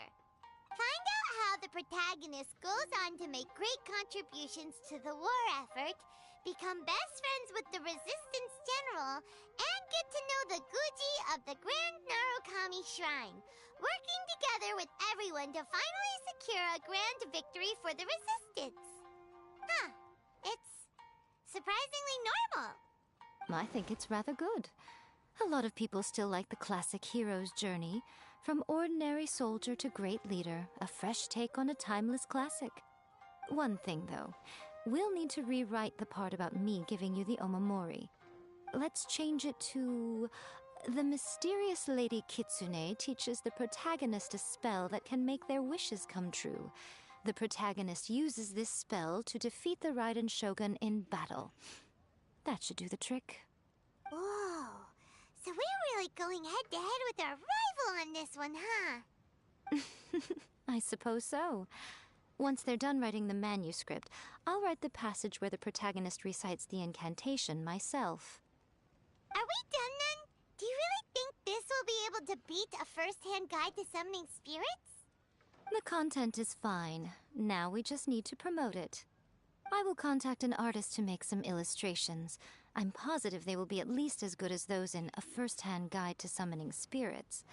We'll also need an endorsement on a paper band around the book. I can get the wonderful Ms. Hina to write that. She runs a regular Q&A column in That's Life magazine. The people of Inazuma absolutely adore her. You're free to take a break while the creative team is doing their work, but please go by the Yae Publishing House at some point to commission Ms. Hina for that recommendation. Once our light novel is complete, let's meet at the writer's submission event.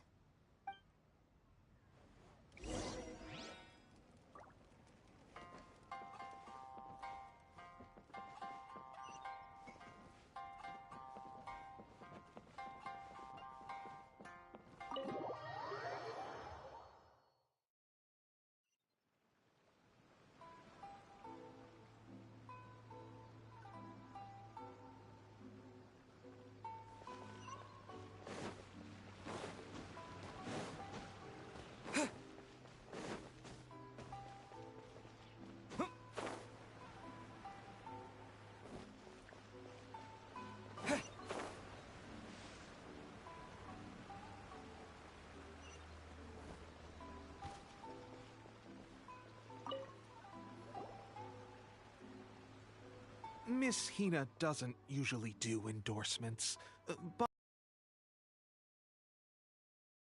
what we can do. With Miss Hina getting so popular lately, a lot of people have come to us hoping to do a collaboration. But Miss Hina's not interested in any of it. She still prefers to focus all her efforts on replying to readers' letters, and turns down every promotional opportunity she can. Maybe that's why her fans like her so much. I'm getting off topic here.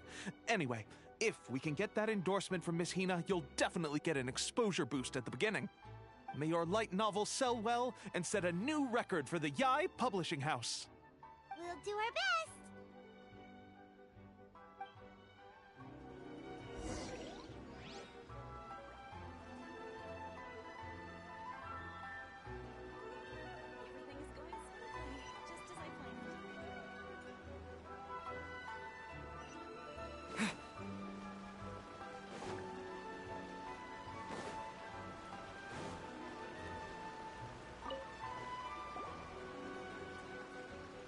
Are you sure you'd like to submit this entry? Let me see. The Miraculous Adventures of the Traveler by Thousand Hands. What a strange pen name. Definitely your doing. Having been around you so much recently, Paimon's slowly starting to understand your unique tastes. What do you mean, strange? It took a lot of work by a lot of different people to get this thing finished. Don't you think it's a very descriptive pen name? We'll get this printed as a matter of priority and conduct trial sales in pilot locations throughout Inazuma. I'll announce the sales numbers in 3 days.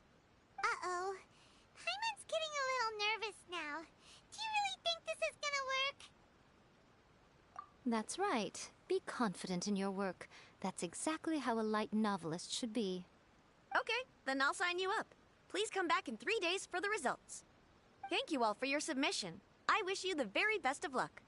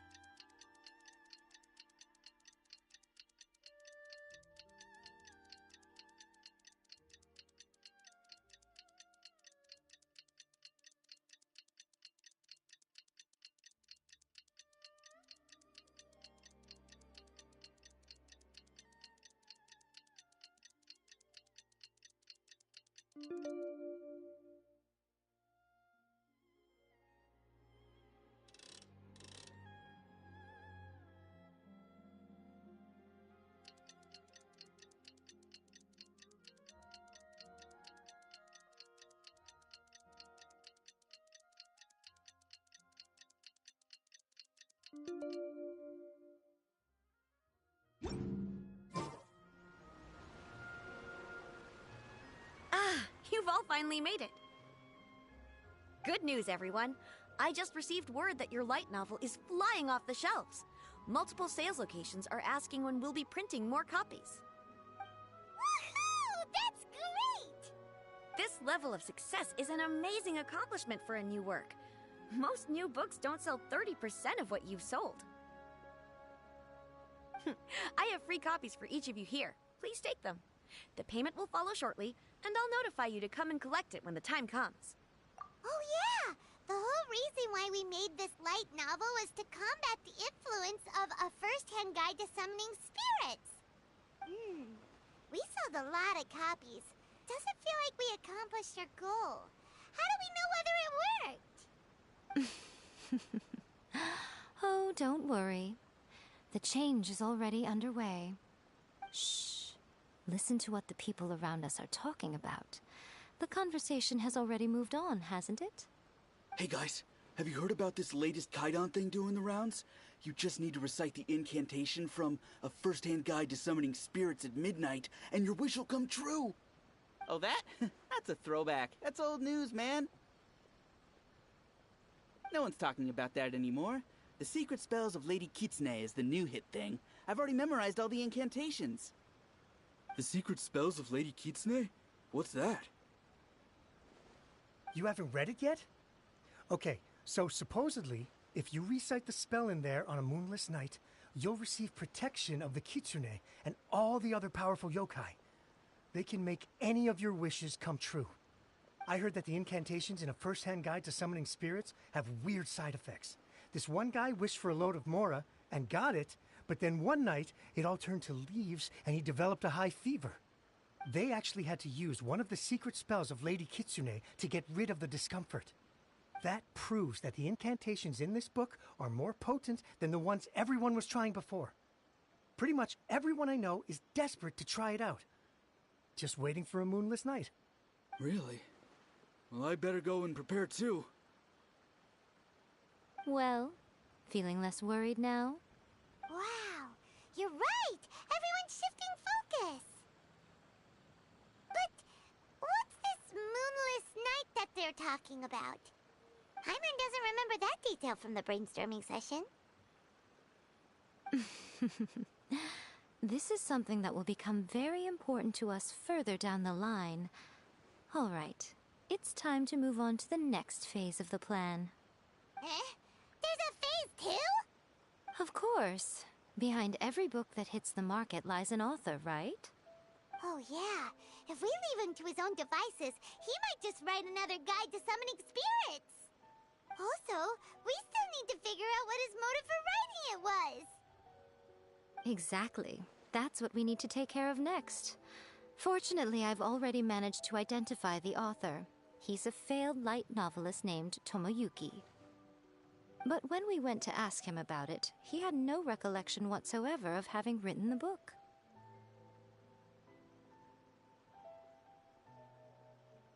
Yes, this is another case of possession. Only this time, whoever possessed him actively sought him out. After his novel submission failed, he was walking aimlessly in Araumi. In frustration, he shouted out, "Please, someone, anyone, help me write a truly amazing novel!" After that, he lost consciousness. But the spirit that wrote the book has already left him now, right? So what are we supposed to do? Simple. It wrote a summoning incantation in the book, didn't it? So we can just use its own method to make it manifest itself. And you, my little friend, are the perfect candidate for this role. Oh, what are you talking about? The fun's just about to begin.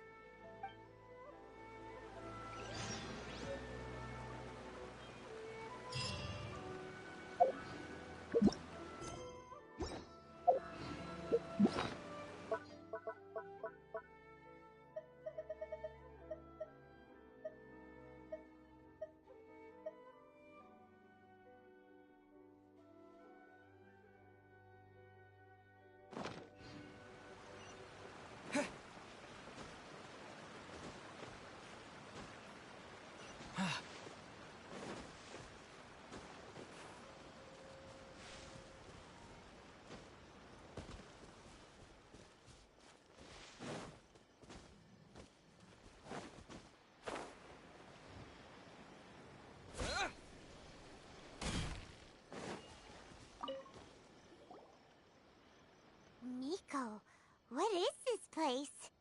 The ideal spot for a little meet and greet with a certain elusive author. This is the place where we are most likely to succeed in summoning the spirit. Really? But it feels so eerie here. That seems rather fitting, considering that we are dealing with the spirits of the deceased here. What are you so afraid of, honestly? We're finally about to meet the true author of a first-hand guide to summoning spirits. Aren't you excited? Paimon's heart is pounding, but Paimon's pretty sure it's not because of excitement. Come on, in we go. Hey, wait up! Ooh, Paimon's scared. Stay close by, okay? Don't leave Paimon all alone.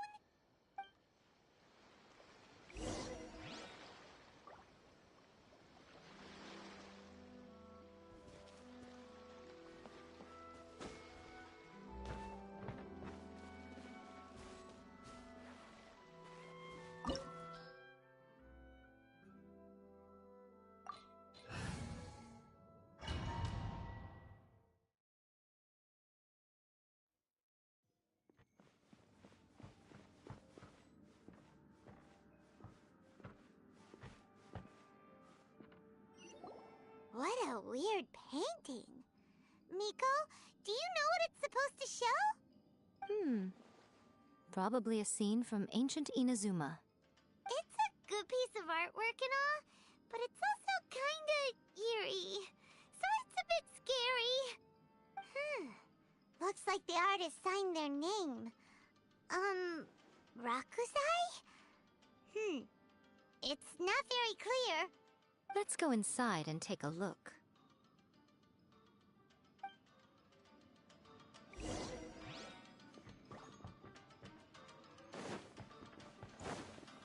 It's my lucky day. Let me try. There's more! Right here. What a nuisance.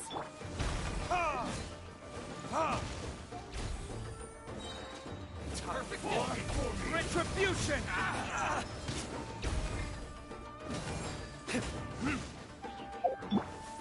Right here. Emerge. To the very order guide you. Right here.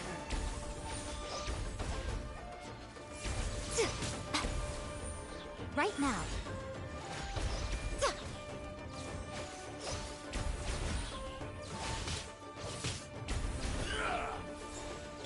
Come on, we can do it.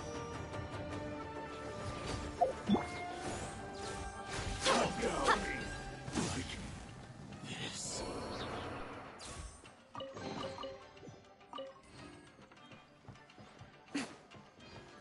Wow, this place is huge. Hey, is that a mirror? There's a really weird-looking stool as well. Wonder what it's for. Ah, I see. This setup is quite handy. Saves me a lot of work. All right, go and take a look around. There should be a mechanism somewhere that makes the whole room move.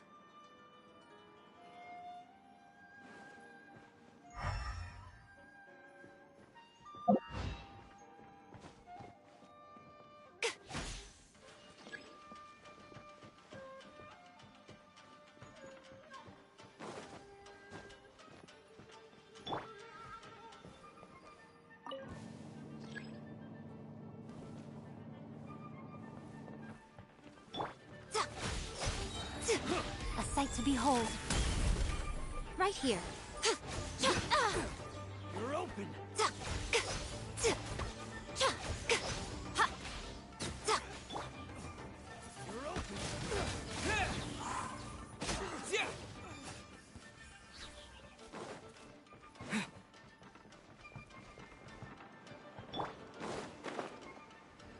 Let me try. There it is. Windblade. This will do. That will work. Gather.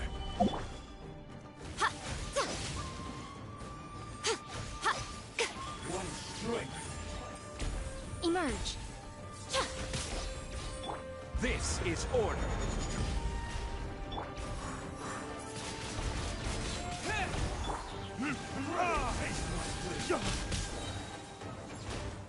Burn!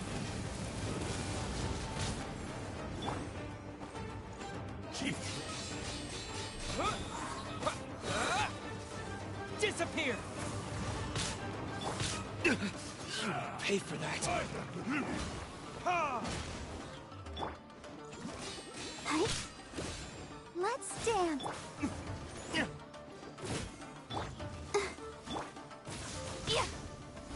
Right here. Right now.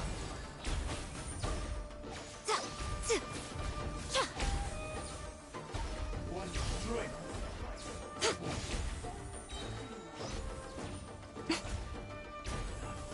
I'm always watching. Right here.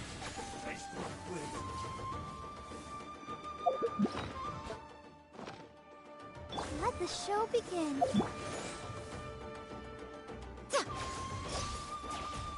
Fall before me. One strength will suffice.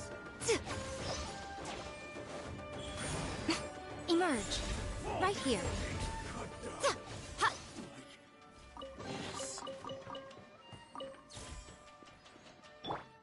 Go, Barbara, go!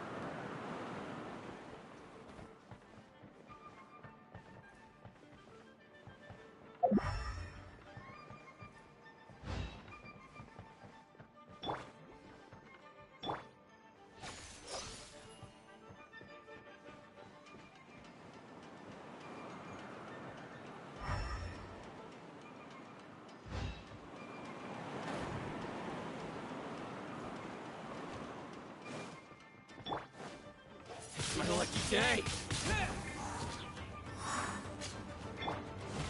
How's this?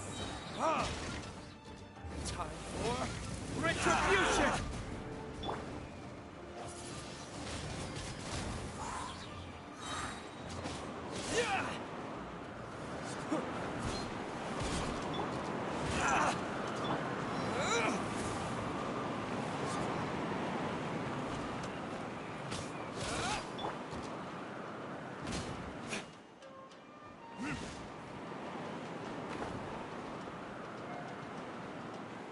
It's my lucky day!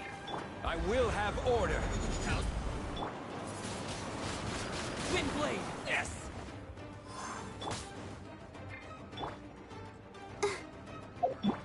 Emerge. Right now.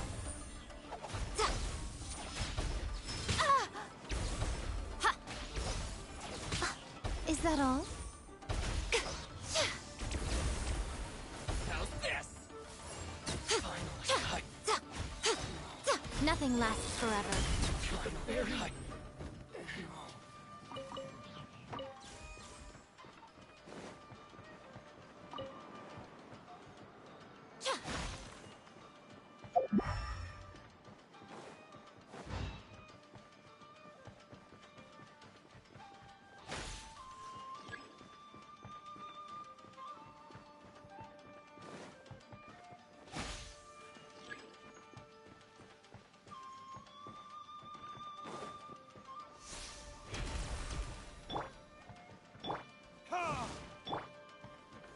Stabilize!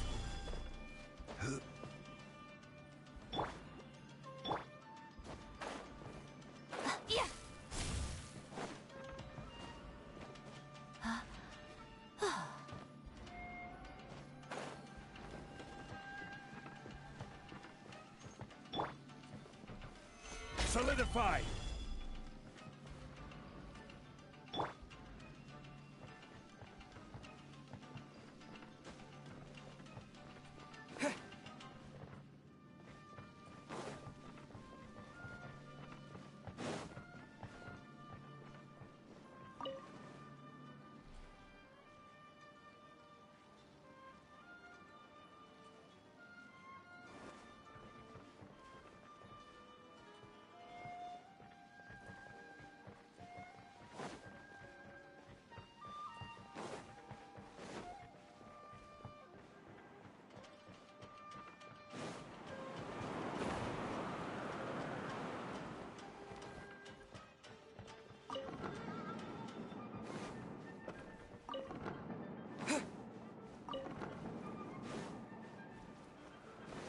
What you got?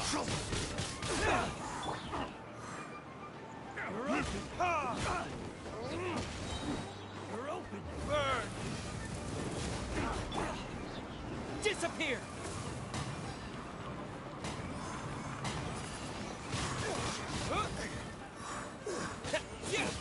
Come again.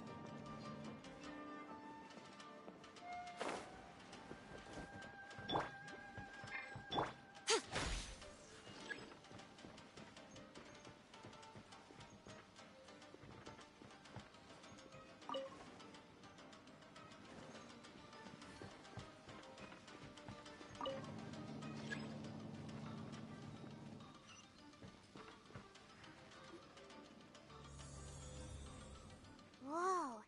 It's that painting we just saw. It's turning this way along with the whole wall. It's getting eerier and scarier. What is this place? Okay. Next, I will show you a secret kitsune spell. This painting is a swift summoning medium, which means I'll be able to skip many of the more tedious steps.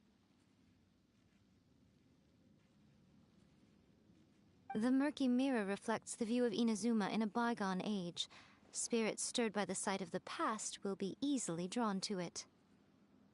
You're up next, little one. Come on, sit yourself down here.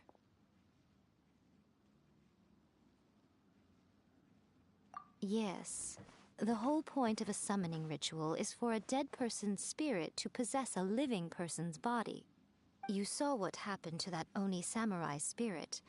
After leaving the host's body, he was only able to maintain his form for a very short time before disappearing.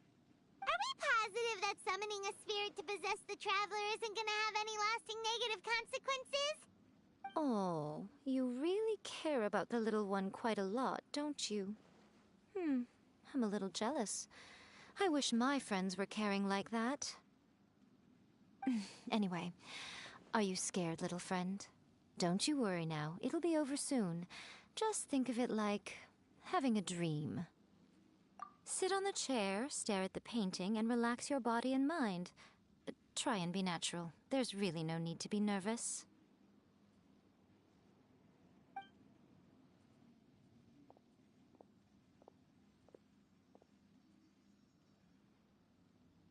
It's like he's sitting inside the painting.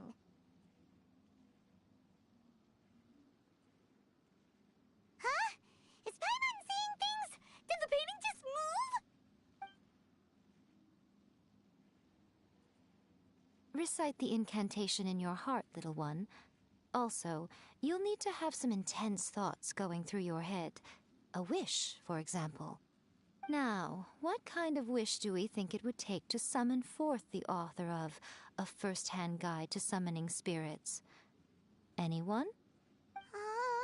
Probably something to do with writing? Very good.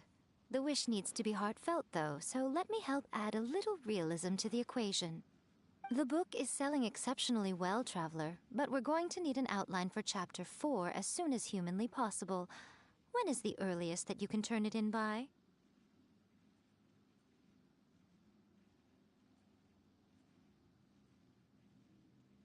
The painting is moving again! What the...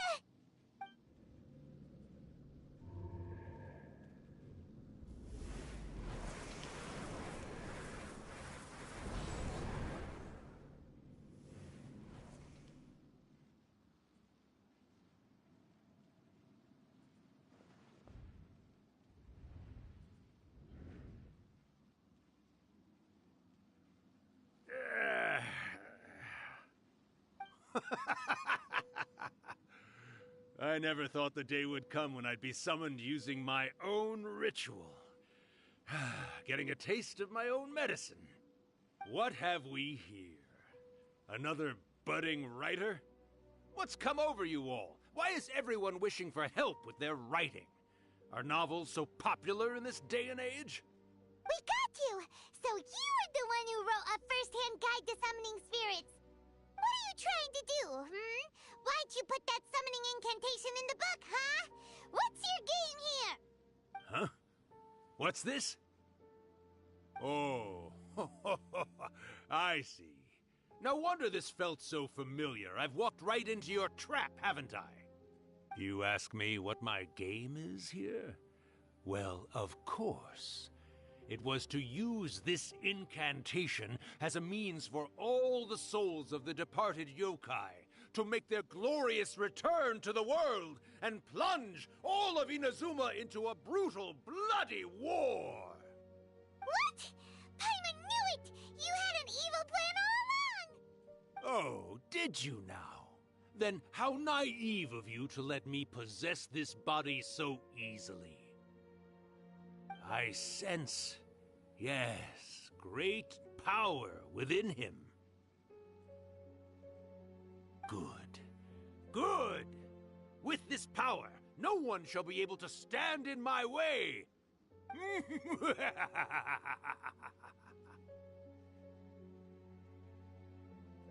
up! Quick! Wake up! We gotta stop him!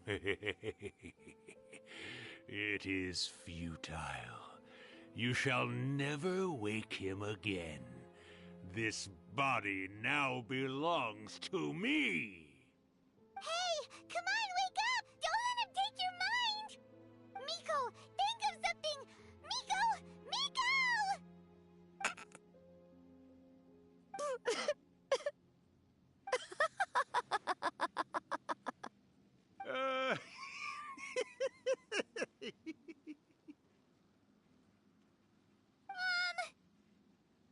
You're laughing? Oh, Rakusai, you haven't changed a bit. You caught on so quickly. Too perfect. Well, you made the face enough times that I couldn't exactly miss the hint. This is what you were going for, yes? Never one to stand on the sidelines of a good spectacle, are you? Always got to dive in and fan the flames, huh? You mischievous little kitsune, you. Look what you've done to this little flying one here. Oh, poor thing scared witless. You were having plenty of fun playing the bad guy a moment ago. Now you're trying to blame it all on me? Rakusai? Miko, you guys know each other? Yes, we do. Of course we do.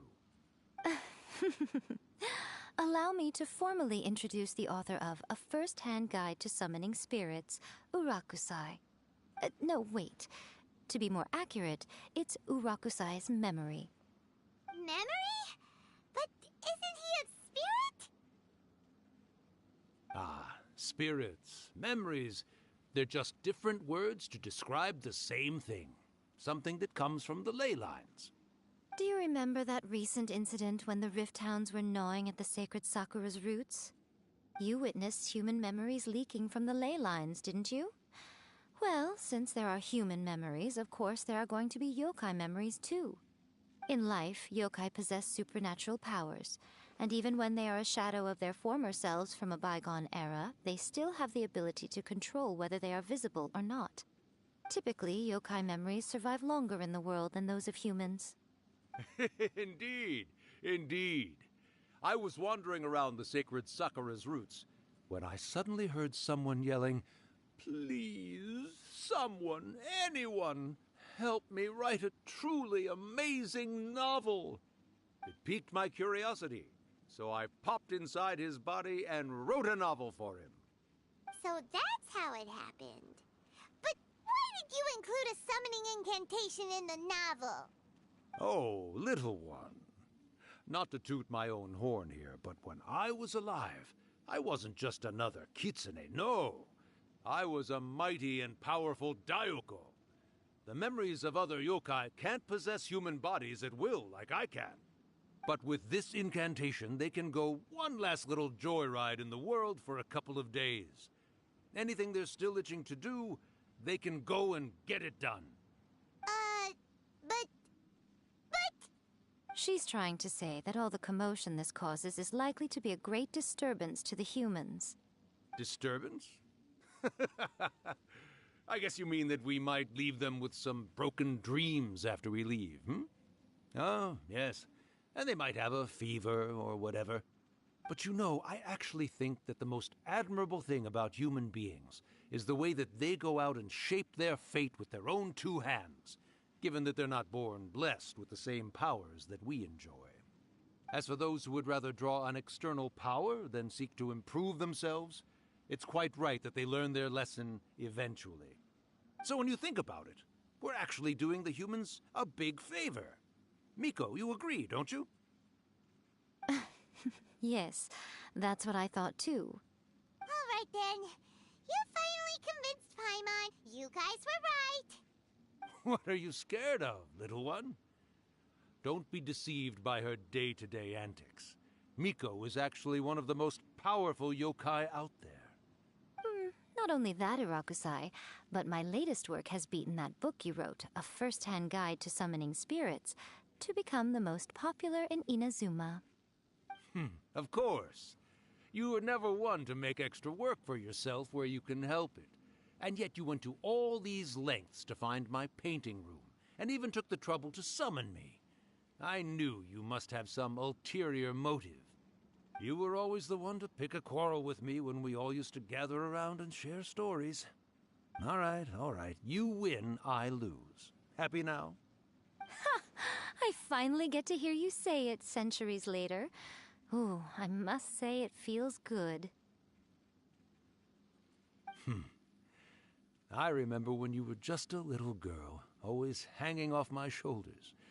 A few 100 years later, and you're all grown up. Oh, Urakusai, how much time do you have left? Not much. That goes for all of us, actually. We've all got to go back where we came from in the end. Everyone's quite content in many ways, but they still can't help but ask, are we ever going to have another Hyakyako? Don't you worry about that, Urakusai. Arrangements are being made. When my bell rings, it means the moonless night is upon us. Great. Wonderful. Fantastic. Miko, it's been nice catching up, but I'd better conserve my energy if I want to stick it out until then. So, I'll be on my way now. All right. Goodbye then, Urakusai. One last thing, Miko. I just want to know, have you been well all these years? I've been great, of course. Every day is a happy one. Especially these days. Not only do I have my light novels, but I've also met these two delightfully nosy outlanders.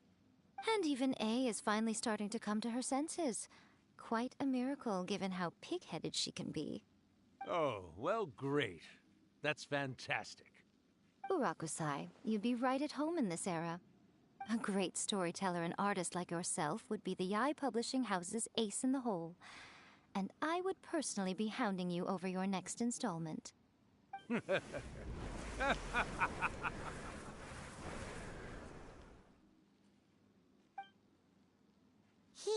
disappeared. Are you awake? How are you feeling? Are you all there? Here, like last time, repeat after me. Oh, you beat me to it. Looks like your brain is intact. So, your first possession, What was it like?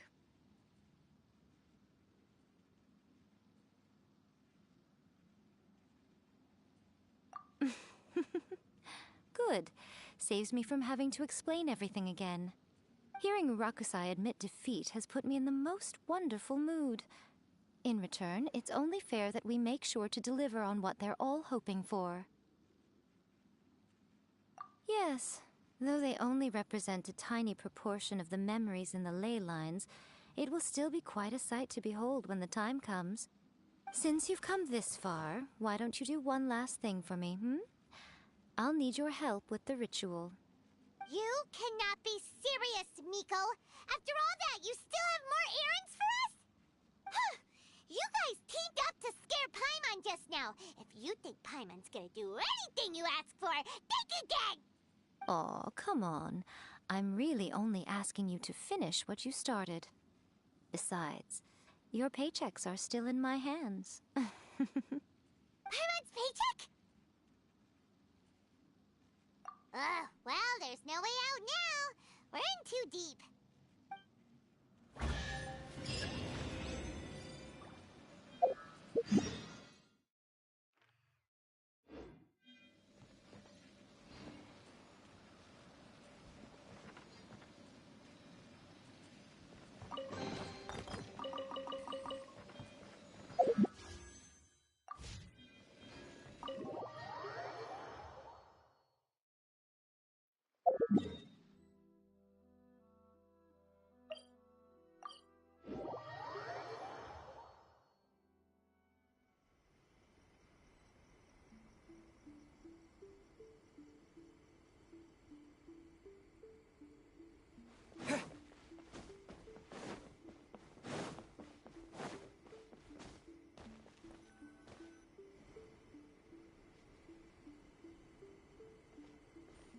Well, hello there, my little helpers. So nice of you to join me.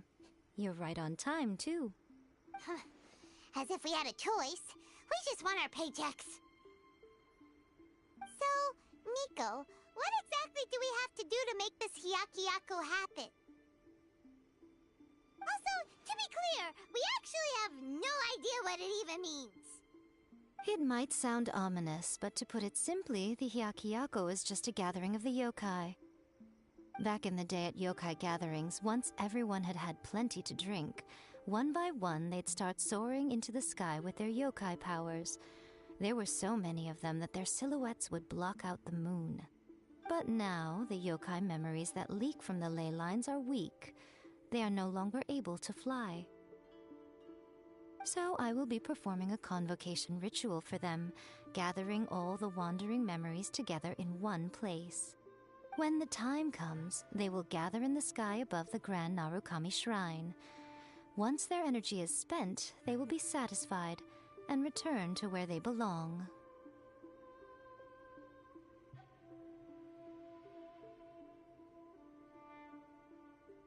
All the preparations for the ritual have actually been made well in advance.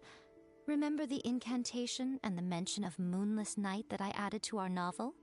Oh, yeah! Something about reciting the secret spells of Lady Kitsune on a moonless night. That's the one. Actually, it's not a wish-granting incantation at all. It's a spell to help calm the ley line memories. When that time comes, let's all pitch in and help send them on their way.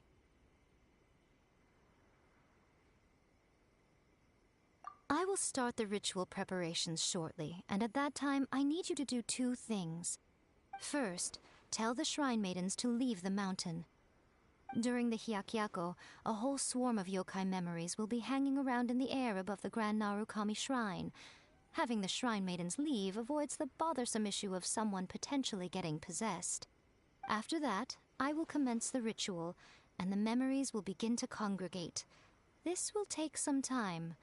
I need you at the foot of Mount Yogo during this part to keep an eye on nearby monster activity.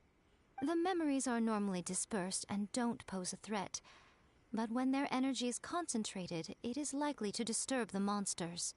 They may see this as an opportunity to try and make it up the mountain. I need you to fend them off so that that doesn't happen. Alright, got it. Then what?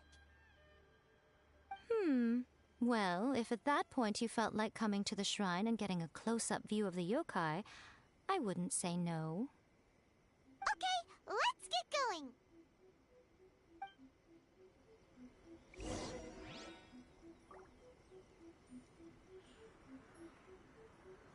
Narukami, please. See that he stays safe. Descend the mountain? Are those Lady Kuchi's orders? Yep, Miko said the ritual she's gonna perform soon might pose a physical danger to you all. I see. I'll evacuate everyone right away. What about you? We'll be taking care of a couple other things for her. And once we're done with that, we're gonna come back and do the ritual together. It seems like Lady Guji places great trust in you. Lady Guji's never allowed anyone else to be in her presence when she's conducted rituals like this in the past. Thank you for helping with the ritual, and good luck. Don't worry, we're much stronger than we look.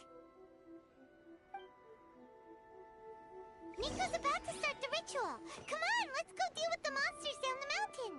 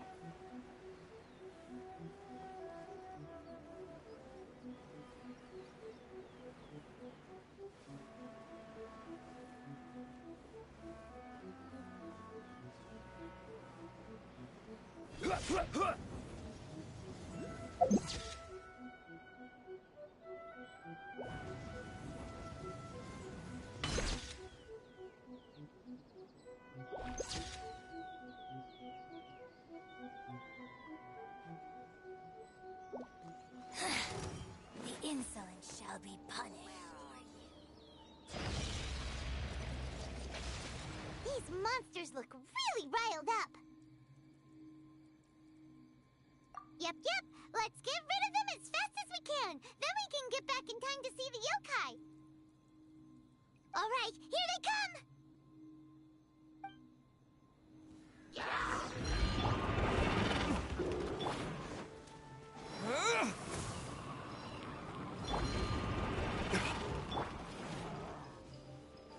Stabilize! Windblade! This is order!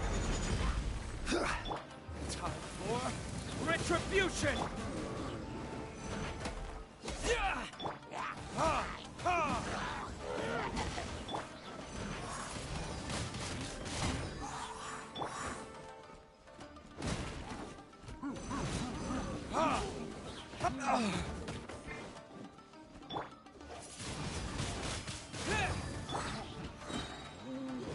Burn!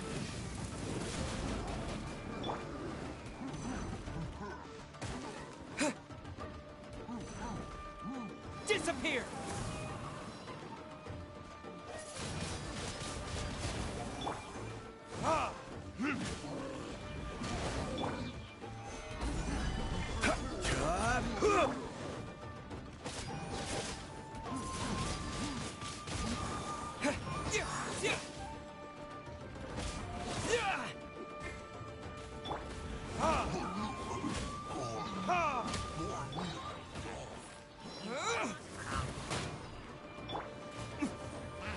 Verdict is...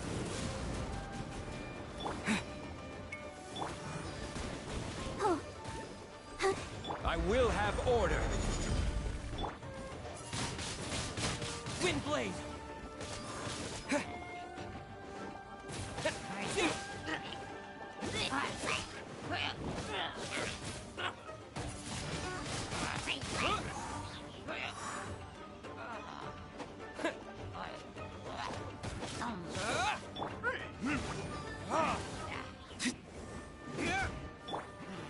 Solidify!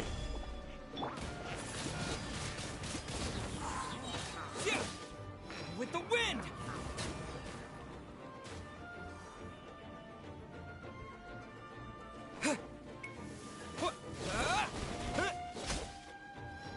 Lucky day.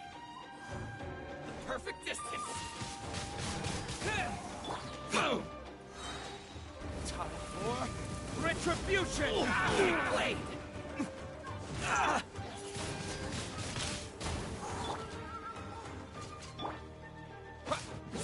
Going somewhere?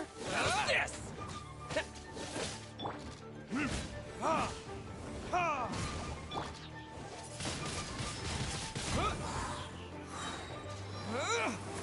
There's more!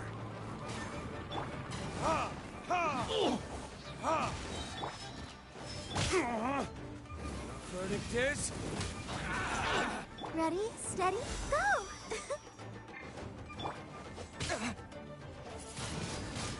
Say no more! This is order.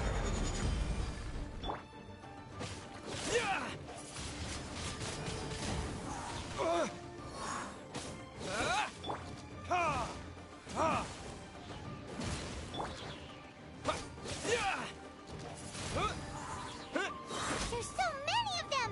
Come on, you can do it!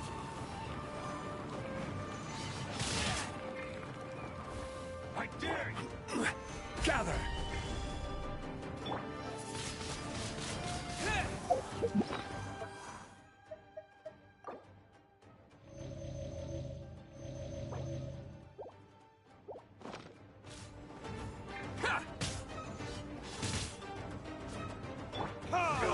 Hello. Strike first. Show me what you've got. Wind blade. There's more. Time for retribution. Don't hold back. See no more. Chester. Show me what you've got.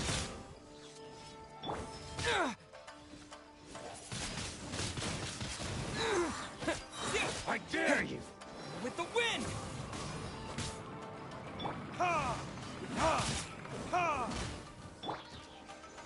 Solidify! Don't hold back! My blade! I dare you! Boom!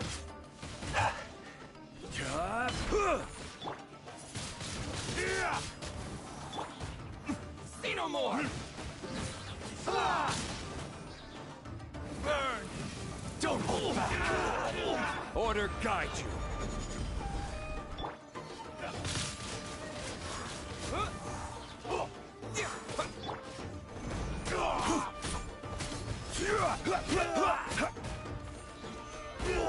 Boom!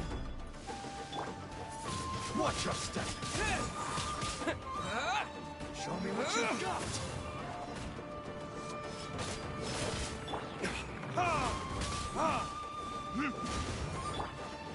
There's more!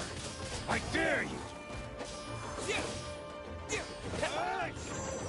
Yes! I'll protect us.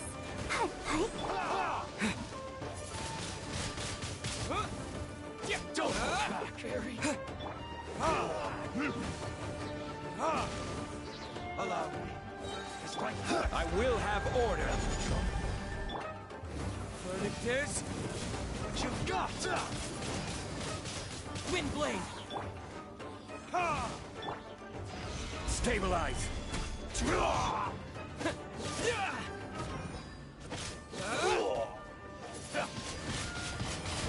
Watch your step. Allow me to strike first. Disappear! I dare you!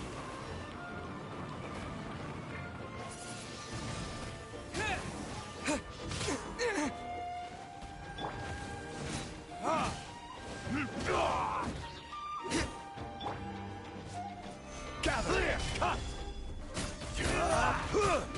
Don't hold back! Burn!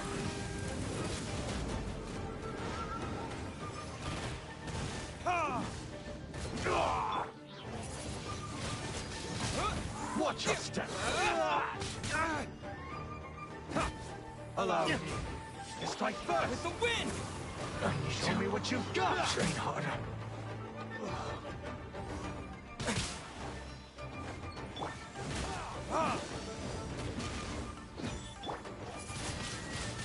Wind blade! Order guide you!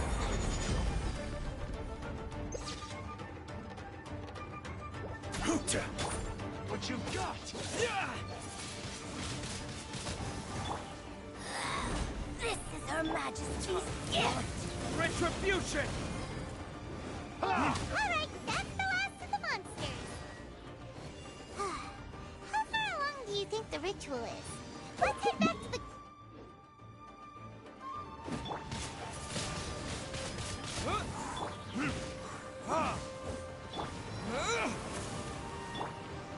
Stabilize! Yeah.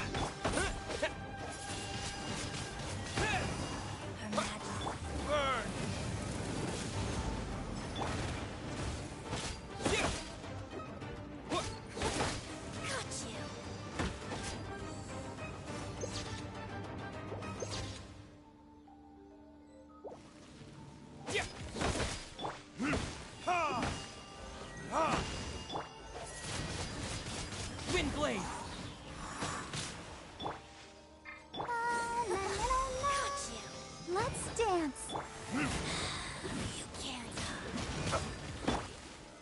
gather!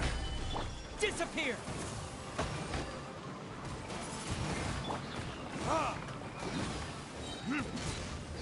But it is... I will have order!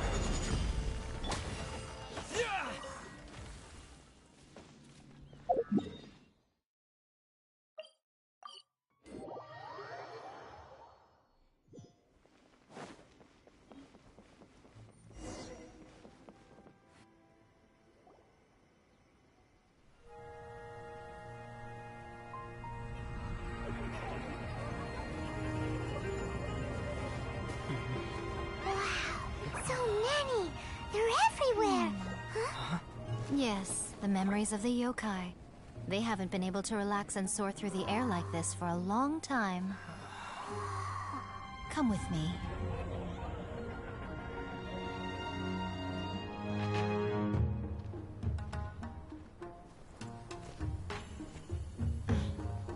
You all right, little one? You look a little nervous. It's just, Paimon's never seen anything like this before! Whoa, they've really blacked out the moon!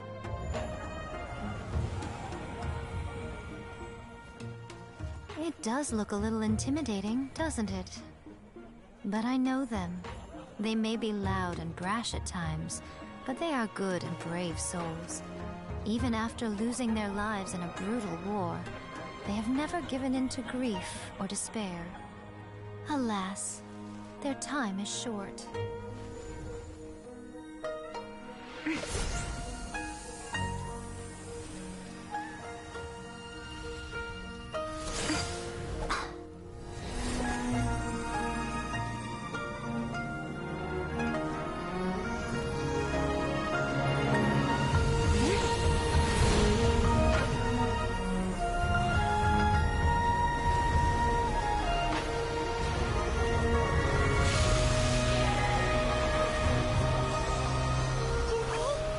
Do they really have to go? It's a feast, and all feasts come to an end. Since you're sorry to see them leave, why don't you do the recital along with me? O Hakushin, cause of this enchantment, in reverence I perform this rite. In reverence, I perform this rite. To be a guiding light.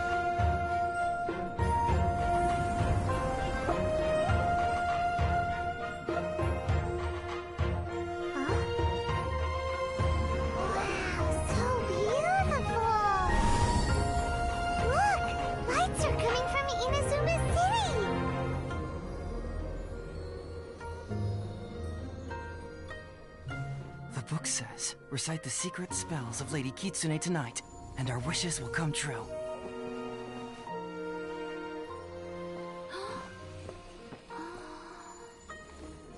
O Hakushin, cause of this enchantment. I perform this rite to be a guiding light. Your unrivaled power will be honored eternally.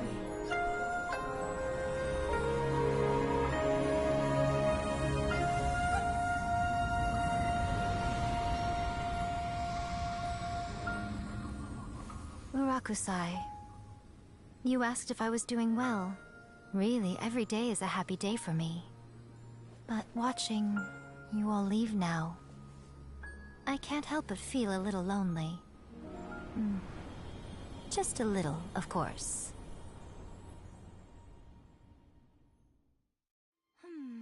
Just as I thought, the ritual went very smoothly. Thank you both. Oh, I'm great. But the look on your face just now... I'm fine, seriously. Really, No. Honestly, you two. Pico... Fine. Well, if you're dead set on doing something for me, you can treat me to a meal. Sure, no problem. A meal it is. Okay. Well, see you soon then.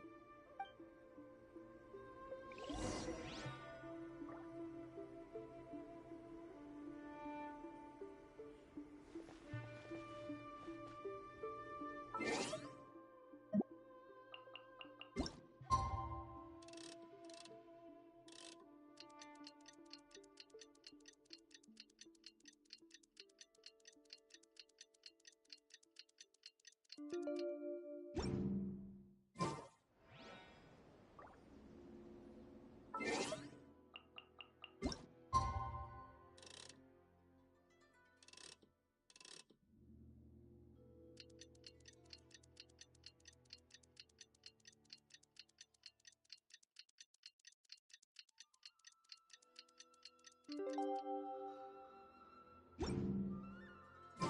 is the day we agreed to treat Miko to a meal. The venue is Uyu Restaurant. Let's go!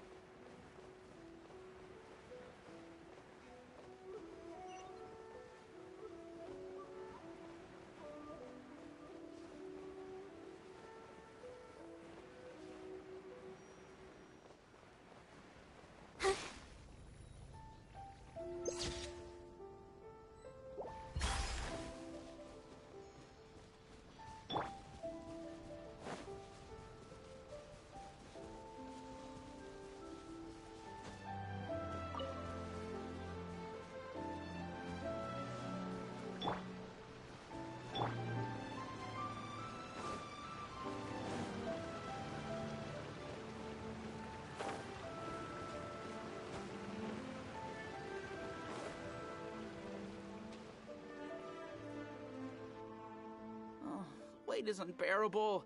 How is the next chapter of the miraculous adventures of the Traveler not released yet? It was quite a surprise when the moonless night finally came. Yeah, that huge black cloud over Mount Yogo that night. It just seemed to form out of nowhere. But then nothing happened after I made a wish using the method in that book. Yeah. I guess light novels are just fiction after all, huh? That night was definitely the nail in the coffin for the incantations from novels fad. Still, something tells me the miraculous adventures of the Traveler will remain an interesting series for a long time to come. Huh? Paimon can't see Miko anywhere. Guess she's not out here. Maybe she went inside already. Let's head in and look for her.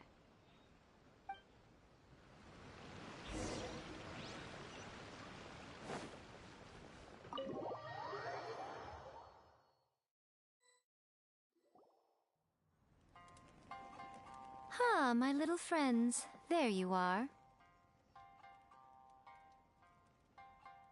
Miko, what is this? You started eating without us? I did, yes. You're paying after all. The thought of being able to eat the most expensive dishes and drink the finest sake, all for absolutely free?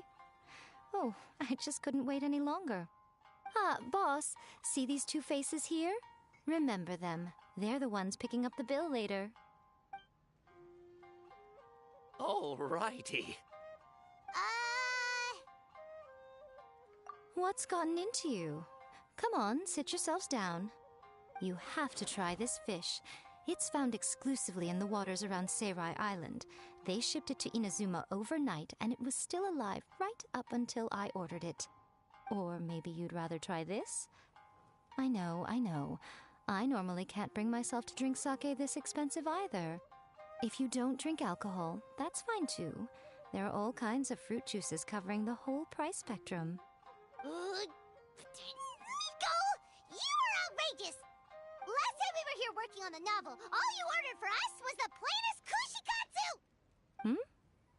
strange. I remember no such thing.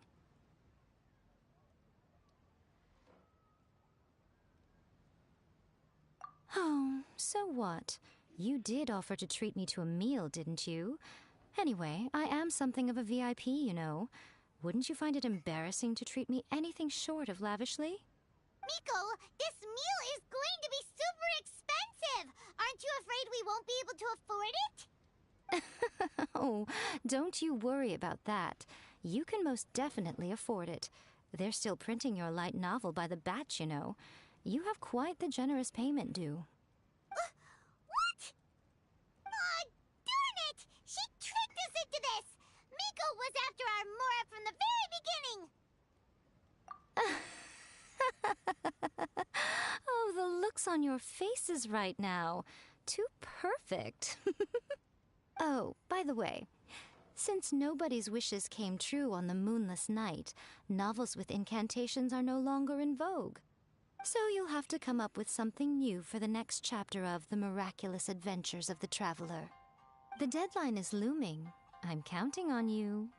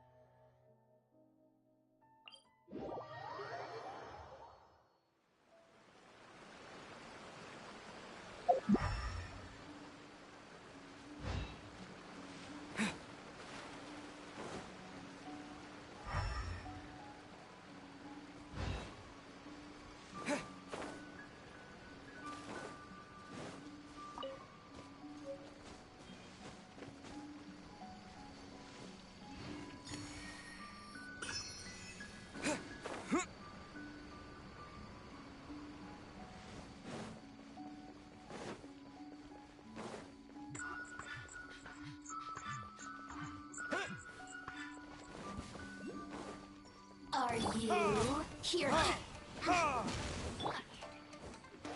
Blink! Let me amuse myself a little. Burn!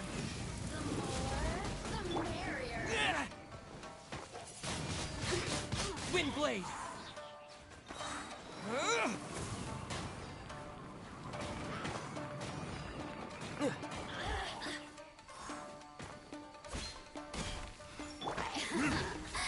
Let me amuse myself a little.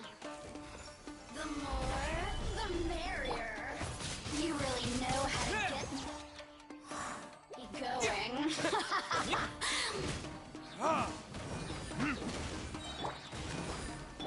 Time for retribution! Disappear!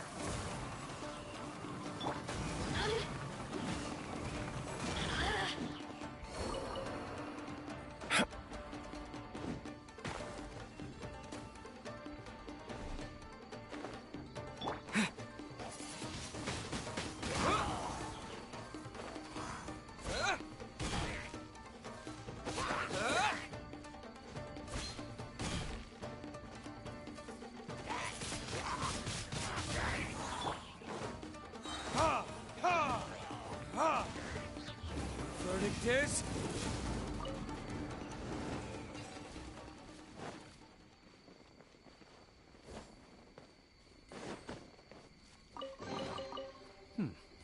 Better than nothing.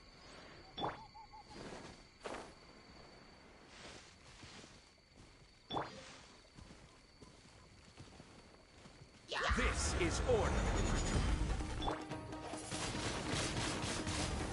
Ha!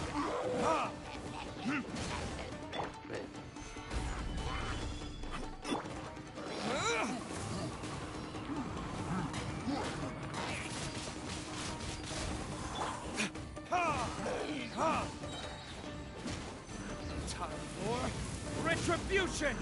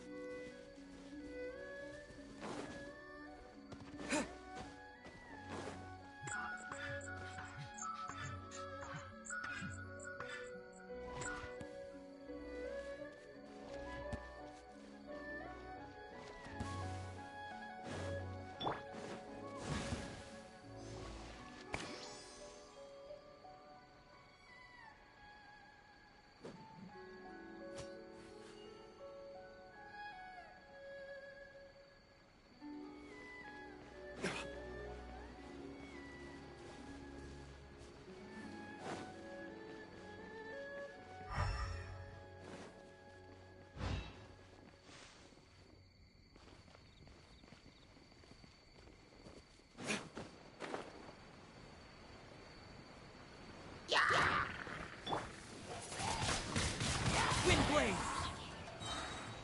Disappear!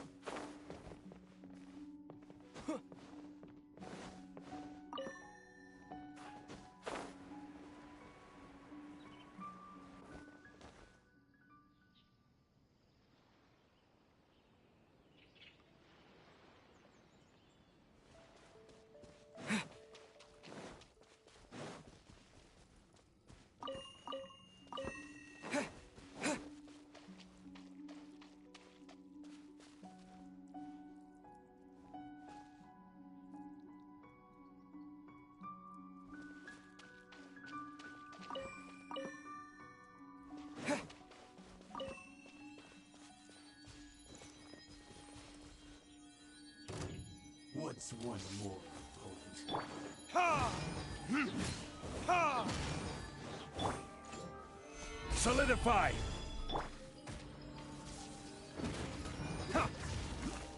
Ha! Ha! Order guide you. Verdict is... I've got the hand.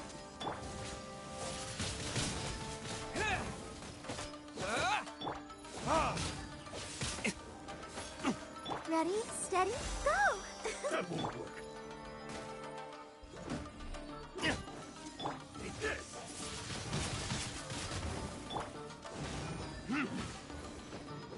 This isn't over. Stabilize!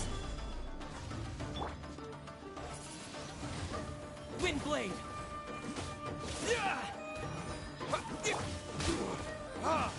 I'm ready! Burn! Fall before me. Ah! I've got the hand. Take this. Gather!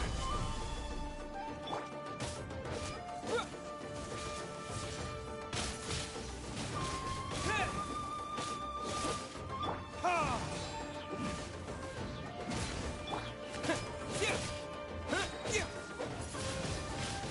Windblade!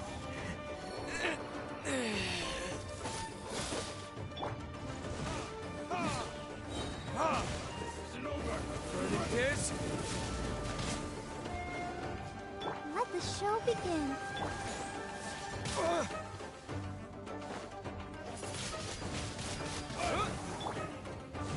Ha! This isn't over. Take this. Solidify! Windblade! Ha! This is order! With the wind!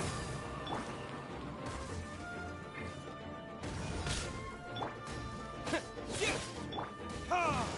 Ha!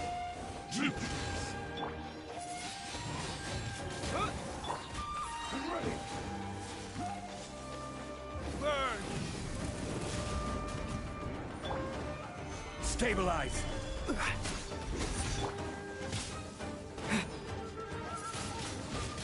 Windblade! Ha!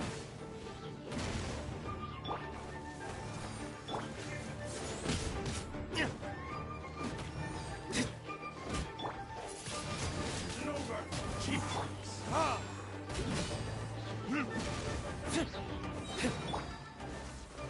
Time for retribution! You win this battle.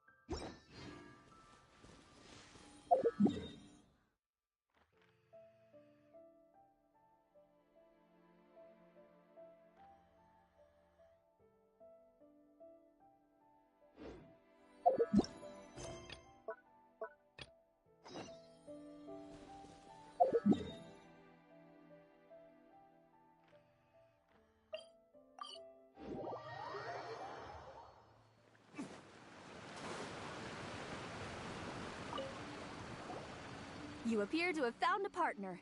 Let's see if you can repeat your luck from the first round. Though, whether winning should be considered good luck or not is debatable. Anyway, I will now reveal the item you'll be searching for in the second round of the test of courage. It's a fan. A fan? You mean like the thing we use to keep cool when it's hot out? Correct.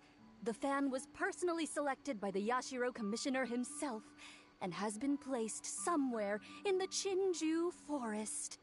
There will be signs to guide the way, but beware. The darkness that lurks in the forest is drawing nearer. Remember, if you can't go on any further, you can always give up and live to see another day. We'll never give up! Let's go!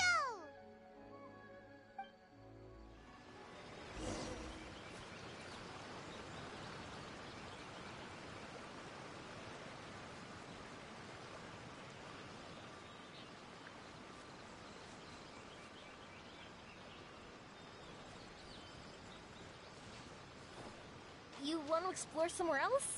How about we finish the test of courage first?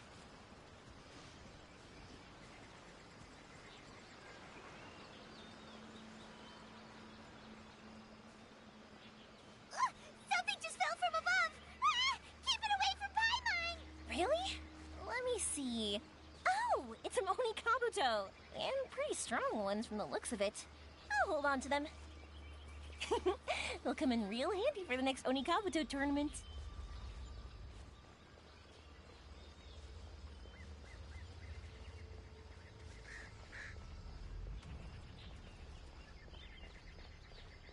Hey, did you guys hear that? Hear what? It sounded like it came from inside the shrine. I've heard people say that some evil spirits are sealed in shrines, and at night they make banging sounds from inside. Whenever someone approaches, the spirit will pow! Leap out and pull that unfortunate person inside the shrine, using the victim to replace themselves as the prisoner. Stay away from Paimon! Huh? Oh, it's a kitty. Not gonna lie, that's kinda disappointing. I was hoping to see a real evil spirit. Thank goodness!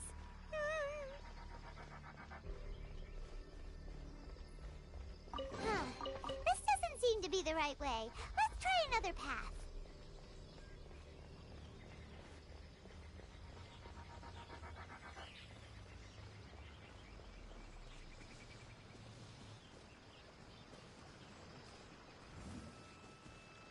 That's strange. How did Paimon transform into a lavender melon?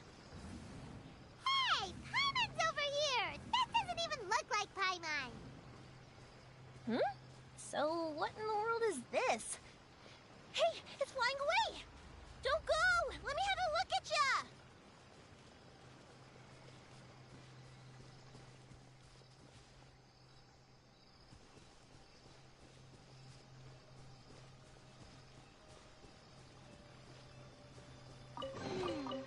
This isn't what we're looking for. Oh, and Paimon thought we had it too. Is it just Paimon? Or is there an eerie shadow over there? Oh, you're right. That wasn't there when we arrived. There's clearly no one around, but there's a shadow on the ground. Oh, this is like a real Kaidon story! Let's go check it out. On second thought, maybe we should go. Paimon's heart is pounding like crazy. You want to explore somewhere else? How about we finish the test of courage first? Whew. This should be far enough. Are you tired, Paimon? Do you want to take a break? Yes, please. Let's rest here. Huh? Wait a minute. Was that statue always facing this way? The candles also went out. What's going on? Is something coming? Oh, let's get out of here! Whoa, Paimon wasn't kidding. The statue really did move. Wonder how that works. Wow! Look at all the lanterns here! It's so beautiful! But now that I look closer, it seems like the lanterns are floating in midair. How is that possible? That's definitely not normal. Hey, can I borrow your shoulders for a second? You can give me a boost, and I'll pull one of them down. Hey, look what we have here. Isn't this the fan we're looking for? Wow, it has such a beautiful design on it. Are those fireworks? It seems to be for some sort of festival. So, now that we've found this fan, does that mean we've won the second round of the test of courage? Let's bring it back. Whew. Thank goodness it's over. Wonder if Ito's still out trying to capture those three from earlier.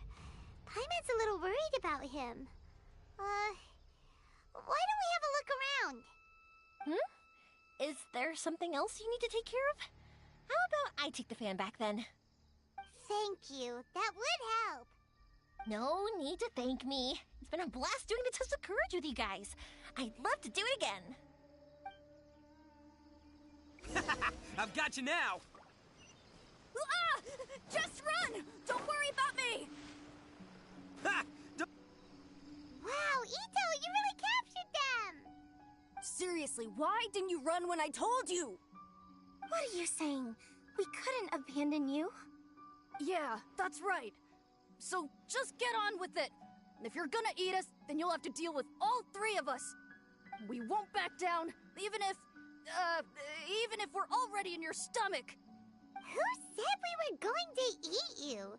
Wait, are you the ghost of something tasty? And Ito, why are you so quiet all of a sudden? I have a weird feeling that I've seen these three somewhere before.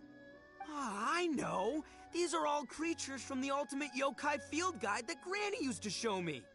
There's Yoko, Kappa, and Hitotsume Kozo. They're all yokai!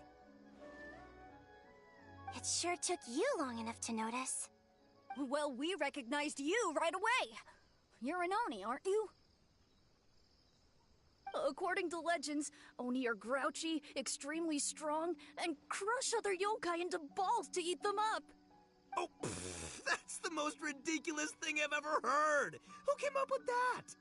Besides, you're the ones people are scared of, hiding behind bushes and scaring people off the road. What are you trying to do here? Don't think I didn't see you, following him around and conjuring up all sorts of weird, scary stuff.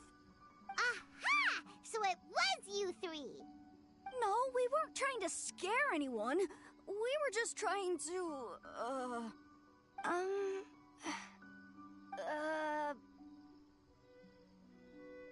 Really? You're not mad? Even though you scared the daylights out of Paimon a few times, it doesn't seem like you were doing it on purpose. Anyway, let's hear your side of the story, and Paimon will decide whether or not to forgive you. Well, the truth is, we were planning a festival. One hosted by the yokai. The humans are also welcome to attend. Ah! The festival that A mentioned! Mikawa Flower Festival. Huh, that does ring a bell. Oh, right, it used to be hosted by the top yokai. I heard it was supposed to be a lot of fun. I mean, not as fun as my almighty Arataki Great and Glorious Drum-Along Festival, but still. Yes, the Mikawa Flower Festival is our aspiration. But we know that our festival doesn't deserve that name. The times of Yakiyako are long gone. We're just a bunch of little yokai living in the wilderness. As you can see, we lack the necessary yokai powers to put on such a grand festival. But we're determined to still reach out to humans and express our gratitude. Huh? Gratitude? What do you mean? You see, we live in the wilderness and are frequently attacked by monsters. They would come and stir up trouble on our land, forcing us to hand over our food. Sometimes they would even get rough and leave us injured. But later, many human adventurers came into the wilderness and drove off the monsters, allowing us to live in peace. Ah, I get it now. You want to repay the favor, but your powers are too puny. Hey, don't let it get to ya. You might be a bunch of pipsqueaks, but you're all solid yokai in my book. So, are you the ones who set up the Akitsu Yugen game on the beach? Yup, that was us. Have you tried it yet? Isn't it fun? We drew inspiration from the legendary Akitsu Hazara.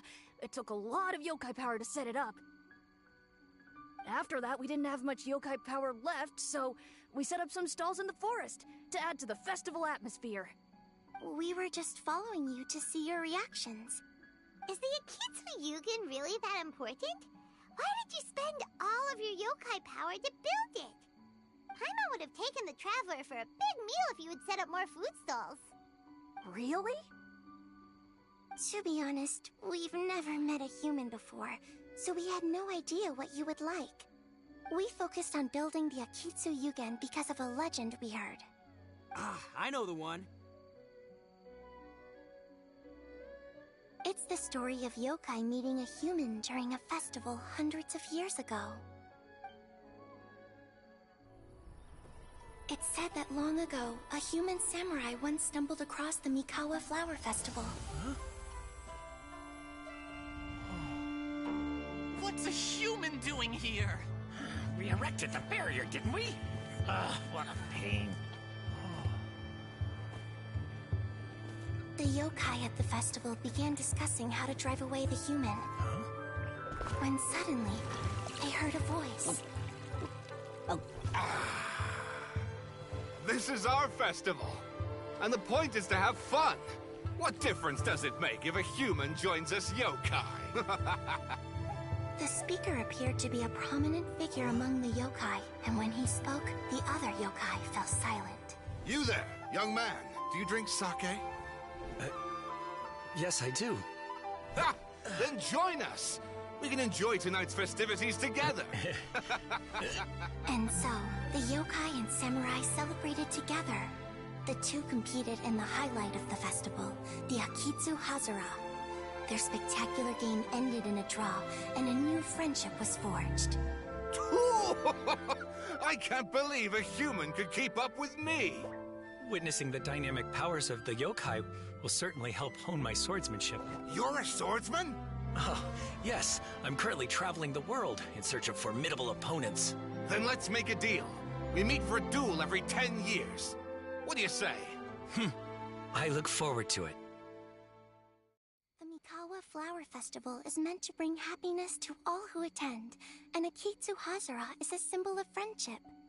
That's why, when we decided to hold the festival here, setting up Akitsu Hazara was our first priority. Unfortunately, the real Akitsu Hazara has been lost to time. What we created is a version of the game we heard about from a wandering merchant, so we changed the name to Akitsu Yugen. Yeah, but that wasn't us. We have no idea what could have gone wrong. We closed Akitsu Yugen a while ago and carefully checked it for any issues. But we didn't find anything wrong with it. Maybe it was just some strange mishap caused by our unstable yokai power at the time. They don't look like they're lying. And believe me, I know a liar when I see one. Maybe it really was just an accident. After that incident, people stopped coming to the attraction. Later, a human man with blue hair appeared and walked around the area. He had a piercing gaze. I almost felt like he could see us. But then he turned and quickly left without saying anything. It wasn't long before large numbers of people began coming to the Chinju forest. And visitors were playing Akitsu Yugen again. It was wonderful. A human man with blue hair? Now that you mention it, the fan that Ayato chose is the same kind that's used at a festival. Do you think that he knew about the yokai when he decided to hold the test of courage here? Oh, so my bro Ayato is here for the test of courage too? Or maybe he's here to catch Oni Kabuto! Ha! Had I known that, I would have brought the one I caught a few days ago to battle him! Wow! Ito's still clueless about who Ayato really is! Well, anyway, seems like all the strange things we saw earlier were caused by these little yokai, not ghosts! What a relief. And now that we know what's happening, the test of courage doesn't seem that scary after all. Hey, you want to hang out with humans, right? I totally get that. After all, we yokai are becoming a rare breed these days. If all we do is isolate, we'll only feel more lonely. So why don't you let this Oni do you a favor, See, I'm a yokai too, right? And I'm already a natural in human society. I bet there's not a single person in Inazuma who hasn't heard of Arataki, the one and only Ito. Come on, let's go. I'll show you around. Now that Paimon doesn't feel so scared anymore, maybe we can walk around the area. The yokai said they wanted to host a festival, but Paimon was too busy having the bejeebers scared out of her to pay any attention until now. Come to think of it, Paimon remembers seeing some festival-related items on the beach. Let's head over there and take a look. Maybe we can help out.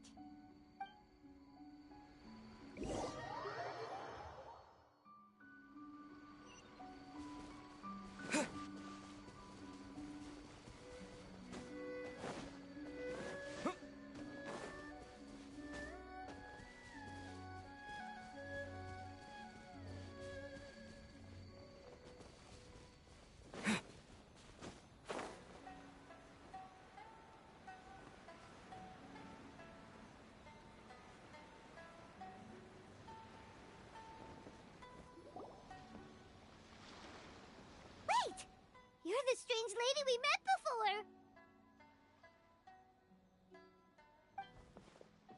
Oh, it's you two again. I have to say, I'm impressed by your willingness to approach me after last time. You're much braver than I thought.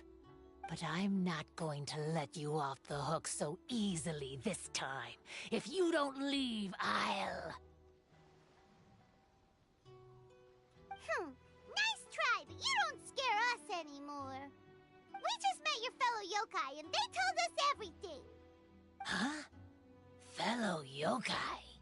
That's right. You're another little yokai who lives in the wilderness, aren't you?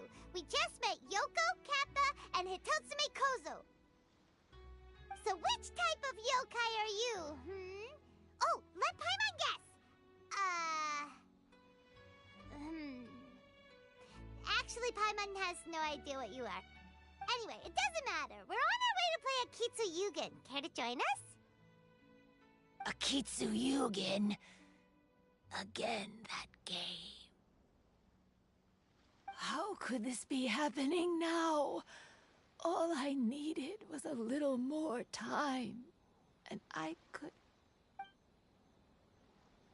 Huh? What's the matter?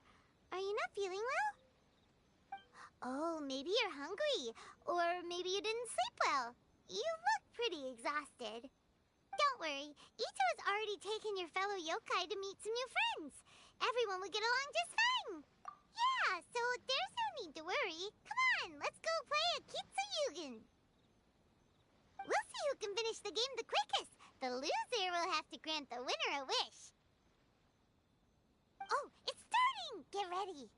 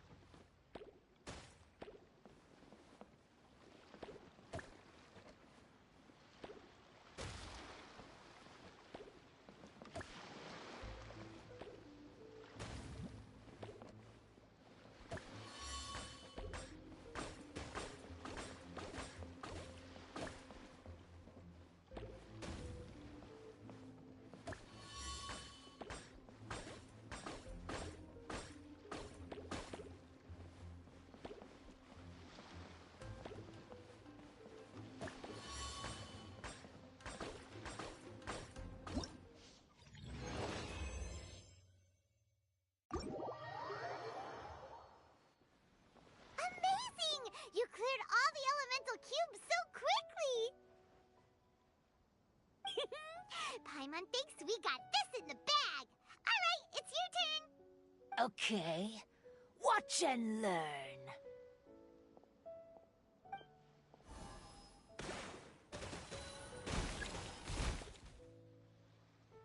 No way!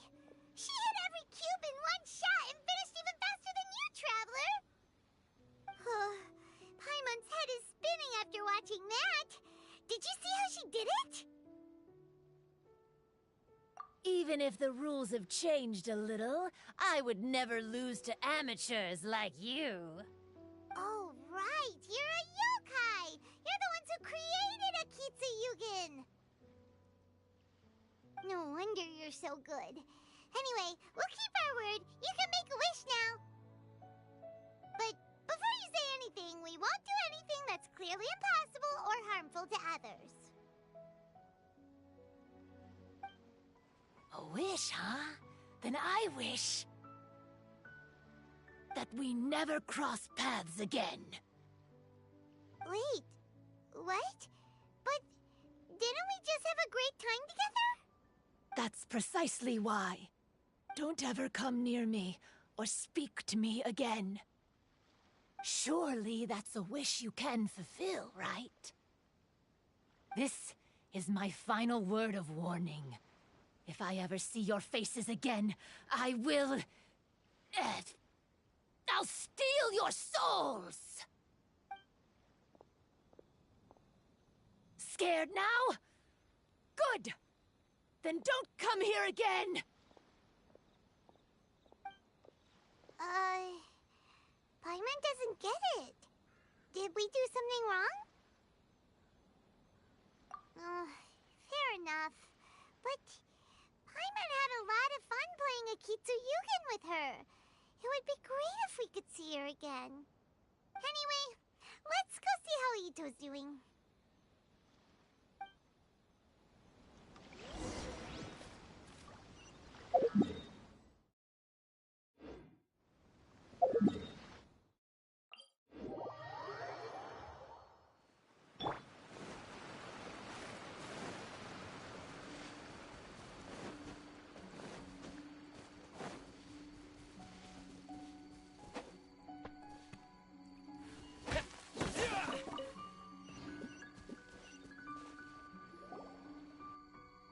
So, you must be Hitatsume Kozo. Yeah. No need to be nervous. I'm Yuimiya, and I run Naganohara Fireworks. Oh, I once saw some Naganohara fireworks. Even though I was watching from a distance, they were still so beautiful, bursting across the sky. Really? Then the next time we meet, I'll bring some fireworks for us to launch together. It'll be fun. Whoa, really? Thank you very much. And if I may ask, are you Lord Kaedehara Kazuha? Yes, that's me. But I'm afraid that I'm no lord, just a wandering samurai. I've seen you with your sword in the wilderness. You made quick work of many opponents with your amazing swordsmanship. That must have been when I was trying to escape Inazuma. It wasn't as impressive as you make it seem. I had to face many trying situations before I was able to leave the islands. The head of the Kamisato clan also lent me his assistance at the time. By the way, this is his sister. Oh, so you must be the one and only Shirasagi Himegimi. What an honor. There's no need to be so formal. I never imagined I'd ever meet someone as distinguished as you. I must be dreaming. Hey, don't you want to go talk to them too? Oh, I'm sorry. I'm rather shy. Really? Well, that's strange. You seemed completely fine when we were chatting. I'm not sure why, but I feel so relaxed when talking with you, General Goro.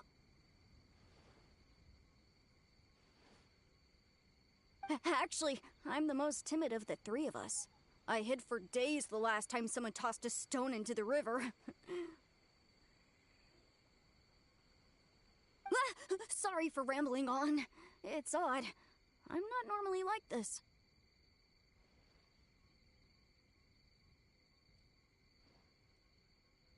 It's okay. You can't excel at everything.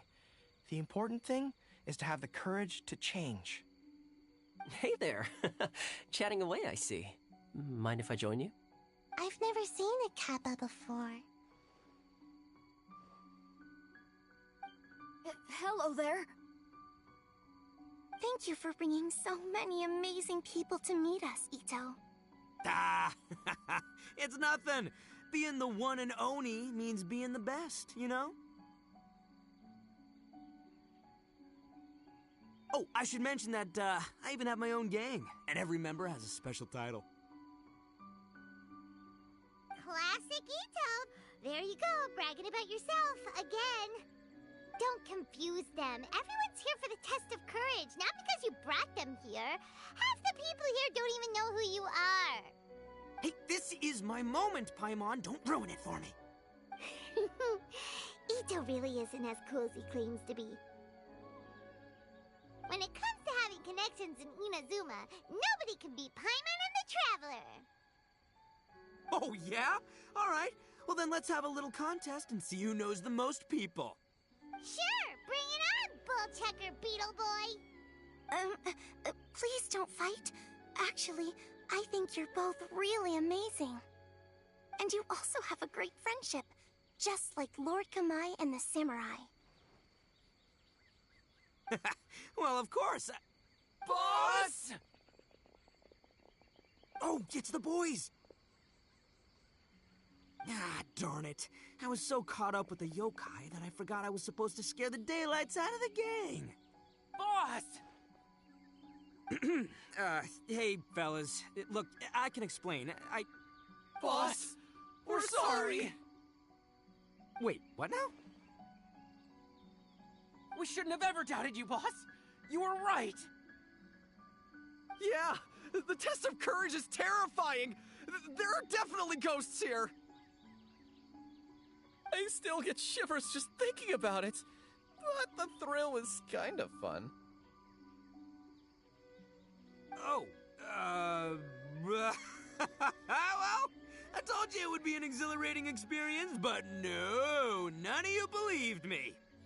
Anyway, no need to be too scared now. Let me tell you what's happening here. It turns out there aren't any ghosts here. All the scary stuff you saw was just a little misunderstanding we had with the yokai. Right? Sorry, but I've never seen these three before. I'm not sure where you've been or what you've seen, but I don't think it had anything to do with us. Huh? Huh? Wait, hold on, little Yoko. You're kidding, right? Wait, you know, now's not really the time for that. No, I'm serious. I really don't know what's going on.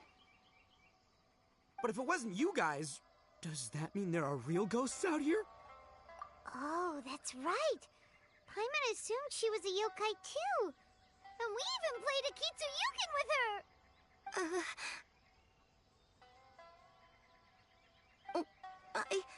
I'm not sure who it was you met. But we're the only three yokai who wanted to hold a festival here.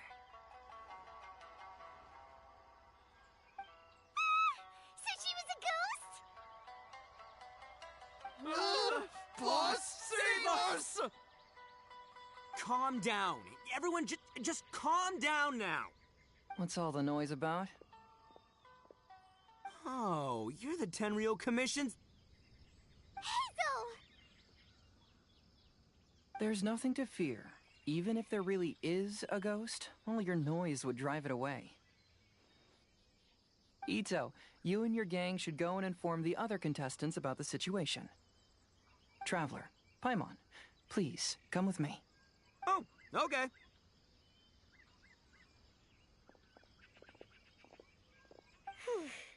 Paimon somehow feels a little better now that Hazo's here.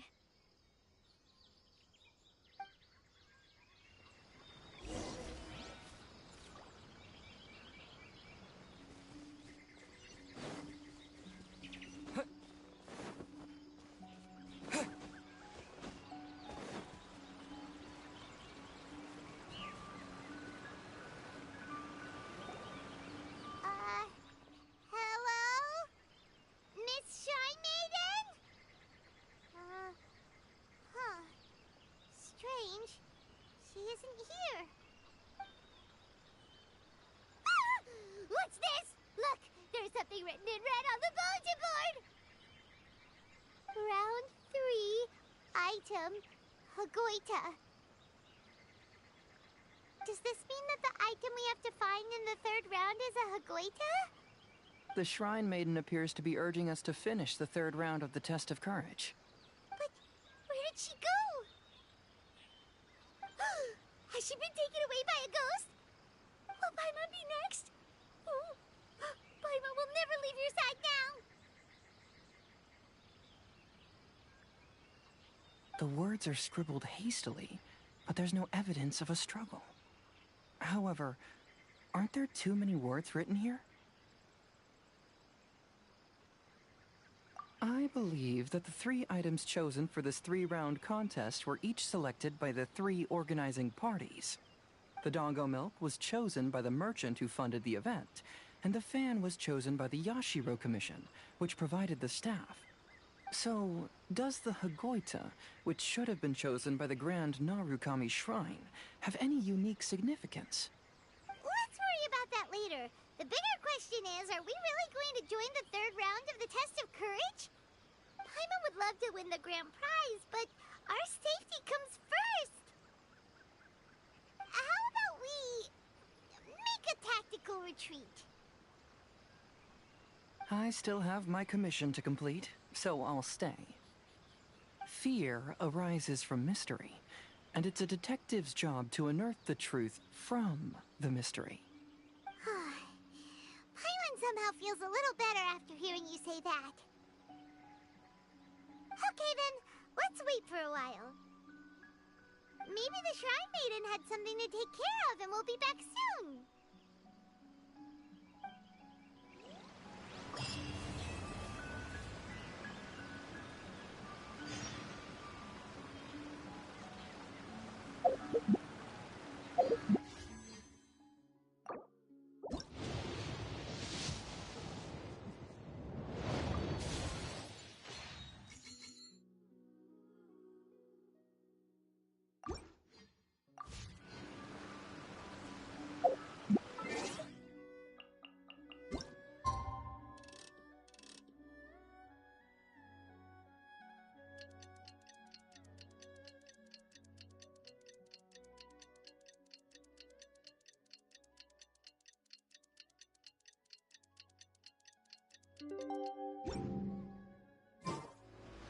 Traveler, Paimon, please let me be your partner for the final round of the Test of Courage. I'd like your assistance with this investigation, since you 2 are the only ones who have seen the alleged ghost. That's fine with Paimon. What do you think, Traveler? I have a few theories, but we don't have enough leads yet. There are some places I'd like to investigate first, so you 2 can accompany me. Sure. Where would you like to start? I want to go back to where we first met up. According to your accounts, you encountered the ghost there and passed out. I believe there may still be some clues there. Do we really have to go there? What if we're walking into a trap? Are you worried that she'll be waiting for us? If anything, that would make things easier. My worry is that we won't be able to find her. Honestly, it'd save me a lot of trouble if she were to show up on her own. Wow, Hazel! You're fearless. The more cases you see, the less of...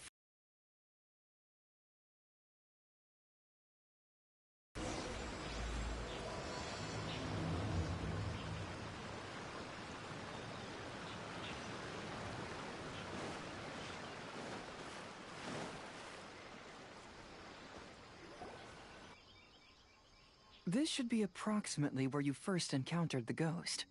Of course, we cannot conclude whether the woman is actually a ghost or not at this point, but I'd like to go over everything that happened again. Do you recall anything she said at the time? Let Paimon think.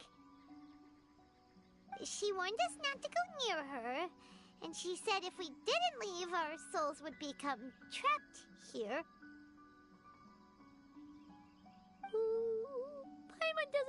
remember that moment. Paimon's shivering just thinking about it. And then what happened? Then, everything seemed to get darker, and Paimon started to feel dizzy. There were ghostly flames flickering all around, and Paimon saw some sort of black mist surrounding the ghost, and then Paimon passed out. Based on your account, it does really seem like you've seen a ghost. Exactly!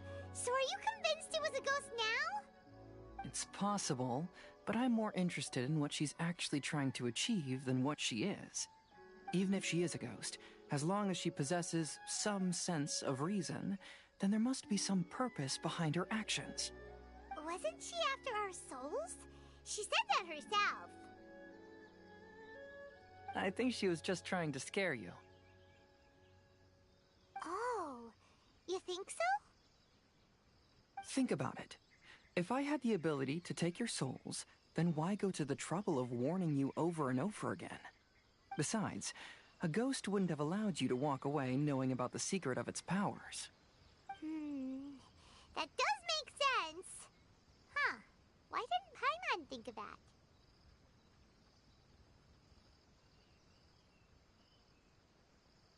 I believe there are only two possibilities. The first is that she wanted to reap your souls, but there was some condition that had to be met. You know, like what we usually call a curse. But if you had really been cursed, then you would probably have noticed it by now. So, this is the less likely scenario.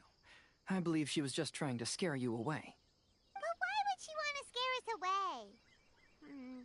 Oh, Paimon knows! Maybe she was trying to get us to quit so she could claim the Test of Courage prizes! Oh! Probably not. So why does she want to scare us? Do you have any ideas, Hazel? Based solely on your account, I don't believe she actually meant any harm. She just didn't want you to stay here. But this evidence alone is insufficient to make any valid assumptions. She could very well be guarding some treasure or covering up a crime. Though, my intuition is telling me that neither of these hypotheses are correct.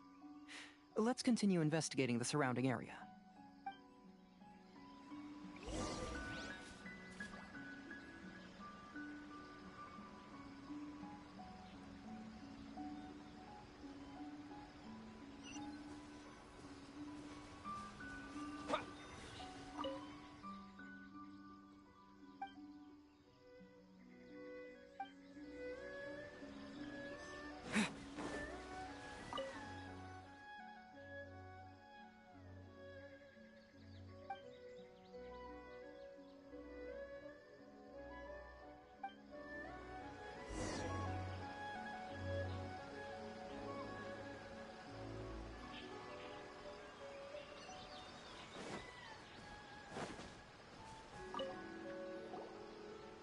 Have you found any leads yet? Yeah, some tree branches seem like they were bent by something, but that's about it. I see. After you left, I took a good look around the area. Aside from the bent branches, there are burn marks in some places, but that doesn't really tell us much. If only there was some more conclusive evidence. Excuse me. Sorry to interrupt. Oh, it's you guys! What are you all doing here? We heard you were out searching for clues, and we wanted to help. Oh, that's really brave of you. Actually, we're also really unsure about what's happening here. We just asked the members of Mr. Ito's gang about what happened to them, and it sounded really scary. That lady is either a nasty evil spirit or a formidable yokai. Either way, it's not good. But we still want to hold the Mikawa Flower Festival. Uh-huh. We long admired the friendship between Lord Kamai and the samurai, which is why we want to hold the Mikawa Flower Festival to return the favor we once received from the humans. Even though our powers are limited, we don't want this bond of friendship to vanish. The Mikawa Flower Festival is meant to be enjoyable for everyone. The Chinju Forest covers a large area, so it'd be great to have more help in the investigation. Welcome to the team. Let's all do our best to figure out what's going on. Don't worry, we're very familiar with the area. We won't miss any clues.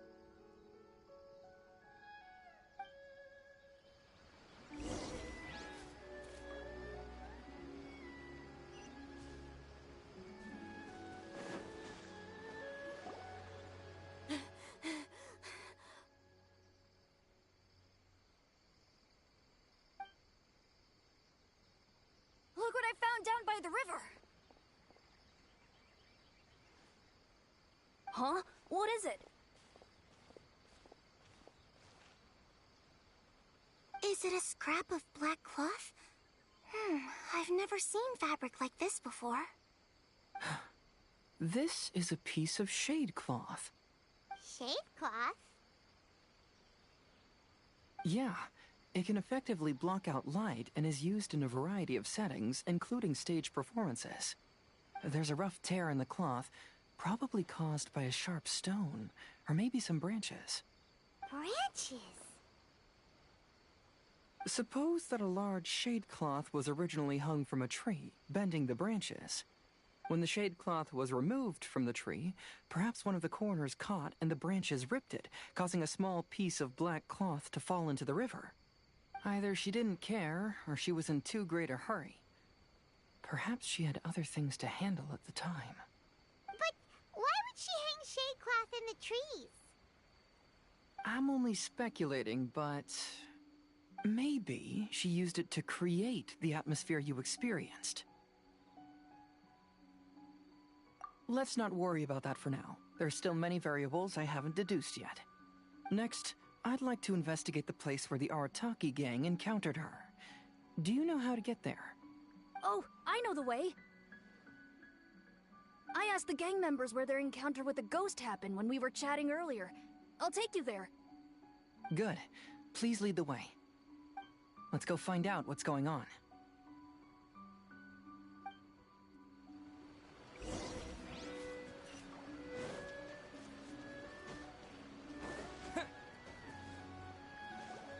This is the place.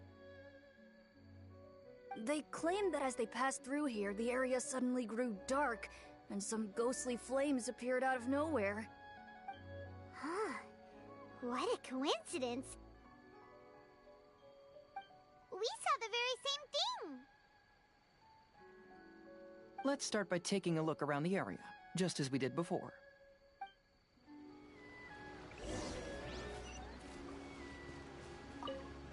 I found some sort of smashed ball under the tree. The inside of it looks like it was blackened by smoke, and it smells like fireworks. Judging from the burn marks left on the scene, the ghostly flames you saw were not created by yokai power. Rather, they appear to have been caused by something flammable. I'm not sure what, though. There's some strange powder in the cracks of these stones. I picked some up and sniffed it to see what it is, and it made me really dizzy. Ugh, I'm so tired now.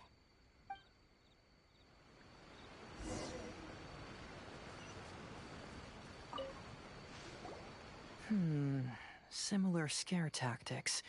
And she didn't have the time to completely hide the traces. I believe we're closing in on the truth now.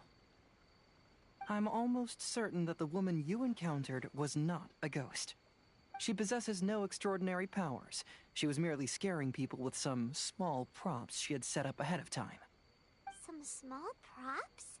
But can you really do all that with just some props? What we saw was absolutely terrifying. First and foremost, the test of courage contributed to the unsettling atmosphere here. You were initially frightened by your first encounter with these 3 yokai, and then shortly after, you ran into the mysterious woman. It was natural for you to be on edge. Because you were already tensed up, you were breathing more rapidly and inhaled a lot of sleeping powder that she had sprinkled around the area. That is what caused you to feel dizzy. That's when she pulled down the shade cloth and lit those so-called ghostly flames, creating a terrifying scene. That's the most likely explanation anyway. So, it was all just a show? She tricked us! There is, however, still one loose end. The person who commissioned my investigation did become stranded on the beach as a result of some unusual power. That couldn't have been accomplished by just a few small props. But if she possesses such powers, why bother with the theatrics? Paimon can't wrap her head around all this. She can only use props to scare people in the forest, but she can use strange powers on the beach. Huh, I see. I think I've figured it out. Whoa, that was fast. If we rule out the potential of organized crime, then only one possibility remains. I know who the woman is. Let's go to the beach. We'll come along too. No. You should go back and tell the others not to be afraid and not waste their time searching the forest. The truth has surfaced. It's time to put an end to all the unnecessary panic and await the outcome of the test of courage. Okay, but please be careful. If you run into any danger, simply call out our names. We'll be able to hear you. There shouldn't be any danger now, but thank you anyway. Let's go. Let's search along the cliffside. If I'm not mistaken, there should be a chunk of earth that's unlike the others.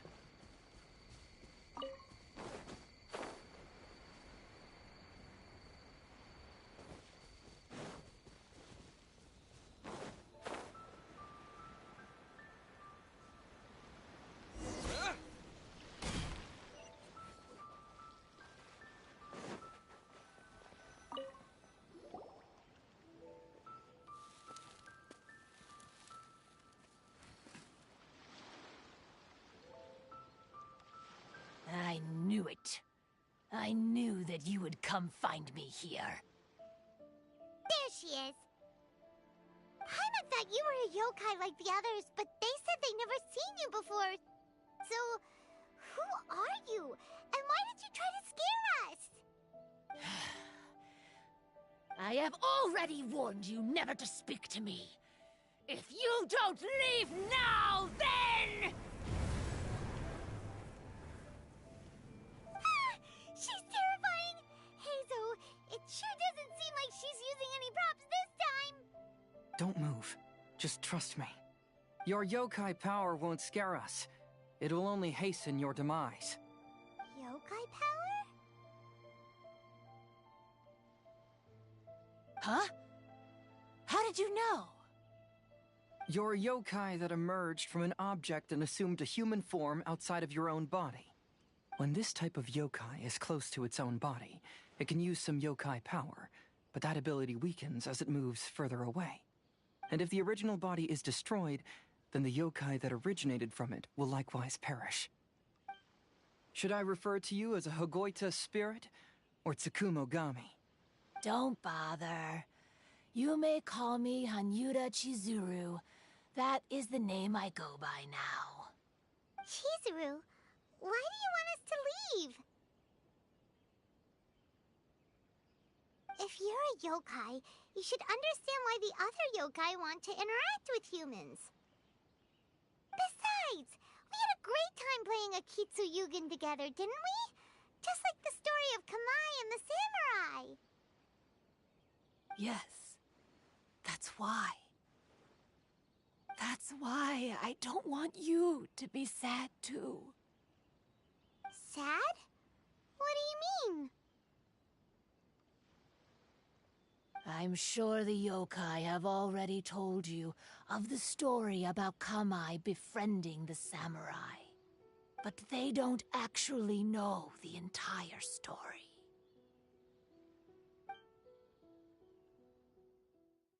The samurai was about 25 years old when they met at the festival.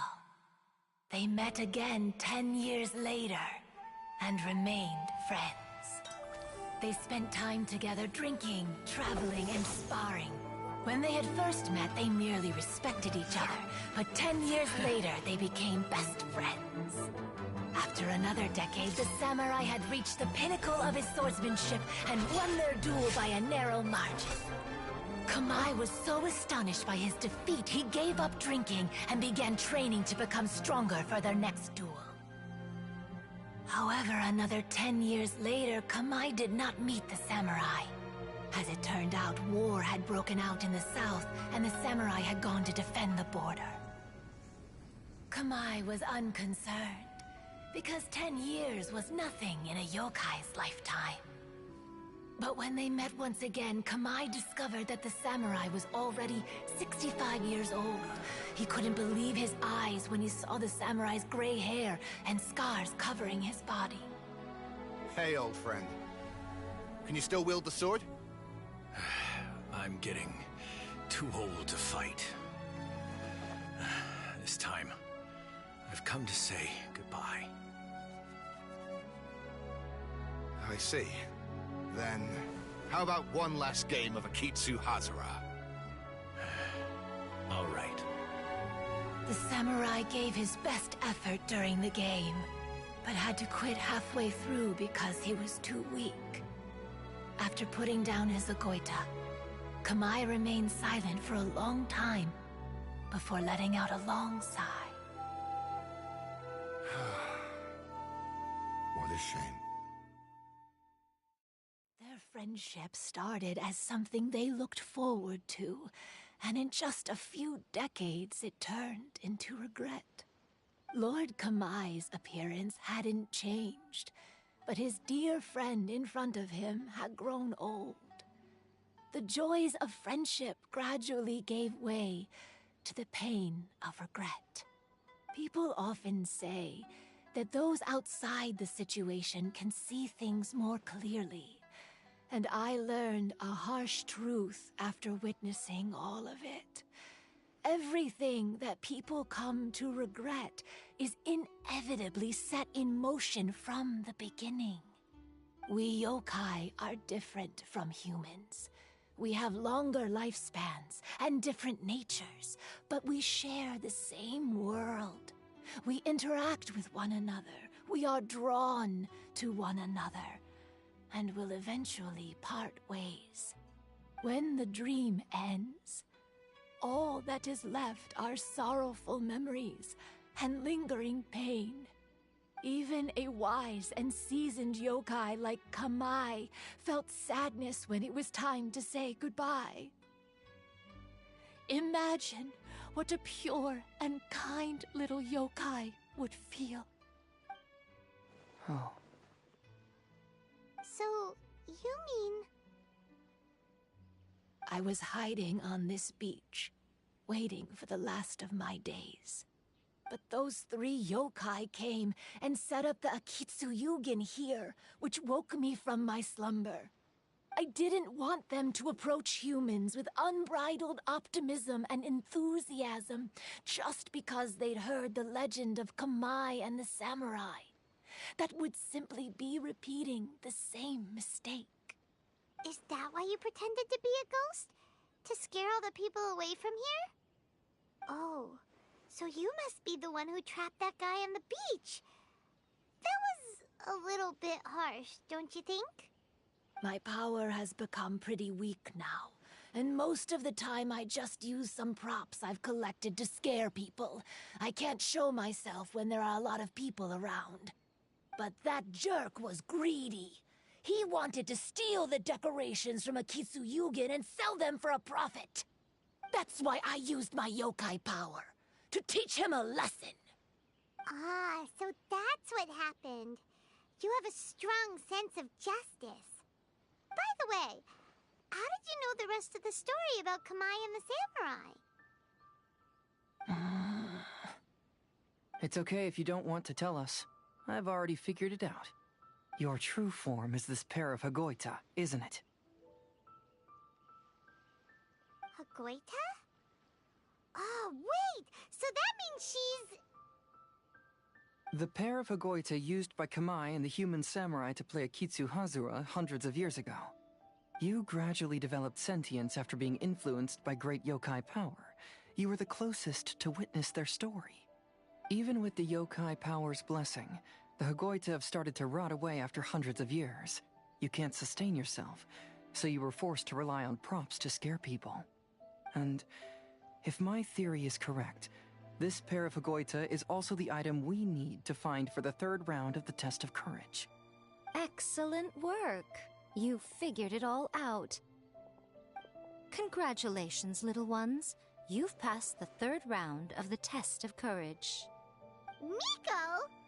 And the Shrine Maiden? Paimon thought you went missing.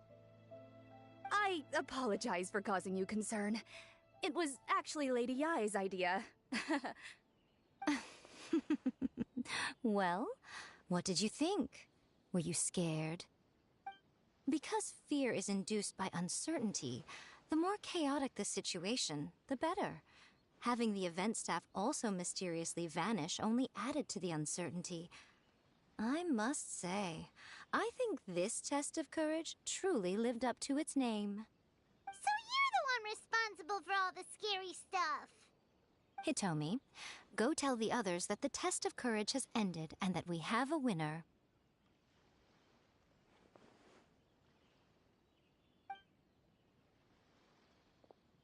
Now that I've solved the mystery, I'm going back to meet with my client. The intent to steal is not exactly a serious crime, but it can't go unpunished. I'll see you two later. Miko, did you choose the Hagoita for the third round of the test of courage because you already knew about Chizuru? Miko, Lady Yae, you're... I followed Kitsune Saigu around the Mikawa Flower Festival one year and saw her play Akitsu Hazura. That was when I saw you. You didn't have a human form at the time and possessed only the earliest traces of sentience. I remember now. You were on Kitsune Saigu's shoulder. I went for a stroll on the beach some time ago and sensed a familiar yokai power. Though your power was weak, I was still able to find you. You were sitting in a tree, gazing at the tourists below. I overheard you telling yourself that you must be patient and avoid contact with humans. Huh? When was that? I didn't notice you at all. With your powers being so diminished, it was only natural that you didn't notice me. You must have been blaming yourself all this time. You knew Kamai and the samurai became friends as a result of Akitsu Hazura, a game connected to your existence. At the time, I couldn't take on a human form like this. I had only a hazy sense of the outer world. After they first met at the Mikawa Flower Festival, I felt proud to know that I had left a mark on their story. But after they said their final goodbyes, I could often hear Kamai sighing to himself. I couldn't help but hide, because I blamed myself. When I woke up again, the world had changed. Lady Yae, you are a well-known yokai. You must know many more things than I do. So I have a question for you. People meet, become friends, and then go their separate ways. After such a short time, they leave only regret and sadness in their wake. Is it really worthwhile for us yokai to interact with humans? Why not? Tell me, how did you feel when you played Akitsu Yugen with the Traveler? I felt happy, but... But your rationality told you that it was wrong, didn't it? It turns out that there is still another piece to the story of Kamai and the samurai that you are missing. What do you mean? The samurai and Kamai never met again. True, but the story doesn't end there. That samurai's name was Yanagibashi Takuto, who also happens to be the founder of the Soran Ishin art. It is believed that Takuto developed this style of swordsmanship while dueling with Kamai, who had also befriended the third-generation heir of the Soran Ishin art, Tominaga Masanari. 500 years ago, Kamai and Tominaga fought side by side until their final moments, and the sword Tominaga wielded was passed down from Yanagibashi. The regret Kamai once felt had finally been resolved. Oh. I never knew. We yokai are not like humans. Humans have too short a lifespan, and the day will inevitably come when we must say goodbye. However, the bond formed by friendship will not be broken, but rather carried on in a new form. There's no reason to be upset by this. Time flies by in an instant, and life passes by like a dream. So, you must be happy in the present. You should understand what I mean now. Hey, compadres! Ito, what are you doing here? He told me everything. And I also heard that you won the last round. I even know who the ghost lady is now. Anyway, I had a little discussion with the others, and, Hey, you're that fox lady. Why are you here? Please just disregard my presence. Now, tell us what you discussed. Ah, right. All right, listen up. To celebrate the end of the Test of Courage event, we will be holding the Mikawa Flower Festival. I gave it some real thought and realized that it might be kind of difficult for those little yokai to hold the festival on their own. But with my help, it won't be a problem. That's right. Arataki, the one and only Ito, will be in charge of organizing the best Mikawa Flower Festival anyone's ever seen. Hooray for Ito! Oh. Can we really trust this guy with a festival? Hey, what you trying to say? Besides, it won't just be me. Other people will help too. Even my bro Ayato is gonna be there. Everyone's busy getting ready, and the festival will be up and running in no time. It won't be long until you can all join the fun. You're the best, Ito!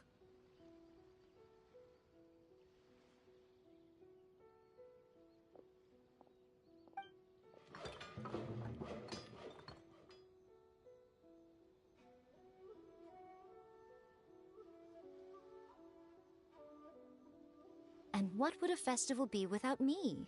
I'll be sure to go have a look too.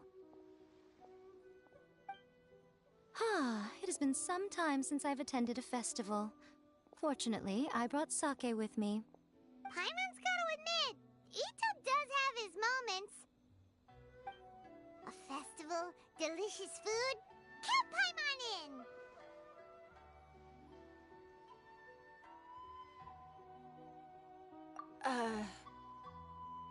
All right, I'll join.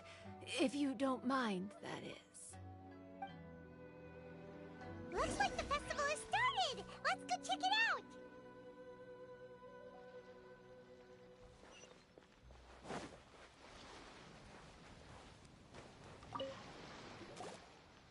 Ito and Goro! What are you two talking about? Oh, I was just saying that if I had more time, I'd have built a massive fishing pond here. Fishing? You know, when I lived on Watatsumi Island, I used to just dive into the sea and catch fish with my bare hands. Take it from an expert, using your hands to catch fish is nowhere near as fun as using a fishing rod. Just the other day, I caught a fish so big that I didn't even know how to handle it. I even wrote a letter to Yae Publishing House about it. That's an unusual problem to have. Huh? A big fish? How come you didn't tell us? Paimon could have helped you eat it. Huh? You wrote a letter to Yae Publishing House? Oh, you bet I did. I wrote to the That's Life column and asked Miss Hina for advice. She's so amazing. She got back to me really quickly, too. Huh. What a coincidence. I do some part-time work there, and I recently received a similar letter. You mean the letter was about dealing with a giant fish they caught? No. Could it be? Could it be that there's someone as good at fishing as I am? Oh, not on my watch. Hey, you all go enjoy the festival. I'm I'm gonna get out there and catch an even bigger fish. Just you wait. I'll be inviting you all to my fish feast.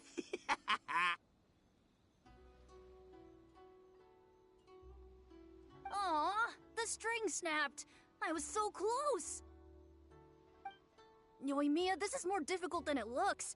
Can you really fish out these water balloons with a string? Don't worry. Let me show you a little trick. Just remember that your hand has to be quick. Yo-Yo Tsuri! Paimon's seen this game in some light novels before. Do you want to give it a shot? Close one eye, aim carefully, and fish it out quickly. Oh, it looks kinda tricky. Paimon will let the traveler try. You have to catch at least 3 water balloons since there's 3 of us. But Yoimiya, if I close one eye, I won't be able to see anything.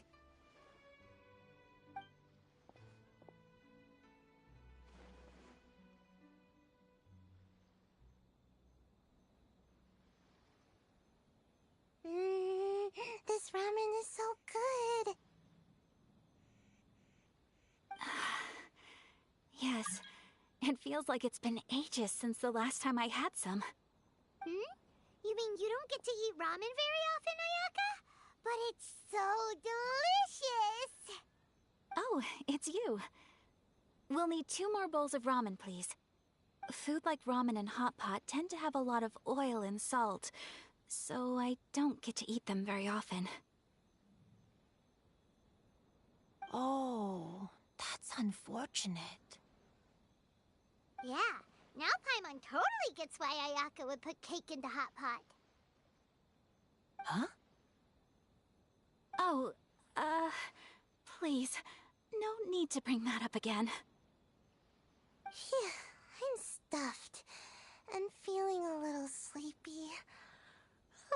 I'm just gonna take a nap. By the way, were there any special stalls at yokai festivals in the past? Yes, but... well, it's a long story.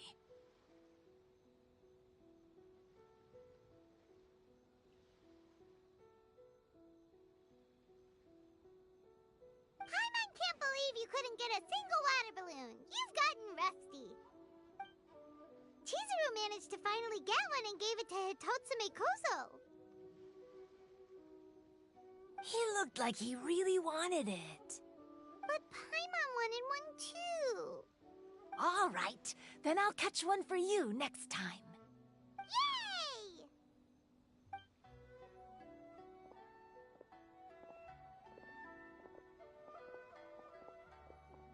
Come on now, this is way more expensive than usual. Even if it is a festival, you shouldn't hike up the prices this much.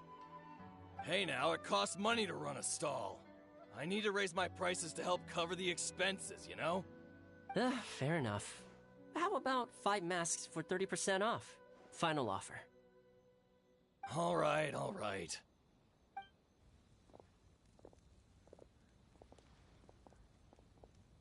It's so hot. Feels like I'm being roasted here. Don't get too close. It's better to keep a few steps back. I know. It's just so rare to see such a nice bonfire. I want to get as close as I can to enjoy it. There are many beautiful things in the world. There's no need to be anxious. The festival has only just begun. I was surprised that you didn't even tell your sister. It seems she was quite frightened, too. It would have been uninteresting had I told her what was going to happen ahead of time. Besides, with her friends by her side, she wouldn't ever be too scared.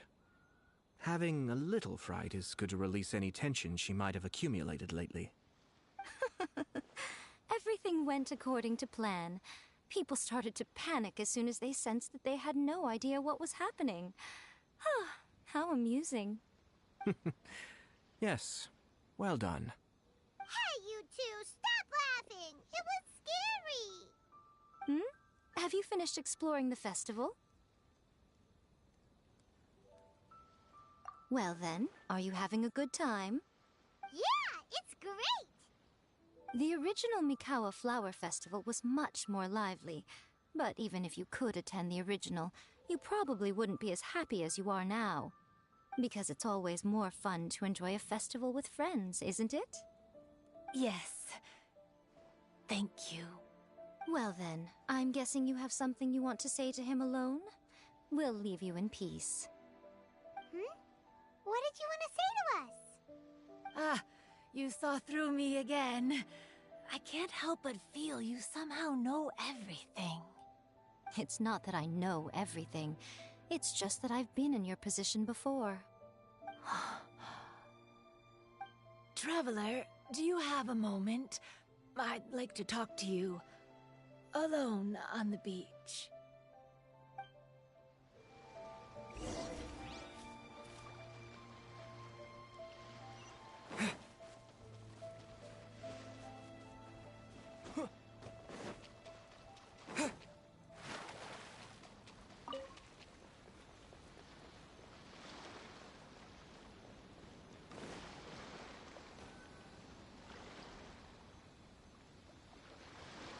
All right, here will do. Thank you for agreeing to come with me. Actually, I was delighted when I first discovered that I could take on a human form. I was a yokai derived from a pair of Hagoita who came into being in the middle of a festival, so naturally I enjoyed the lively festival atmosphere. I wanted to go to more festivals, become friends with humans, and play Akitsu Yugen with them. But every evening, as night began to set in, I'd recall the bitter smile of the old samurai as he set down the Hagoita, and the lonely Kamai sighing as he drank his sake. Then I would wonder, if I became friends with a human, would that person experience the same melancholy in the future? As a result, I was convinced that I couldn't do it. I told myself I would not repeat that same mistake. I'm sorry that I spoke so strangely when we first met. I'm sure it must have scared you. I expected you to flee in terror, but when we met again, you acted like you had no trouble being around me. I knew you mistook me as one of the yokai, but instead of telling you the truth, I went and played Akitsu Yugen with you.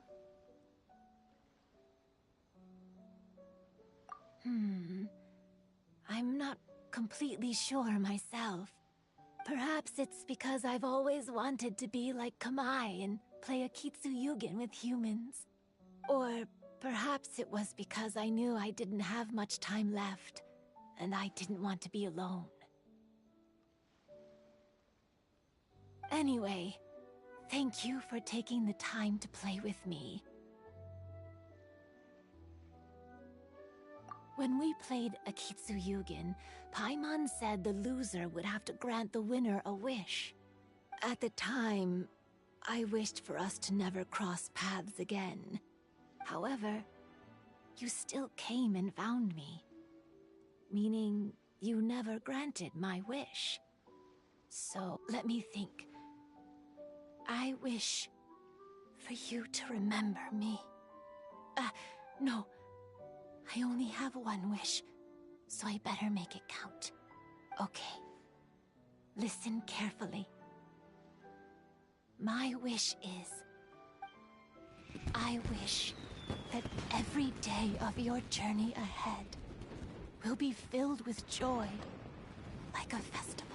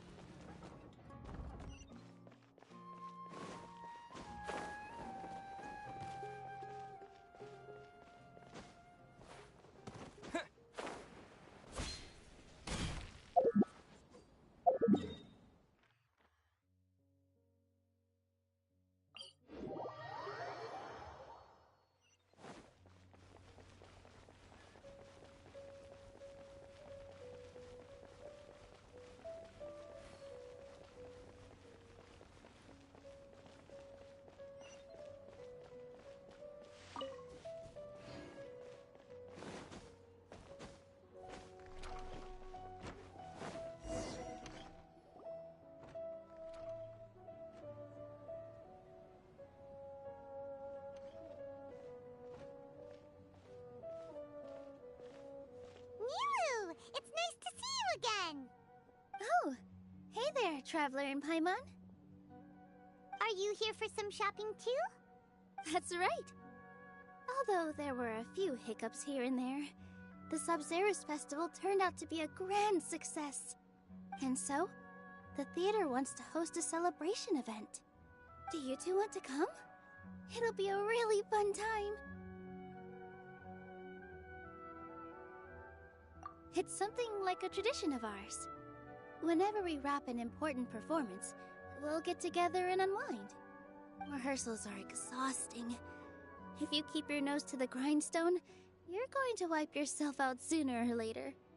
Mr. Zubair, our manager, always says that celebrations aren't just for fun, but that they should also be occasions for reflection and review. But no one remembers that once the celebration starts. It's not like he can't also have some fun himself. We've been to a lot of festivals during our adventures. Will your celebration also have lots of yummy food and drinks? Of course. We always do lots of eating, toasting, and gift exchanging. We try really hard to show our appreciation for everyone. Ah, so we'll need to bring a present. No way! Treat others how you want to be treated, right? Paimon already has a great gift in mind. But maybe you could lend Paimon some mora first? It's fine. No need to stress, Paimon. You can come, present or not. The gift exchange is just to make the celebration more entertaining. You two being there would be the best gift of all. It'll also be a good time to introduce you to the rest of the theater.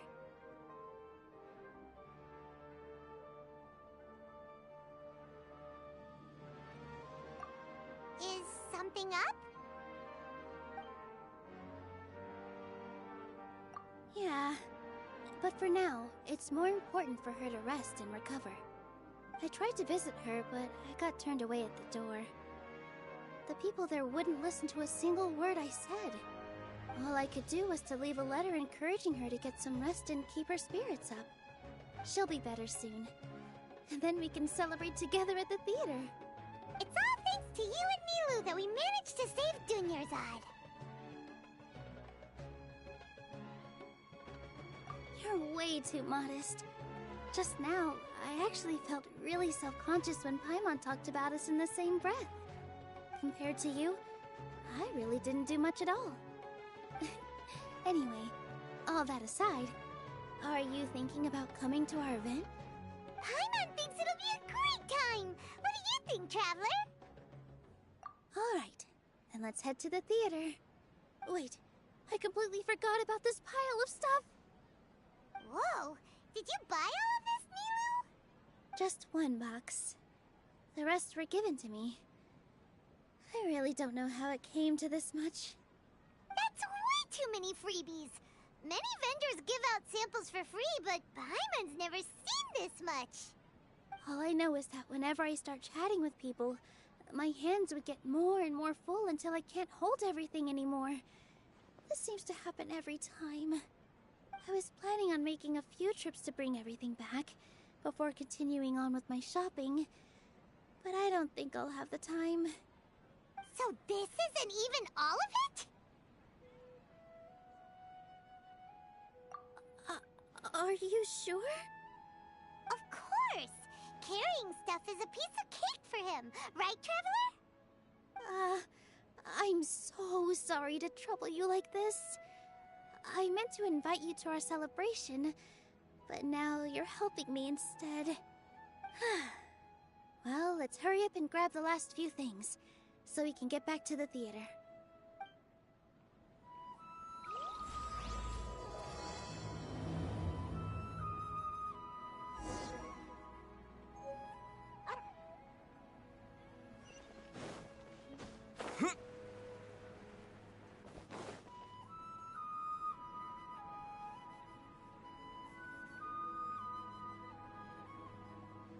Oh, well if it isn't Nilu. Greetings, Mr. Jute. Do you still have any food that's ready to go? Of course I do. I've heard that Zubair Theater is hosting a celebration event, so I've reserved some food for you in advance. Although, it looks like you're gonna need 2 more portions. Please allow me to introduce them. This is the Traveler, a very experienced adventurer. And this is Paimon, his super reliable guide and helper. No, Paimon is... hold on. She got it completely right. Look, Traveler, she introduced Paimon correctly! Don't underestimate Nilu. She always remembers every last little detail about everyone, even if it sounds completely trivial. She's also very brave. Just a little while ago, she saved my precious spices from the jaws of a sumpter beast. Don't think anything of it. I just help out when I can because everyone else takes such good care of me. Anyway, sorry to get off topic. We're in a bit of a hurry. Mr. Jute, did you say you didn't reserve enough food? I was joking. Anyone who runs a business knows to keep some extra stock. After all, orders get changed all the time. Oh, that reminds me. It seems that these friends of yours aren't from here. Have they ever tried any delicious tachin? Ooh, what a fantastic idea! Mr. Jute, did you bake a batch recently? Tachin is a mixture of rice and meat that's baked into a cake-like shape. Mr. Jute adds special spices into his. Its aroma is just so wonderfully delicious. If you ever see kids crowding all around Mr. Jute's place, you know he's baking up a storm. But is it really just for the kids? Don't you often follow them in too? I just can't help myself. We're 2 peas in a pod. Who doesn't enjoy some good food? Wait here. I'll bring some over.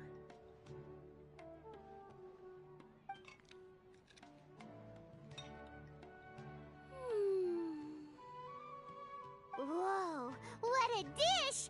It's sweet and sour and full of deliciousness! Paimon can't eat it fast enough!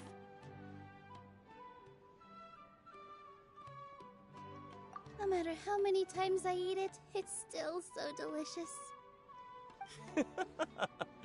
I wouldn't have offered it as a treat if I wasn't confident in the taste. I baked a lot just now, and it's all packaged and ready for you to take back to the theater. You made so much. Is it really okay to take them all? It was nothing. Making 1 serving or 100 servings is all the same to me. If anything, I should be thanking you for helping me clear my inventory.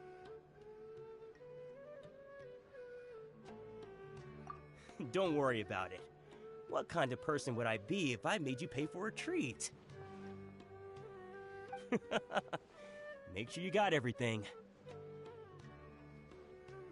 Feel free to come back anytime.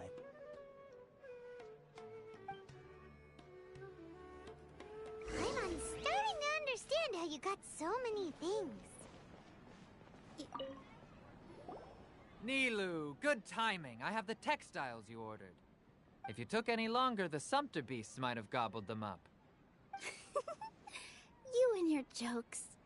Sumpter beasts won't eat those kinds of things, Mr. Offsheen. Jute said that some Sumpter beasts ate his spices. Were they yours? Oh,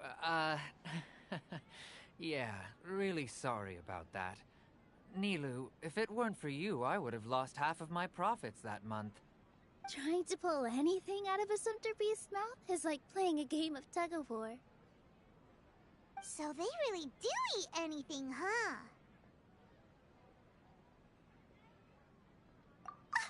What's that supposed to mean? Come now. You know, Sumpter beasts sometimes eat not because they're hungry, but because they like gnawing on things. The textiles you ordered are highly durable and woven from the finest thread.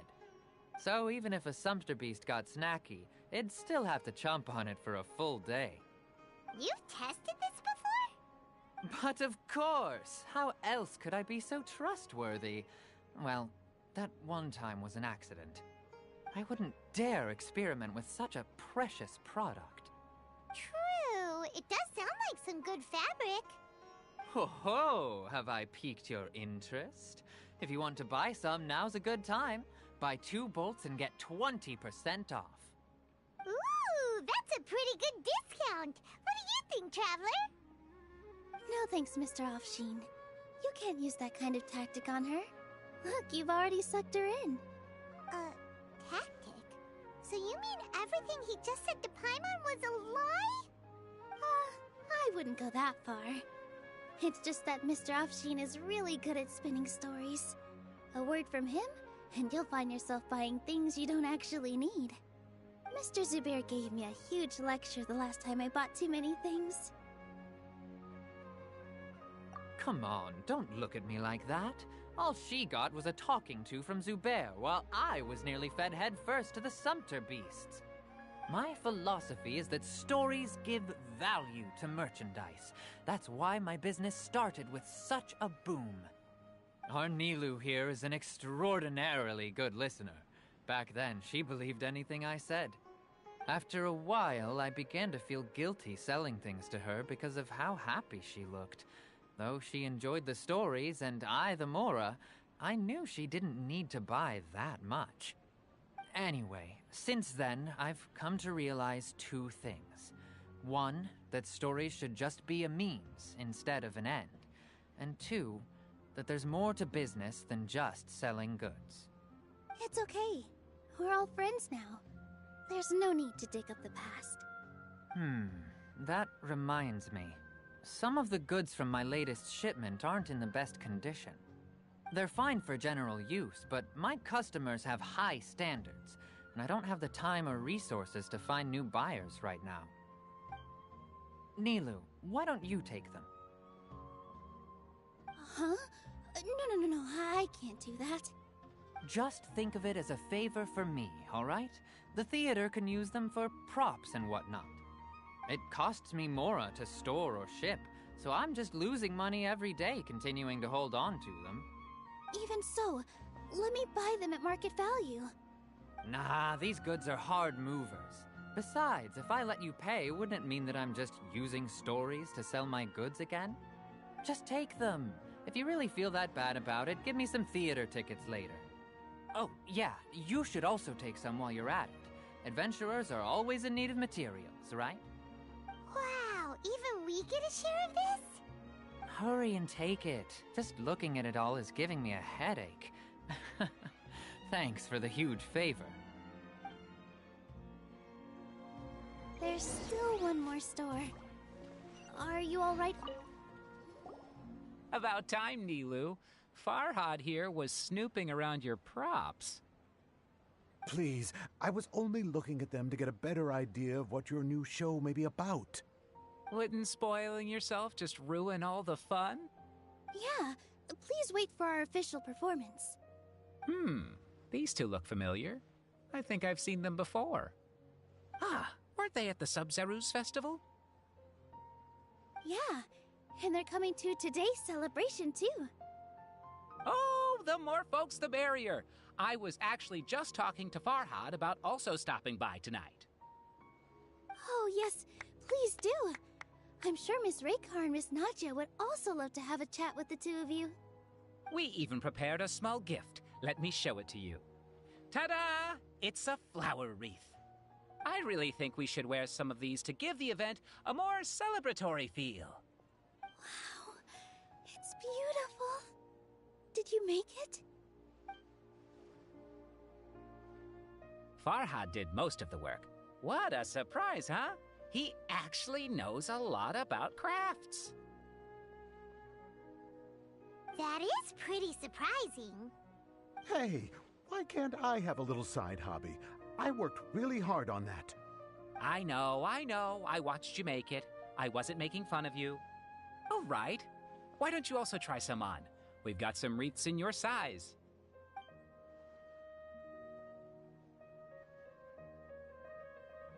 It fits perfectly.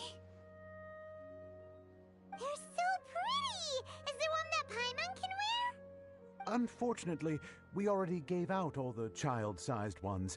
I wasn't expecting the theater to invite such a fascinating guest. Fascinating? Huh. That sounds kind of weird, but Paimon will let it slide. Oh, you all sure got a lot of stuff there. Let me help you carry some. I'm a porter by trade, so this is what I'm best at. That'd be great! Please and thank you.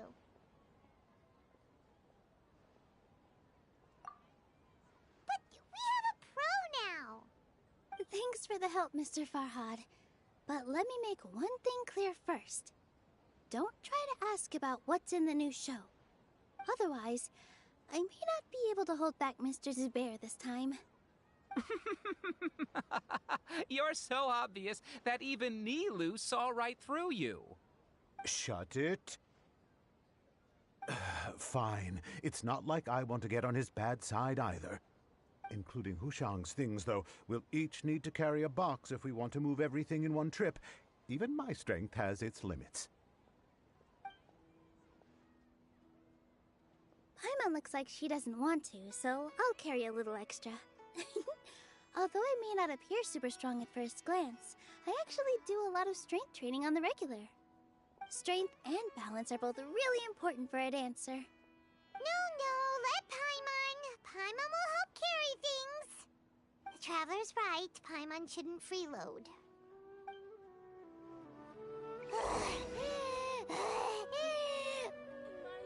Paimon can't fly anymore. Are you okay, Paimon? Paimon's good to keep going. But Paimon now understands when people say there's no such thing. Oh, that sure was a lot of stuff. Oh, looking forward to the event later. Thank you, Mr. Farhad. Thank you, Sumpter Man.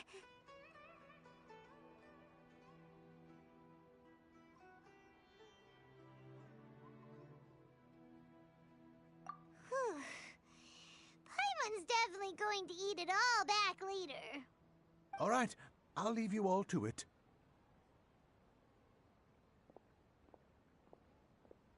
See ya. Good thing we had Mr. Farhad with us, or else that would have taken way longer.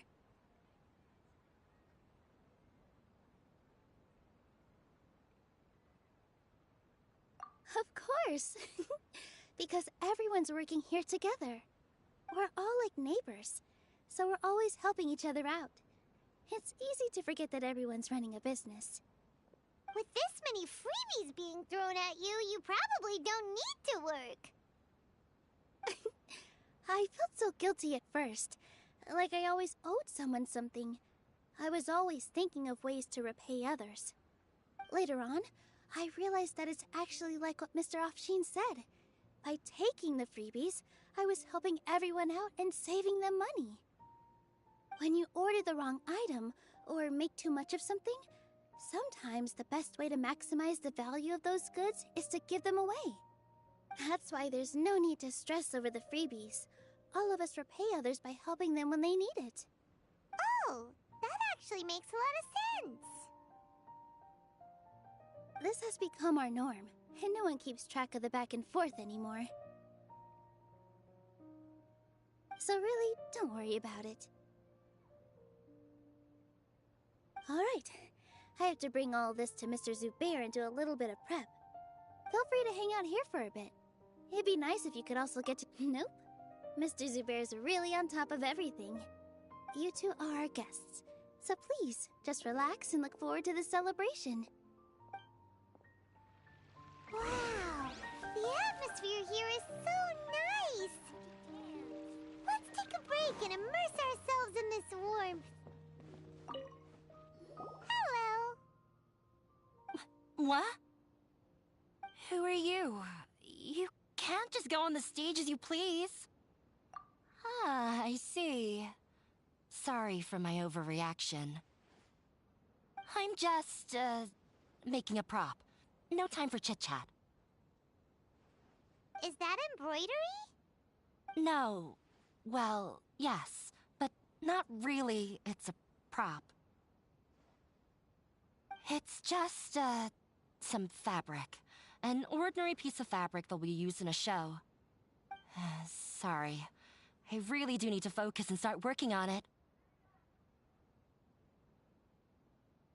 What an oddball. Is prop making something to be that jumpy about? Oh well, it's none of our business.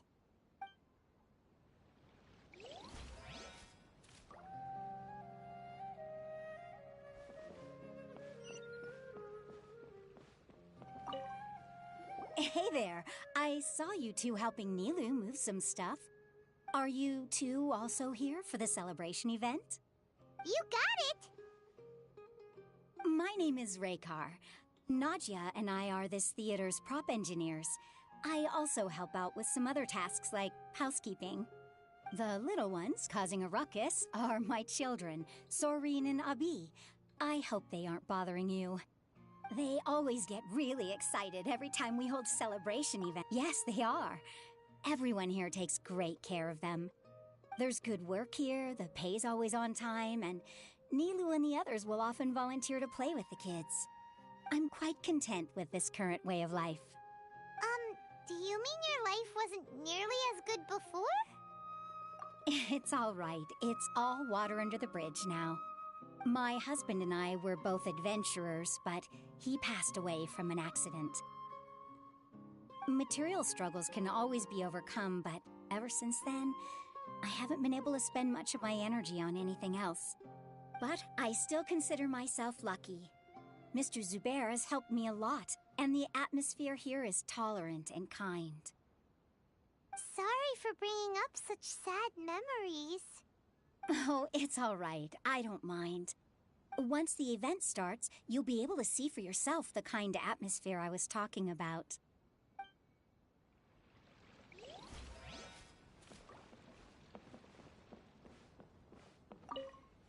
Hey there! Ah, a newcomer. Doesn't look too bright. Hey! Talk about judging a book by its cover! You, on the other hand, you're a special one. How would you describe the concept of art?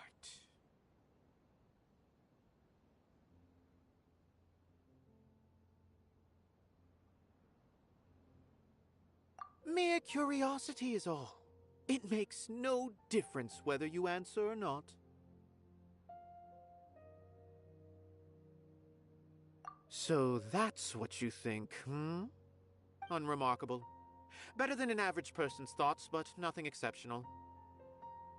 Is art a product that we create and bring forth, or is it a naturally existing resource? I, for one, believe it to be the latter. Paimon doesn't follow. I've been staying here for a long time. On occasion, I'd assist them in penning lines of dialogue, but most of my time I just stand back and watch. I prefer to abstain from writing as it spoils the viewing experience. The existence of the theater, of Nilu, and of humanity itself. All of these can be considered as forms of art. It is not some intangible construct beyond the horizon. How does that have anything to do with us? Let me ask you this. What do you think? I suppose that question was a little too difficult for you. To chance upon a spark of inspiration. I have been closely observing you, the players on the stage, and those watching in the audience. Art is already all around us. Look! Nilu's back! Let's meet up with her. The event's probably about to start. Sorry for the wait. Preparations for the celebration are finally done. I'll call everyone over, and then we can start. Let us give you a hand. Thank you.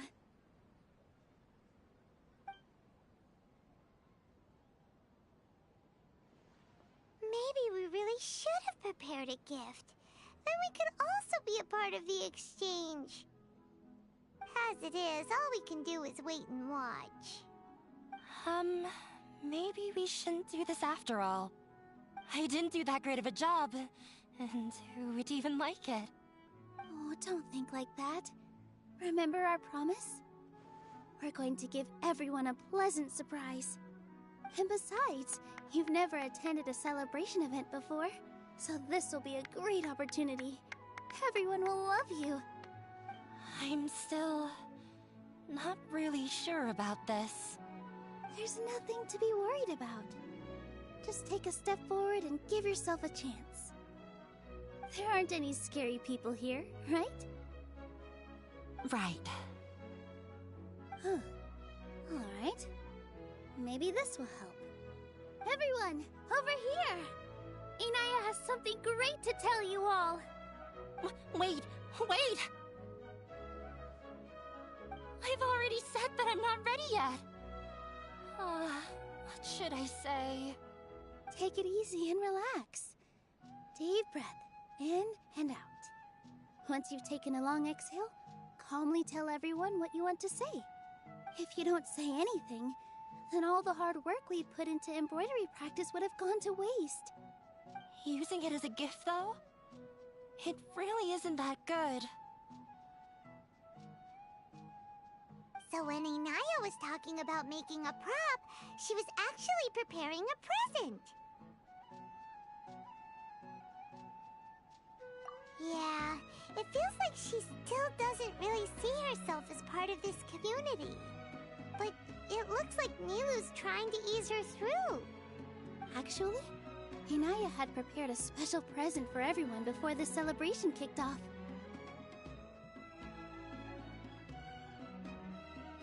Woohoo! We're gonna get our first present for Miss Inaya!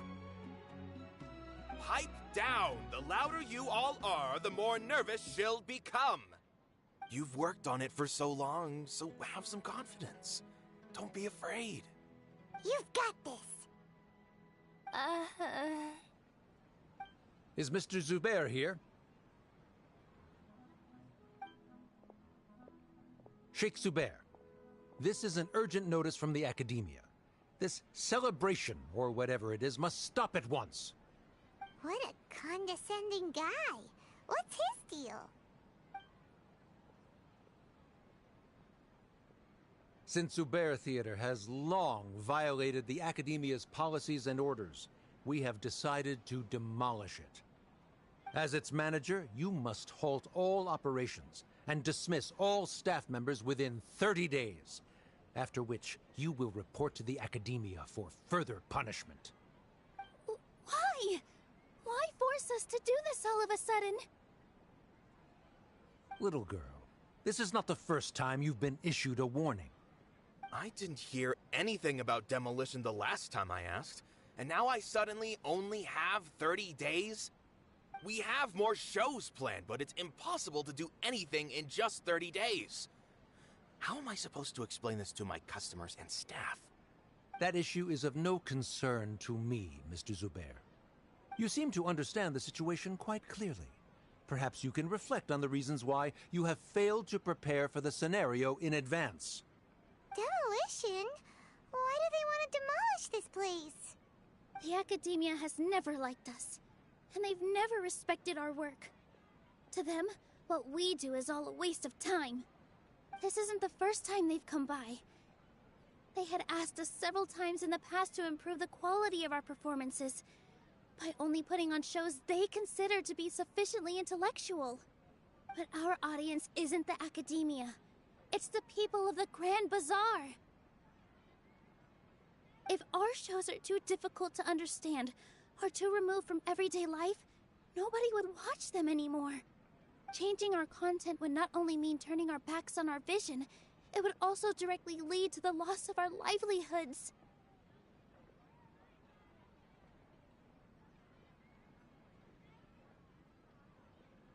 Yeah, the theater is very important to each and every one of us. The way they're doing things is so scummy. But I also don't know how we can stop them. I do not wish to explain everything again from the beginning. Time is of the essence, so you should act with haste instead of asking frivolous questions. But none of us plan to accept this. Such an abrupt notice is contrary to established policy. Ask whoever you will. The answer will remain the same. We have already given you sufficient notice. Enough! Does your audacity know no limits, Father? Huh? Father? Their family? What academia? This is all because you don't like Zubair Theater. You're just using the Academia's name to threaten us. Let me tell you, even if you manage to tear down this place, nothing is going to change. You've always been awful. But even I never thought my father would sink this low. This is strictly business. It has nothing to do with where you are, what you do, or what you think. I hope you all have not been irrevocably blinded by folly. I will not waste more time on pointless arguments. Wrap everything up, and make preparations to shut down at once.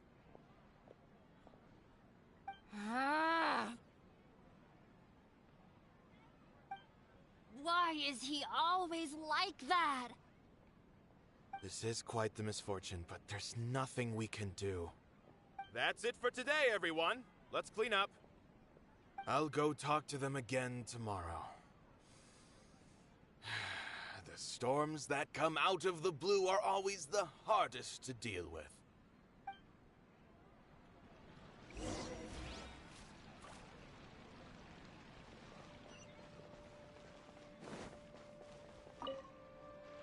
Sorry. I invited you thinking this was going to be a happy occasion. I didn't know that things would turn out like this. There's no need to apologize, Nilu. No one could have seen this coming. Paimon just wishes she could have at least gotten to the food. Is what that guy said true? The Academia has already given you many warnings? Yeah, I guess you could say that. They've always seen us as being meaningless. Knowledge is king in Sumeru, and their pursuit of it leaves no room for the arts. But if that's all it is, there's also no... After Inaya ran away from home, I brought her here. She rarely talks about her family. All I know is that she didn't get along with them. I never expected it to blow up like this. If you did nothing wrong, then there's no reason to listen to the Academia, right? Who cares? Let's just take him in a fight!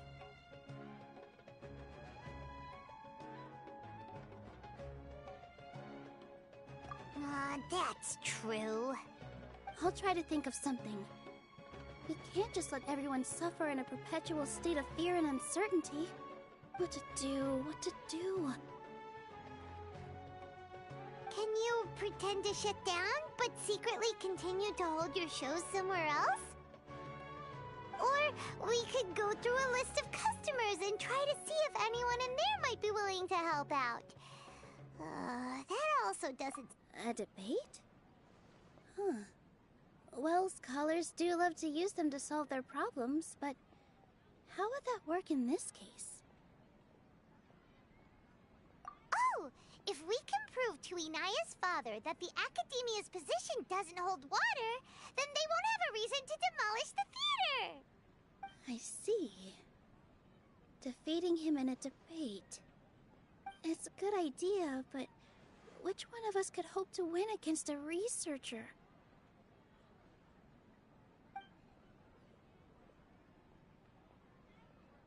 Huh? Me? No. I'm the literal worst at arguments. I can't debate.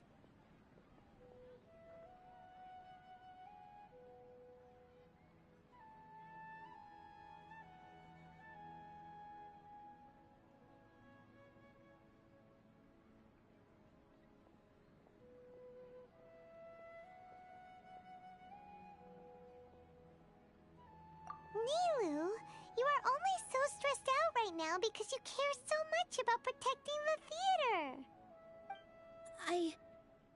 This theater holds a special meaning in all of our hearts. It's irreplaceable. But I just don't know. Can I really take on such a huge responsibility?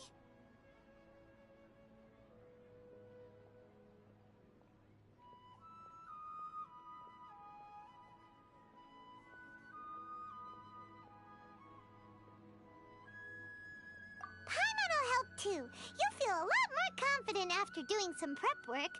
Believe in yourself. Thanks, you two. Alright, I've decided.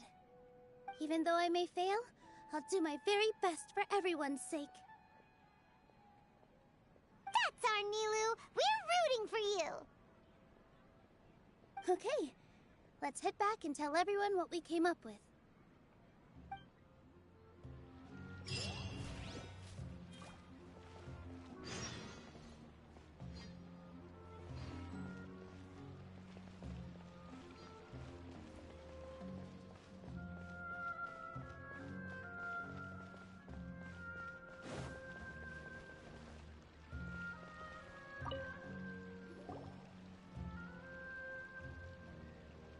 Trying to best the Academia in a debate is attempting the impossible.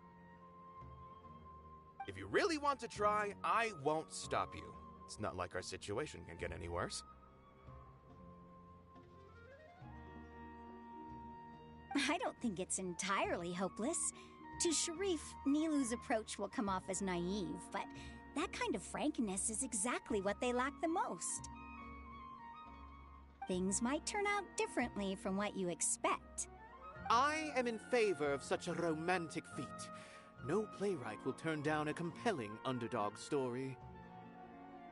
Sure, in fiction, but I'm not sure how well that will translate to reality.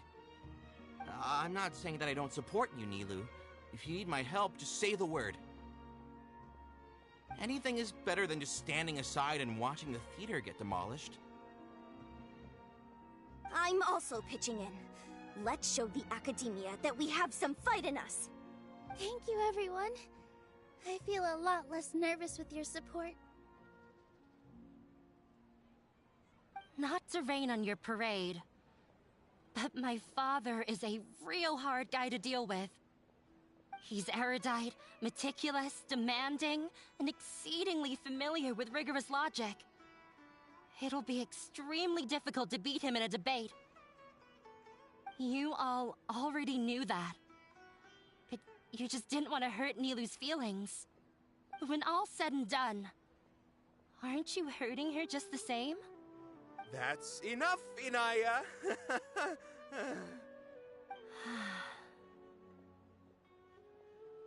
Sorry, I've ruined the mood. I just can't force myself to expect a positive outcome. Yeah, it's way too early to give up. You're right, Inaya. We're up against the Academia. Everyone knows that they're very powerful. Being skeptical might actually be the more normal response. But I still want to try. I'm reluctant to just let Zubair Theater go. And it's not just me. I think everyone else here feels the same way. If we're unhappy, we should speak up and let our voices be heard. Say what's on your mind, and do what you think should be done. If we fail after that, then at least we won't have any regrets. I mean, after all, the only thing we can control right now is our choice at this very moment. I understand what you're trying to say. I also have my own intense feelings of anger and regret. Then, could I trouble you to tell your father about our plan for a debate? You can still get in touch with your family, right? Yes, I can. Then, please help us pass on my request. I've never participated in a debate, and truth be told, I'm still not really confident in myself. But since we've decided on a debate, I'll do my best to prepare for it. I'll gather everyone's thoughts and let them be known to all during the debate. I, by myself, definitely don't have enough wisdom to beat your father. But what about the entire theater combined? Then we should have a chance, right? Right. That's right, Miss Nilu! Beat the bad guy! Justice will prevail! Make him eat dirt! You too.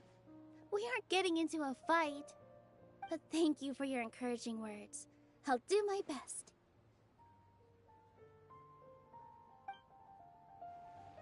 Well said back there, Nilu!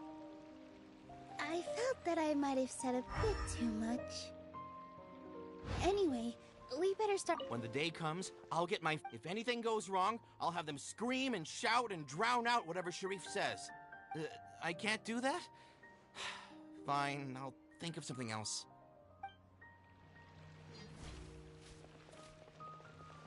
Alright, time to pull everyone's thoughts.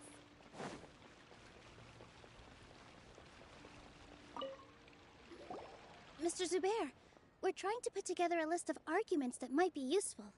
Any ideas? It won't be difficult to explain our position. They're in the wrong, and they know it. I have meticulously managed this theater's affairs for years, and I have abided by every procedure and obtained every permit. I did all of that to protect ourselves if something like this were to occur. I didn't Yes, I know. But anyone who's staying at the theater is one of us. If I can't even protect the members of the theater from outside pressure, then I have failed in my duty as a manager. In summary, you need sufficient confidence and strict adherence to the rules. At least for now, they don't have the authority to demolish the theater. As long as you double down on that point and force them to concede it, you'll gain an advantage. All right, got it. I've seen many situations like this before. The academia sure likes to get its nose into everyone's business. While you prepare for the debate, I will also prepare the theater for the potential aftermath. It's best to prepare for the worst outcome. Once you're done chatting, do me a favor and tell our customers that we're canceling all of our shows. Do we really have to? Right now, no one's in the right frame of mind to perform. I have to consider both our staff and our customers. This is the only way. Nilou, you are incredible. With your talent and youth, you had the least to lose out of all of us. And yet you were still the first to take a stand. I've never thought about leaving your theater, Mr. Zubair. I truly love this place, and I want to keep dancing here. I also want to keep dancing with everyone else. You're becoming more and more like her. Do your best. We'll do all that we can, and leave the rest to fate. Her? My teacher. She was an excellent dancer. I've gained a whole new level of respect for you. Inaya was right. It's true that I couldn't bear to bring down Nilou. It wasn't out of pity or anything, though. I just felt like I didn't have the right to say anything. After all, Nilou was the one who bravely stepped up and proposed to fight back. I didn't have that kind of courage or initiative. I'd be a terrible person if I spoke badly of Nilou without doing anything to help. She knows better than any of us how difficult this path will be.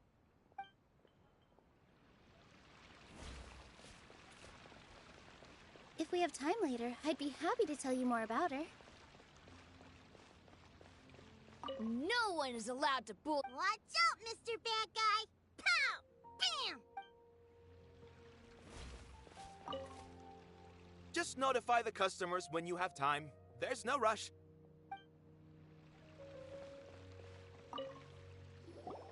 I didn't expect you all to challenge the academia. That reminded me of my younger years. Back then, I feared nothing and no one, and I was always charging into the most dangerous of places. I can't do things like that anymore, but those were some of the best times of my life. Sorry. If the theater really ends up getting demolished, then you, Soren, and Abi will all... It's all right. There's no need to think such heavy thoughts. Even if the building gets demolished, its people will still all be here. Have faith in the resilience of an adventurer. We can always figure something out. But won't you have regrets if things just come to an abrupt end? It'd be like when you were forced to stop adventuring. Ah, so that's what you were worrying about. Relax. I've had a lot of experience with regret. Things are painful at first, but as they say, time heals all wounds. Look at us now. Serene and Abi are happy. And Serene has also just passed his theater exam. He can start acting soon. He was thrilled because he can soon perform on the same stage as you. We wouldn't be here if it weren't for our past struggles. And would Serene have become a happier person? That's hard to say.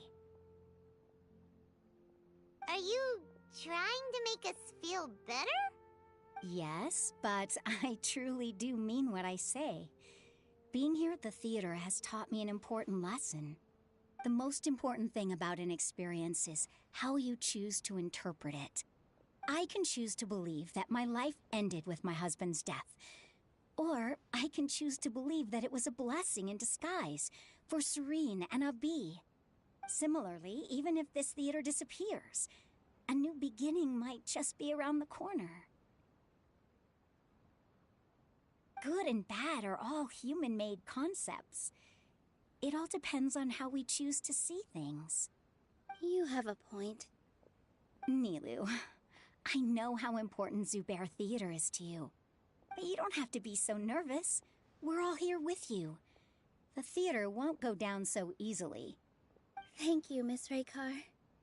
No need to thank me. If anything, you inspired me with your bravery. You might... You're too kind. All right, I gotta cheer up. I can't waste everyone's words of encouragement. I feel a lot better. Good. My children and I will be cheering you on at the debate.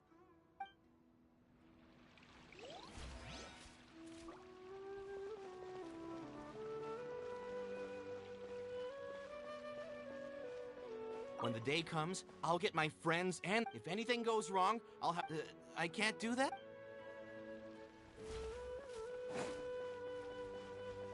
This just came out of nowhere. What'll happen next? Beats me. Everyone else must also be at a loss.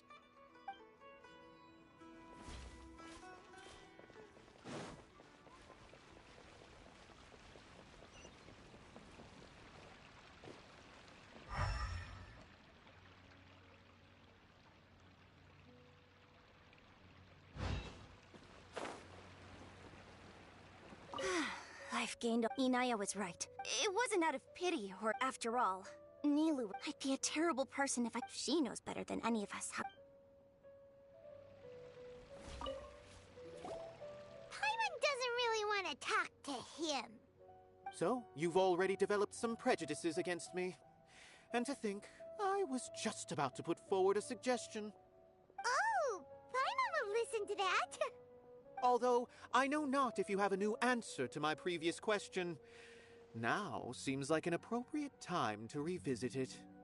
What do you think is the meaning of art? Oh, this again? We probably do need to tackle this question if we want to prove the value of the arts. I don't know how to explain it, but all I know is that when my performance makes the audience happy, I also become very happy. Does that count as a meaning? You answered him so seriously. Careful, Nilou. This guy's ramblings never make any sense. No. Nilou's answer far surpasses yours, and it is close to my own. The meaning of art comes not from its creators, but from its audience. In other words, only art that can be appreciated by others will impart its essence and value upon the minds of its audience. This is something that the academia can never understand.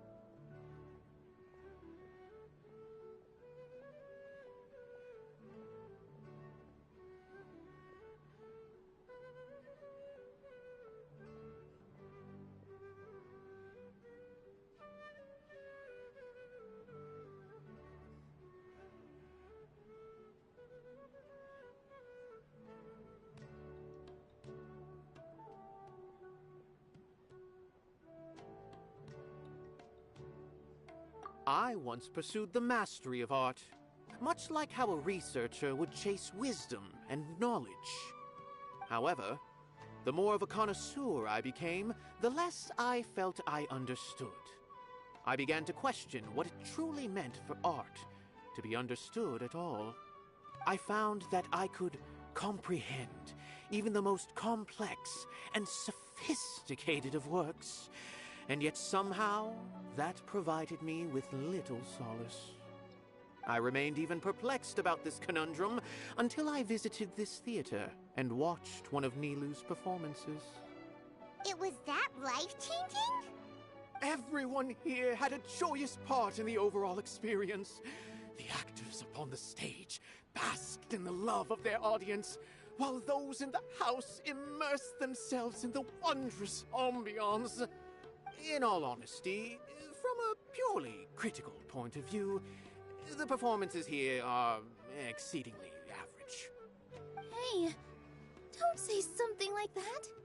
But what bewildered me was how, despite the performance's middling quality, they captivated their whole audience. They captivated even me. I realized then that I had walked the wrong road. The mastery of art was never what I truly wanted. I left the so-called frontiers of artistic research and came to this theater, for this is where I can finally find what I seek. Art will no longer be a castle in the sky. Whether it be inspiring or entertaining, art must be appreciated by others to confer value. If art cannot accomplish that, then it is meaningless. When you put it that way... Mr. Zubair and I refused to follow the Academia's orders to change our shows for a similar reason. To put it simply, we were afraid that our shows would lose their meaning if people couldn't understand them. I once stood in the spotlight, but I relinquished fame and acclaim for the freedom I enjoy today. I care not for where my feet may take me next, but Nilou, you need to remember one thing. You already stand upon the finest stage there is, and that is a rare gift that should never be taken for granted. You cannot give it up, not even to the Academia. I understand. Thank you for your words of encouragement, Mr. Kasani. Dust the cobwebs away from the eyes of those scholars. He really seemed to care a lot about the theater. Once you get to know him, you'll realize that he's actually a big softie at heart. He'll even help out with furniture repair and painting the stage. Wow. Paimon didn't think he had that.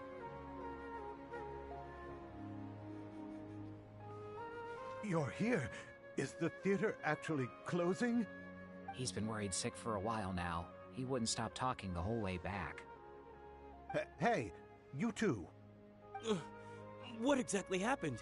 Did someone come down from the Academia? Yes.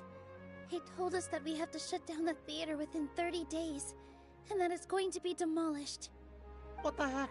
That came with no warning. They're messing with us again. Don't tell me you'll have to listen to him. Come on. You know the answer to that. Yeah, it is a direct order from the Academia. There's no need to worry, though. I'm preparing for a public debate with the Academia.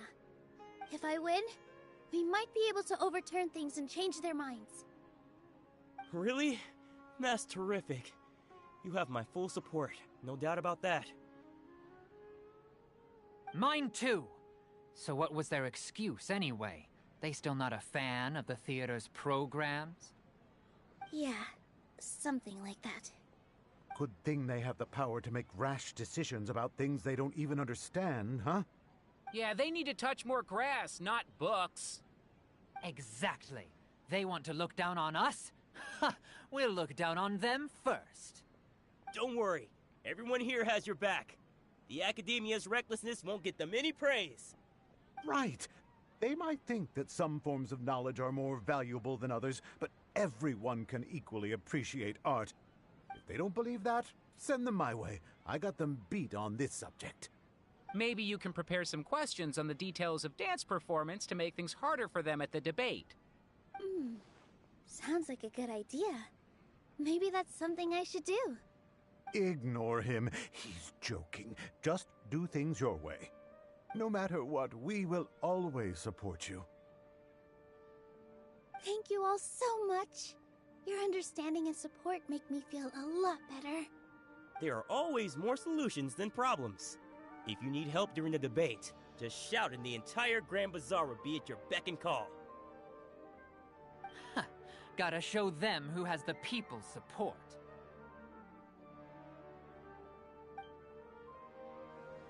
I feel like the pieces are starting to fall into place. Let's head back to the theater and organize our thoughts. Abby? Have you seen Miss Inaya? No, Miss Nilu. Miss Inaya isn't back yet. Wasn't she just passing on a message? Does she really need this much time?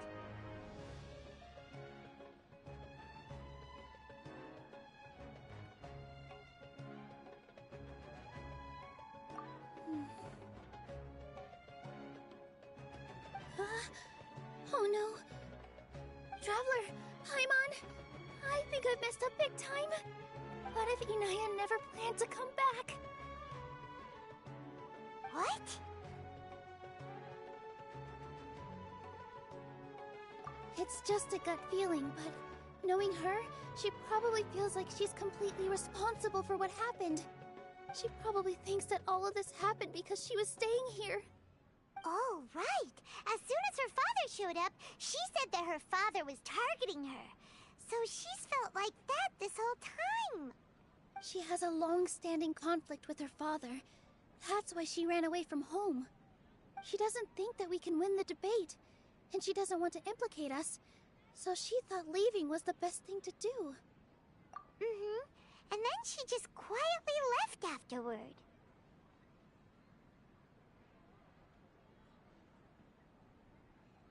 Exactly. She's being too pessimistic. How will you know if you don't try? Anyway, first things first. We have to get her back. But where should we start? Sumeru is huge!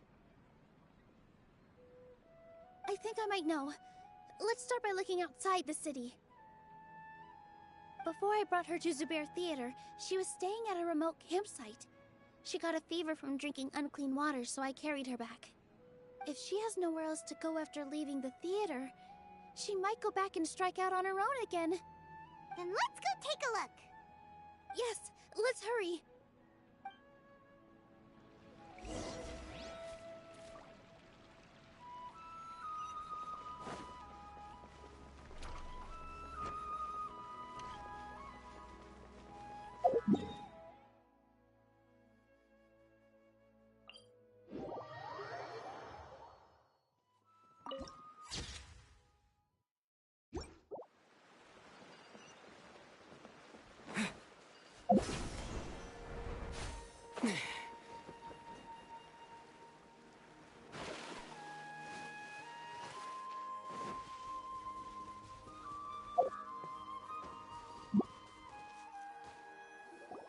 There are signs that someone had stayed here very recently. But we can't confirm if it was Inaya or not. Let's take a look around first. Did you hear that? I heard it too. Let's investigate.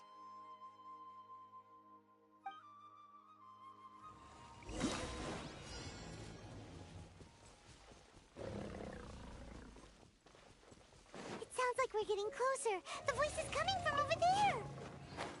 Yes, we're almost there. Stay back! It's Inaya! She's being attacked by wild animals! Inaya, don't be scared! We're coming to help!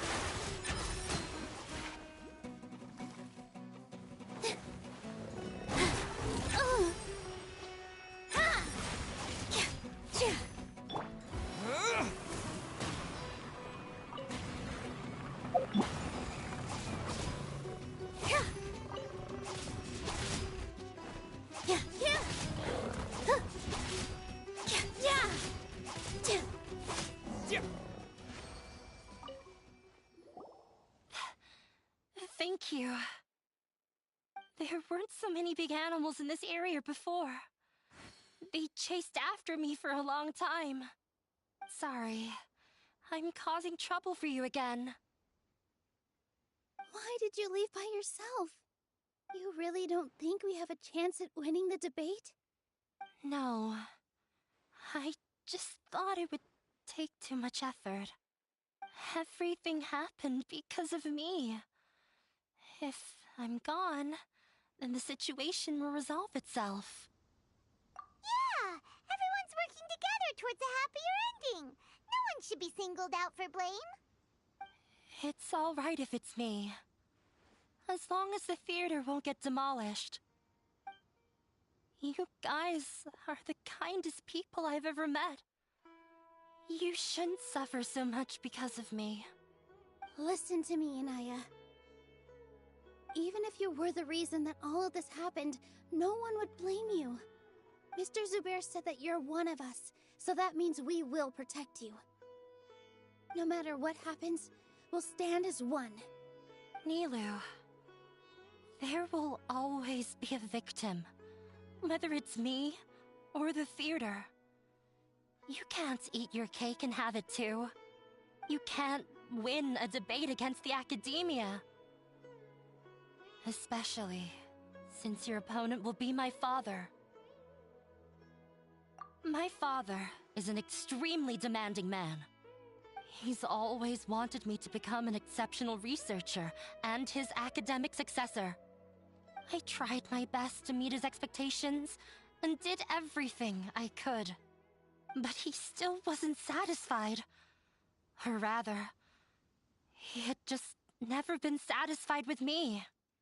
I'm no genius. But whenever he berated me, it was always as if he was asking me, "Why aren't you a genius?" Yeah, like I'd know. So that's why you ran away from home? At first, I thought the father would slowly come to terms with reality. But he just wouldn't stop berating me. For one exam, I earned the 3rd highest score. I thought that all my hard work had finally paid off, and that I could finally make father feel some modicum of joy. I even used the embroidery skills I learned at school to make a commemorative gift for him. I thought, even this daughter can make her father happy sometimes. Right? I see. When we were embroidering your gift before, I didn't feel like you were new at it. Yeah. Sorry for not bringing it up. These are not pleasant memories for me. I was tired of him yelling at me every day. All I wanted was to see him smile at me. But he was more angry than ever before once I'd given him my embroidery and told him my score. He flung my present to the side. You think you should be proud of 3rd place? Reflect on why you weren't first. I forgot how long I'd cried for. I only remember my parents arguing. My mother also thought he went overboard. They argued for such a long time. My father eventually stormed out and slammed the door behind him.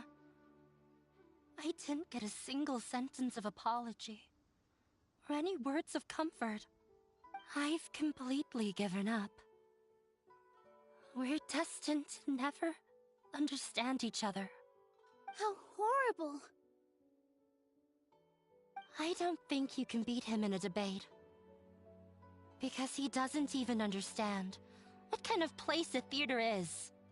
He can never understand the relationship performers have with their audience.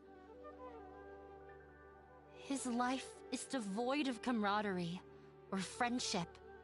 He just wants everything to happen according to his wishes, as if the world revolves around him. What we cherish, our little place in this world, means nothing to him. It sounds like your past has had a huge impact on you. I understand now, Inaya. But when we were preparing for the debate, I heard something quite wise. Maybe it'll help you.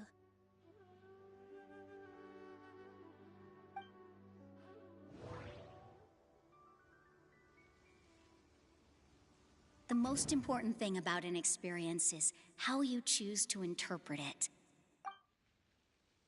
Art must first be appreciated by others to confer value. Mr. Zubair has been meticulously managing the theater. Everything checks out. Everyone is free to appreciate art. No form of art is inherently superior. No. There should be something... No.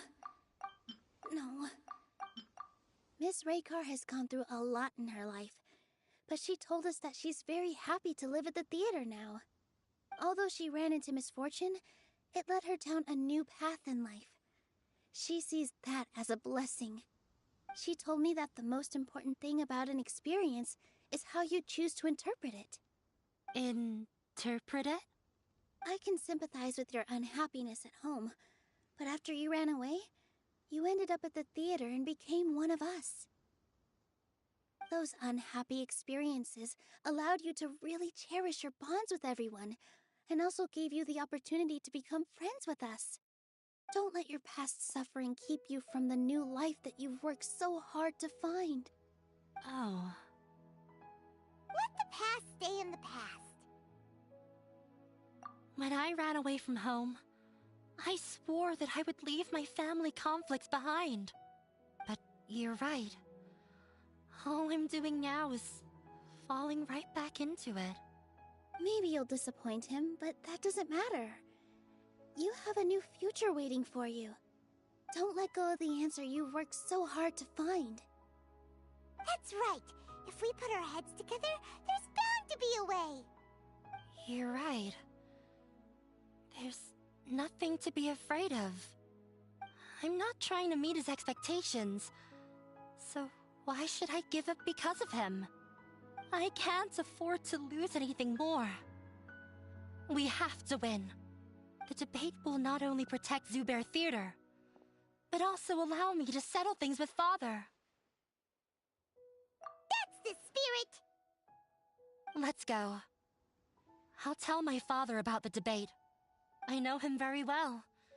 Even if he looks down on us, I know how to make him accept. All right, let's go.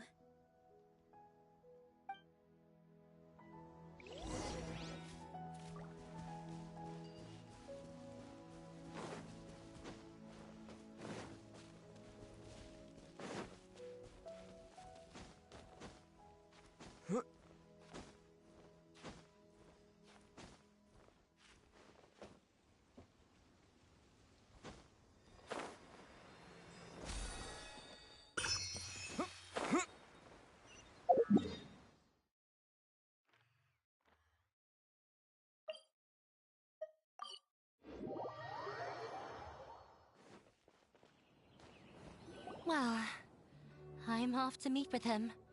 Please wait here for me. Okay. Looking forward to your good news. That should be everything.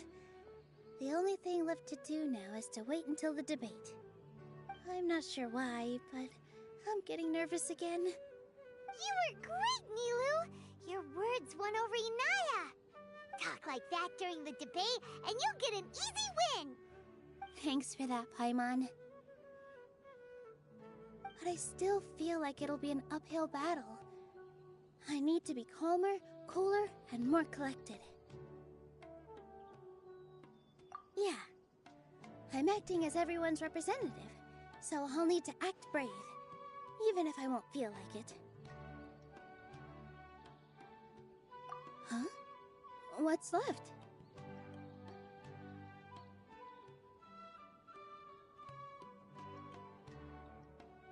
Huh? What a strange question. Isn't a theater just a theater? Why would it need to be anything else? Wait. You're not asking what the theater does, but what it is. Let me think. How can I put this?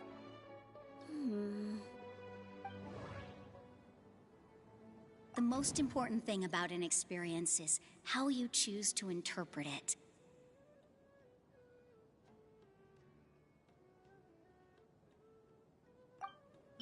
Art must first be appreciated by others to confer value. Mr. Zubair has been meticulously managing the theater. Everything checks out.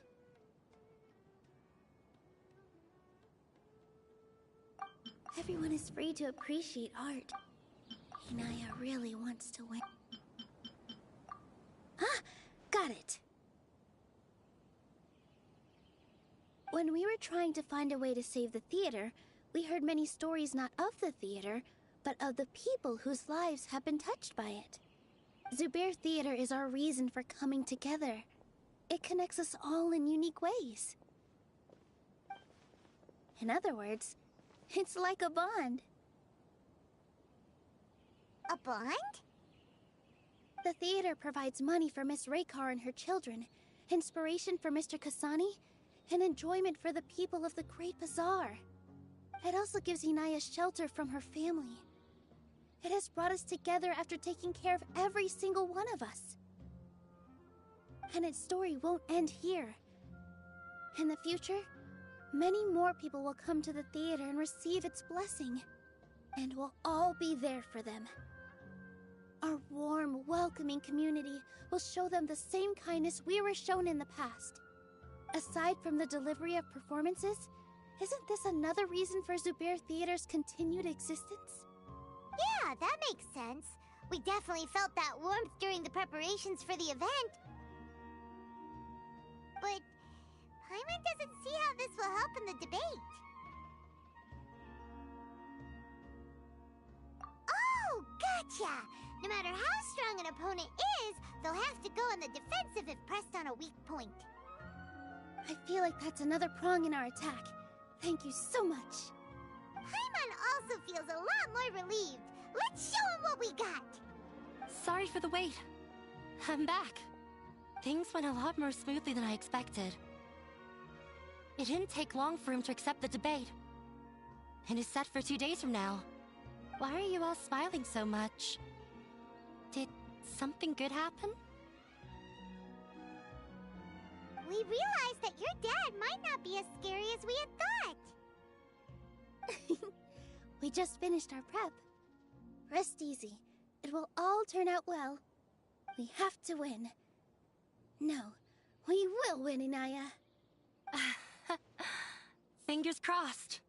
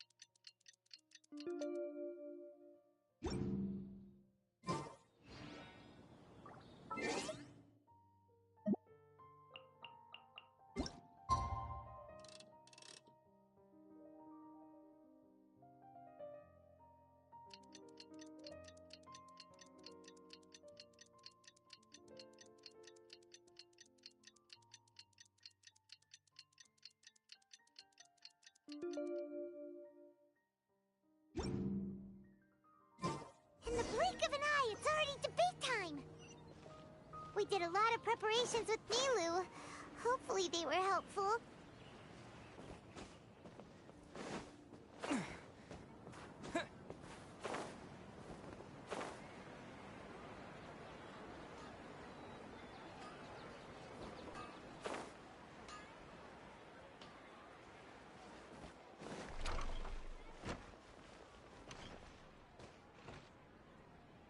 Hello and welcome, everyone.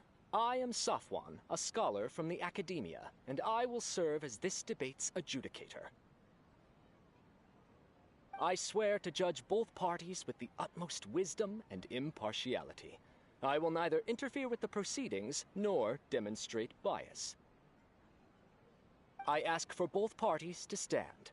May the Dendro Archon also serve as a witness to this duel of wits. Since you so desperately demand an explanation, I will expound on the Academia's stance. You may have misunderstood us from the outset and believe that the Academia is prejudiced against you. However, the truth is that the Academia wishes for every resident of Sumeru to be afforded opportunities to grow and cultivate their wisdom. Therefore, the works they consume should also possess enlightening qualities and intellectual value. We have failed to identify these qualities in the shows performed at Zubair Theater. In other words, instead of struggling against the academia in pointless confrontations, if you had spent your time reflecting on improving the quality of your shows and enlightening your audience, Zubair Theater would not be today facing such a tragic fate. Aggressive from the get-go. He's really putting on the pressure. Can Nilu stand her ground? Calm down, Nilu. First, carefully analyze what he said. He said that we were shut down not because the academia looks down on the arts, but rather because our shows aren't up to their standards. However,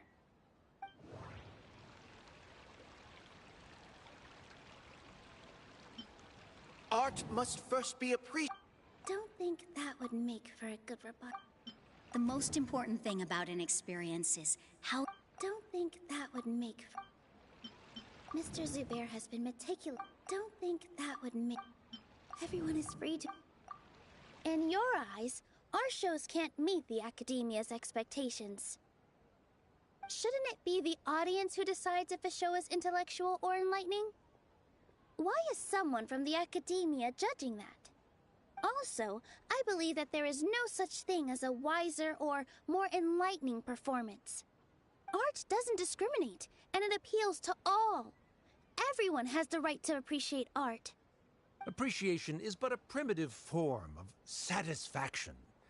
Guidance and enlightenment are necessary if we are to induce growth in the performers as well as the audience. This stance holds performers to a higher standard and encourages the development of the arts. If all performances are simple-minded, require little effort to comprehend, and lack any impetus for the betterment of society, then the people will not be able to develop a greater level of artistic understanding.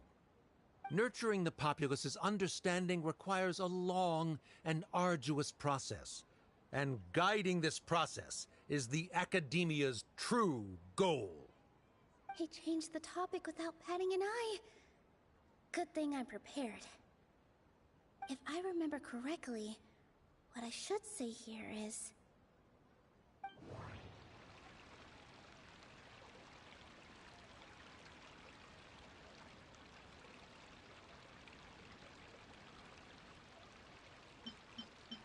Hinaya really...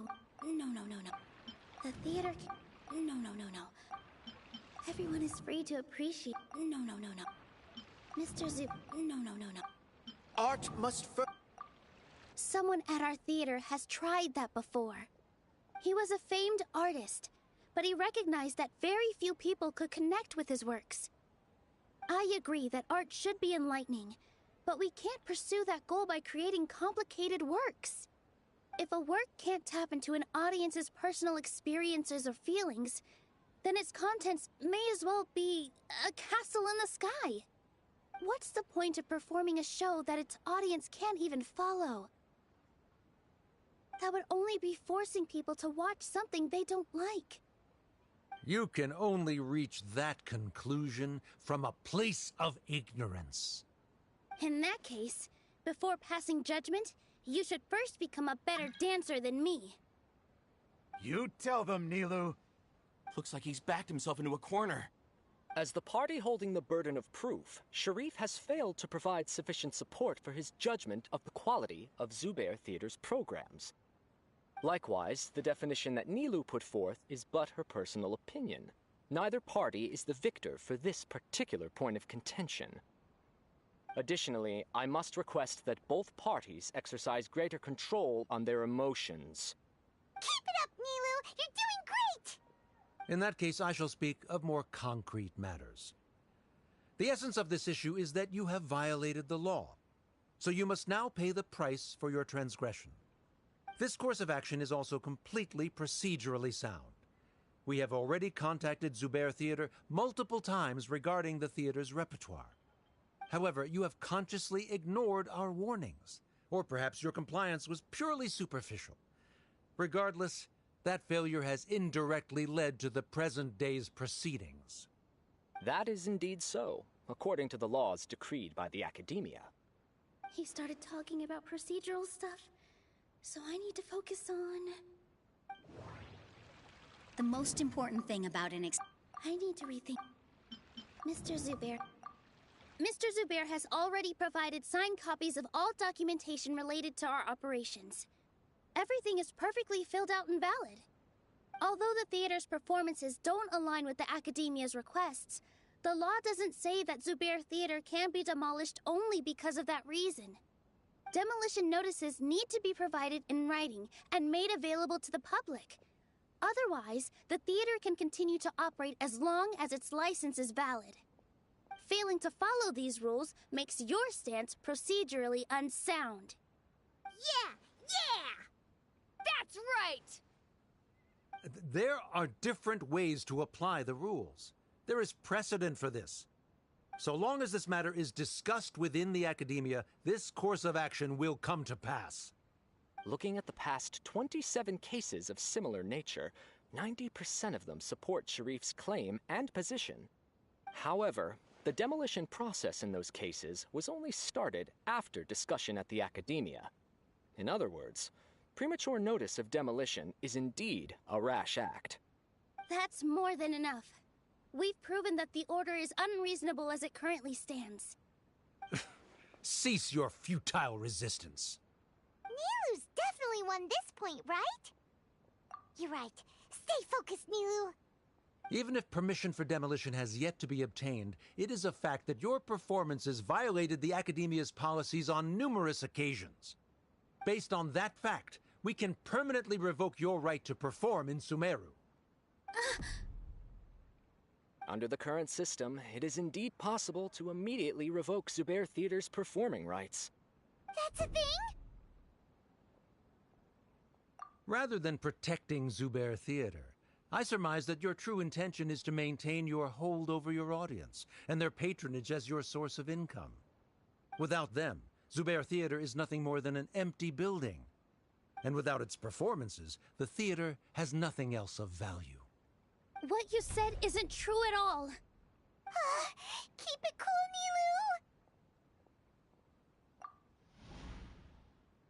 Nilu! Right. I need to keep calm, but he... Just a little more. Zubair Theater isn't just a performance venue to us. The theater carries everyone's feelings. Zubair Theater isn't simply a performance venue to us. It means more than that. It's been our home for a long time.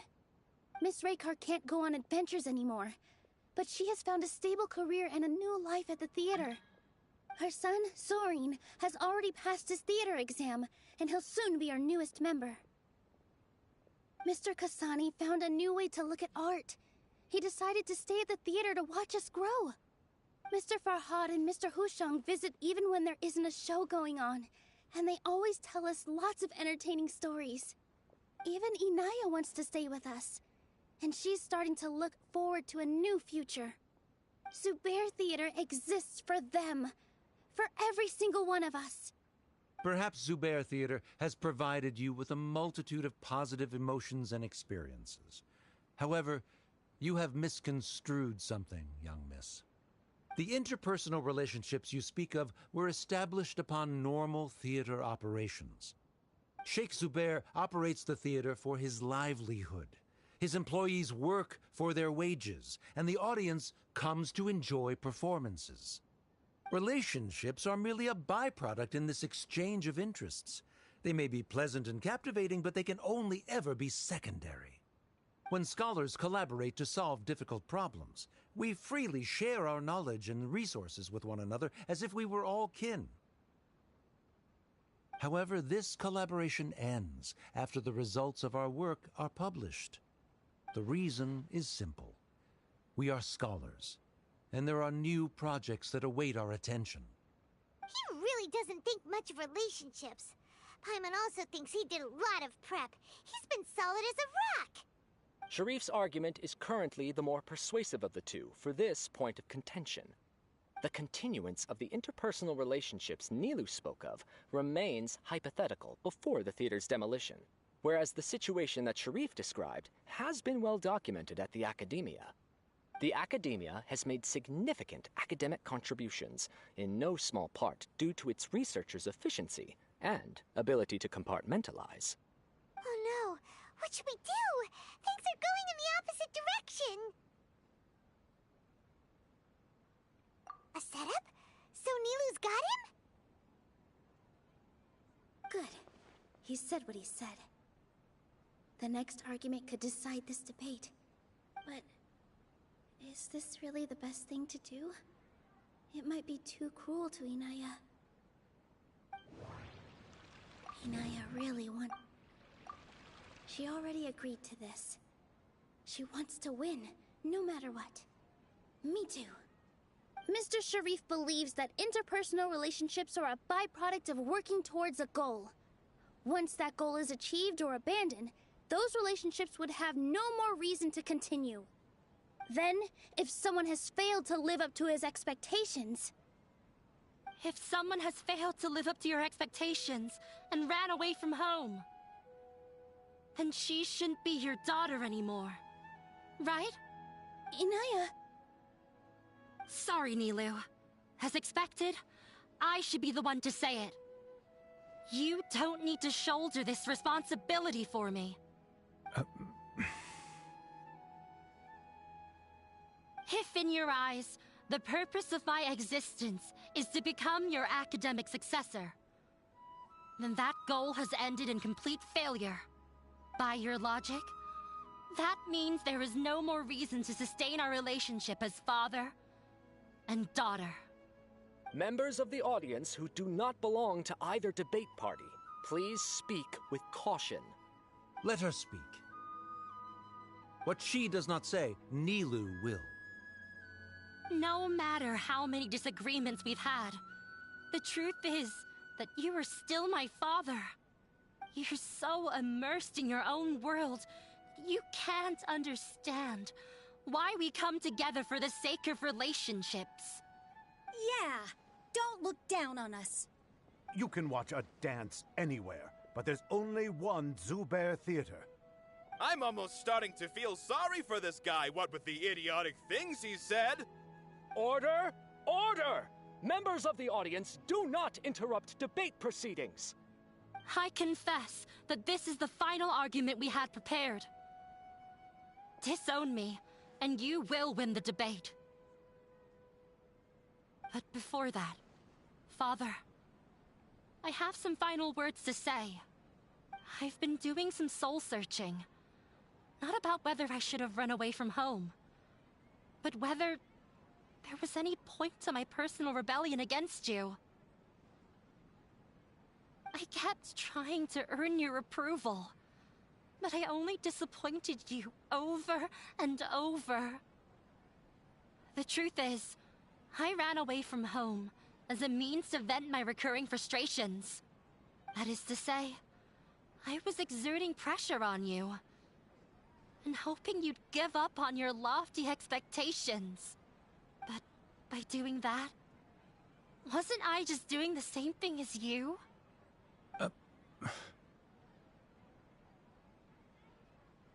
I won't force my expectations upon you anymore. At Zubair Theater, I have found the life I've always wanted. I will move on from my family troubles and strive towards my new goal. But if you dare to harm this place, then I will stand with my friends here and fight against you. This is not the time to space out, Sharif. The debate is still underway. You already consider them to be your friends. You should be asking us that question. Of course we are! Miss Inaya is a really good friend. It was a bit of a process, but we won her over. Make no mistake. All those who come to Zubair Theater become one of us. We will always be with her. Such puerile simplicity. However,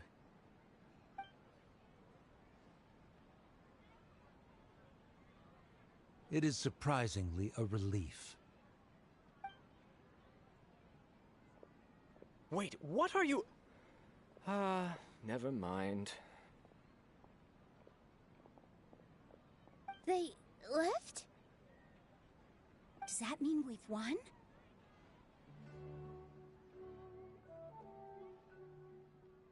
We won? Nilu, you're amazing!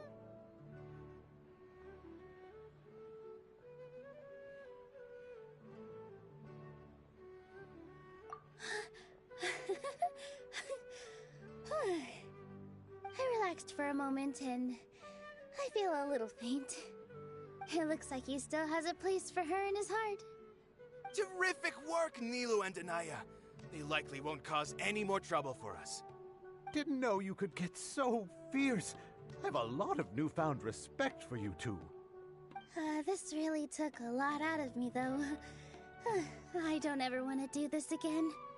Both Miss Nilu and Miss Inaya were so cool! Should we throw a second round of celebrations?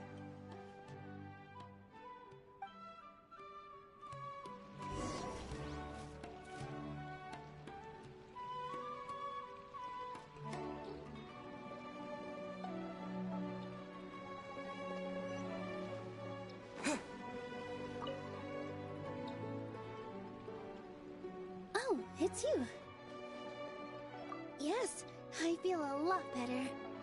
The more I think back on everything, the more surreal it all feels. I don't think I could repeat what I did a second time. Yes, and it's all thanks to you. I see. You mean how fate brought me to the theater, right? Then I'll have to tell you about my teacher who Mr. Zubair had mentioned. Mr. Zubair opened his theater when I was still a child. There was a beautiful dancer, and from the moment I saw her, I couldn't look away. I thought to myself, the gods must have blessed her with such talent. But later on, she would actually smile down at me and say, just the opposite, in fact. Yeah. She said, dance is an art born from toil. It isn't a gift from the gods, but a creation by our own hands. It is a beautiful thing born from our life experiences. Whenever there is joy or something to be celebrated, people will dance. In other words, any place where people can effortlessly begin a dance will for sure be filled with the blessings of everyone's happiness. She wasn't looking for flowers and applause. All she wanted was to see her audience smile.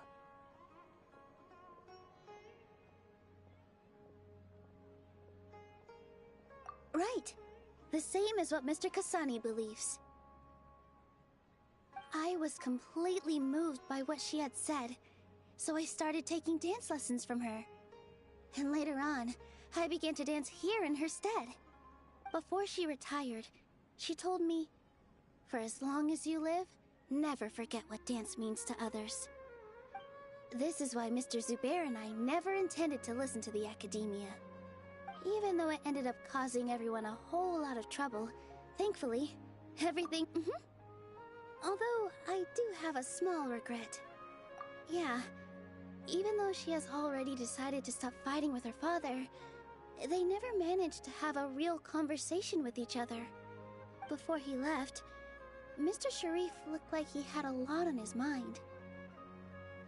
He probably has a lot of things he wants to say, but will now perhaps never get a chance to.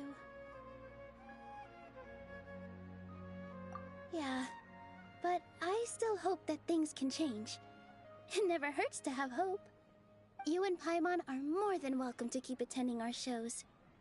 Who knows? Next time, you might see Inaya on the stage.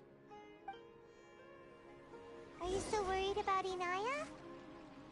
Let's be sure to come back often.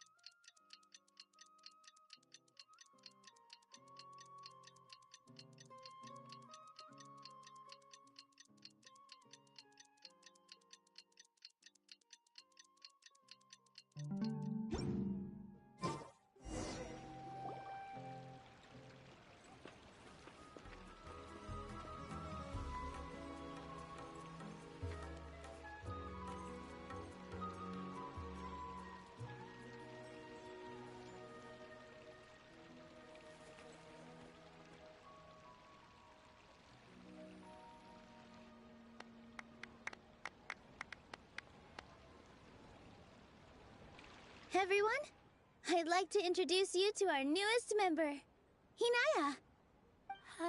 Hello, everyone. She'll be dancing for us from now on, so please give her your support.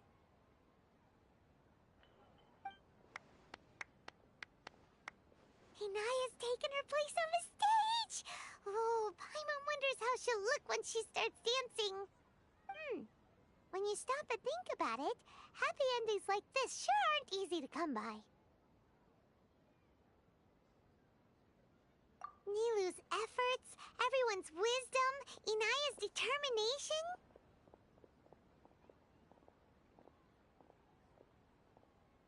Huh? What do you mean by that? You do have a point there. The whole demolition thing was going overboard, but he really could have banned Nilou and the others from dancing. If he really wanted to be ruthless, he could have done some real damage, even without winning the debate. Oh well, it's not like we can understand how people like him think. Let's focus on watching the performance.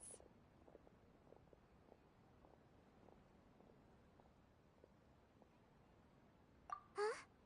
Wait, look who the cat dragged in! Isn't that Inaya's father?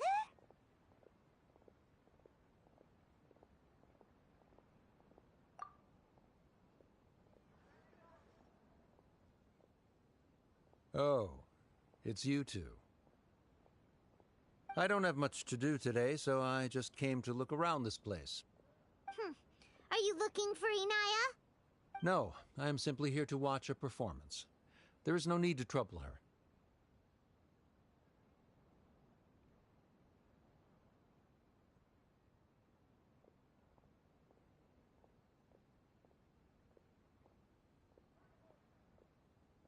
Well, I was for a time. My loss at the debate caused quite the loss of face for the academia, so there was a period of unrest. I used this opportunity to suggest that my superiors temporarily suspend me from duty. Otherwise, the rumors would probably persist for even longer. Suspended from duty? Yes, I am temporarily unemployed. However, I now have an abundance of time, so I can afford to come here and watch a show. I admit that I do not understand the magic that this theater possesses, but my curiosity has been piqued. I still cannot forget that young lady's perseverance. Inaya would almost certainly mature in the presence of such a person. There are no parents who do not worry about their children. I suppose she managed to hit a weak spot of mine. Never mind. I do not have the right to say that. You're already here, so you might as well go see her. No, that is not necessary. I will take my leave after the show concludes. Do not tell her that I was here. Come on. Who knows if you'll get a chance like this again? But... Huh? You said you were going to make peace with your past. Show your father how much you've grown. Don't be nervous. Everyone at Zubair Theater has your back.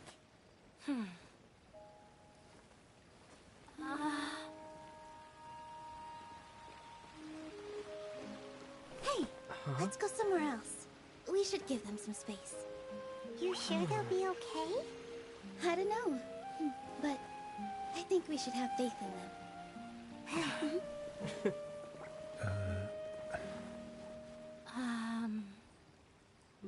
Yes, Inaya. I have something for you. I'm still learning.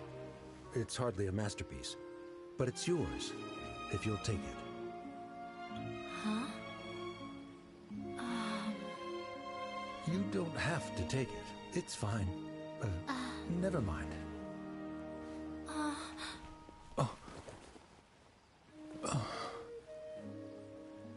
Let's have a heart-to-heart.